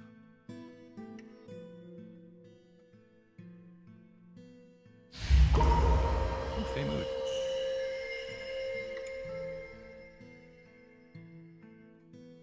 I'm wondering. This slope might only be, because it's against the wall here, it probably only works from that direction. Number 1 priority, all. I'm going to mine this, and I'm going to uninstall this cistern access thing. I'm just going to move it back a little bit. Oh my god. We're not even orange anymore. Or no, we already had that. Oh, no, we have 4 regular yellows. Okay. And with mist generators currently turned off too. So yeah, what I'm hoping for is that we dig this, and now we can go up and down this ramp. There we are. There we are. And then up here, we want to build a well, which is probably under machine. Well. Like material after placement. Got a roadblock, a bucket, and a rope, and a mechanism. Nice. I don't know if you have to define it as a water source. I think I will anyway. And the thing is, if you don't have any water sources defined, then it'll use anything. Like any water it's got. The only reason you want to define a water source is to encourage people to go to a particular place. And I kind of do. That's going to include getting rid of this. So there will still be a water source, but the only water source will be the bucket. Or the well right over here. There might be some more foot traffic here. I'm going to go ahead and just on a 4, the default priority, I'm going to widen this. Happy you got all the material. Yeah, we'll might widen this. One thing about such a small population, everyone gets to make an artifact. That's true, and it will like satisfy a life wish, I think, for a lot of them, right? Okay, there are some loose stones down here, but I'm not sure that's a problem. Although I could grab them real quick before we turn on the water. You know what? I will. That's not the button I want. Over here, dump this stone. Although I don't think I have a dumping stockpile anymore. I'll have to recreate it. A garbage dump. Right here. And then actually dump this as well. Because I don't want anything in the cisterny area. splash around in the water a little bit, get their feet wet.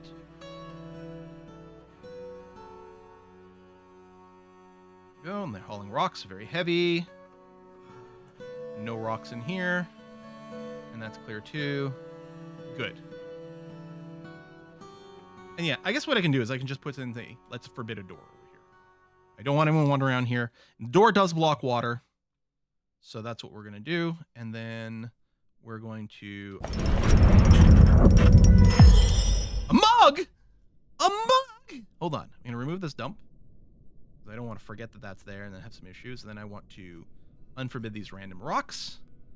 And then... so this lever doesn't do anything anymore, but that's fine.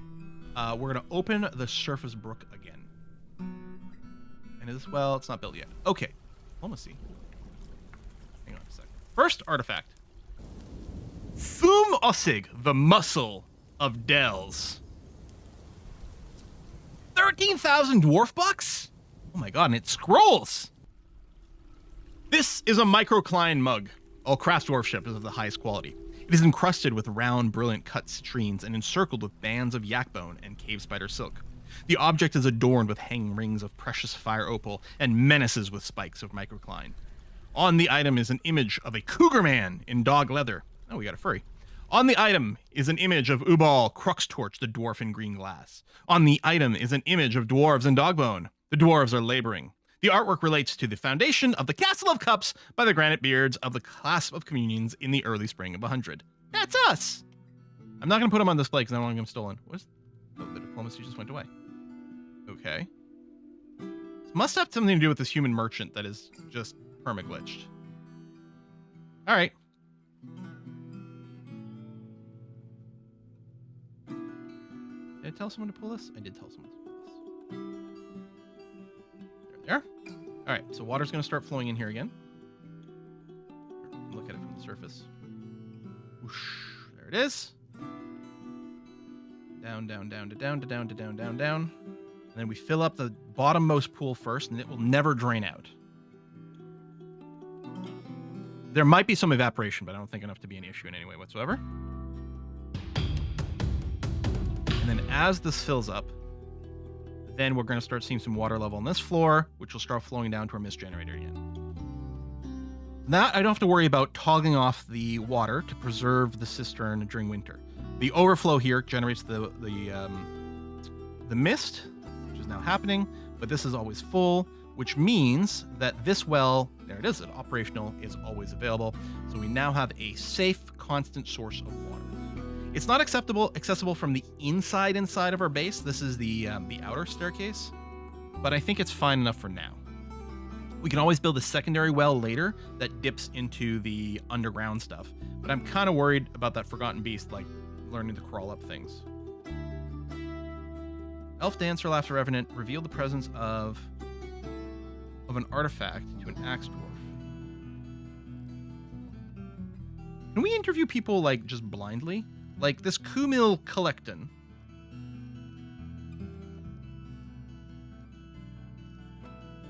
I don't think I can preemptively do know about a plot 1 of 1,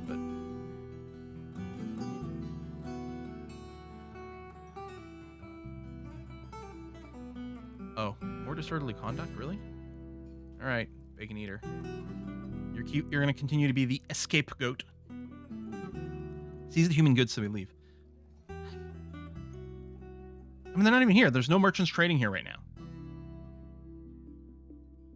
Oh, injured citizen is probably from the violence. Yeah, throwing a tantrum. Oy. Diplomacy. Nope, it went away again. They are so cursed. Maybe a reloaded fix it. I think eventually they leave. I mean, eventually they might just die from... I don't know if they're immune to thirst or hunger because they're special units, but nothing in the game is special, right? They probably obey the same rules as everyone else.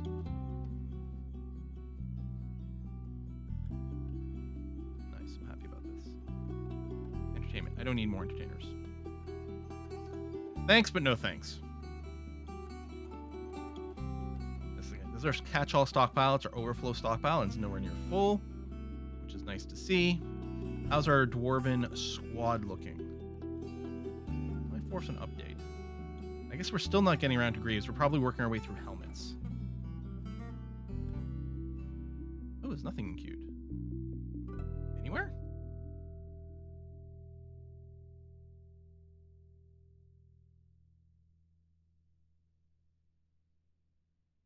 We don't have 20 steel bars. Well, satisfied to the check. Is our manager? Our manager's not in a squad. Is our manager again? Oh, Longstrider. Yeah. Okay. Hold on. Yeah, my bad. We're gonna place you with average guy. In the lava yet? No, we've only breached the first cavern layer. We've so few dwarves that we really can't push ourselves that way. But we are working on a squad, and I am happy about that.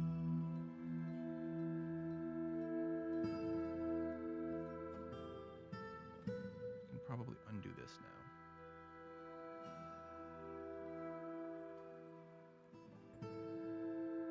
And planting seeds. See, you're still grabbing seeds from down below. They're not being brought up.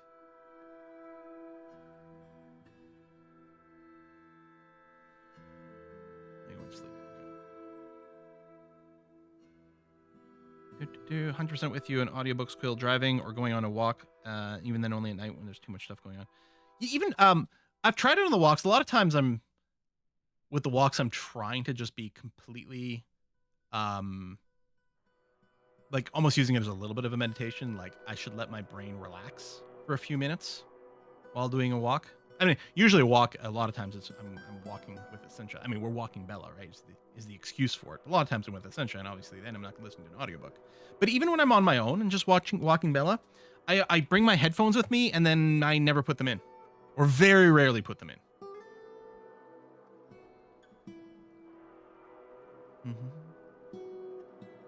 Been a while since I played DF. Do people still use Dwarf Therapist? Yeah, and as far as I know, it works. I don't use it very much anymore. And the big reason, the primary reason I don't use it, is because it's not quite as required. Although I do like the, I did master, I mean, we haven't really messed with the work details very much in this particular game, but I'm now used to this system, and I think it works perfectly fine and perfectly great, and I don't believe that Dwarf Therapist is required anymore. That being said, there's a lot of great stuff you can do with Dwarf Therapist.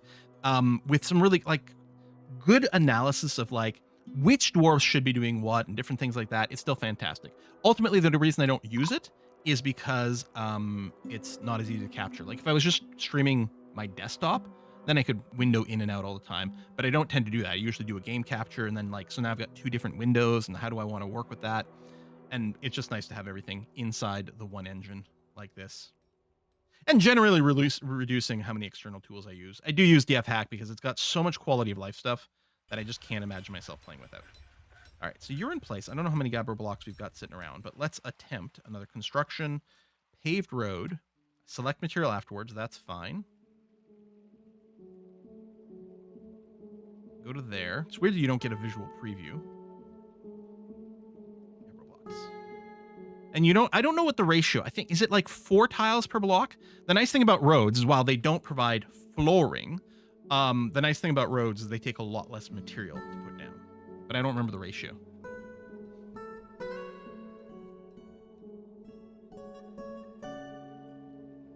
Yeah, a Dwarf Therapist does get broken kind of with every Dwarf Fortress version because the memory mapping changes. The same is kind of true of DF Hack, although I think they hook into the game in different ways. So I think DF Hack is less likely to break because I think it's actually like calling code from within the game rather than just reading memory access. But I don't know, on Steam, can you stay on a previous version of Dwarf Fortress? Because that would happen to me a lot, is they'd come out with a new version of Dwarf Fortress, but I wouldn't upgrade right away, like with, the old way, the pre-Steam way. I wouldn't upgrade until things like Dwarf Therapist got properly upgraded. And there's still some things from the old version of DF Hack that I still miss. The big thing that's still not in the game is an enhanced stock view.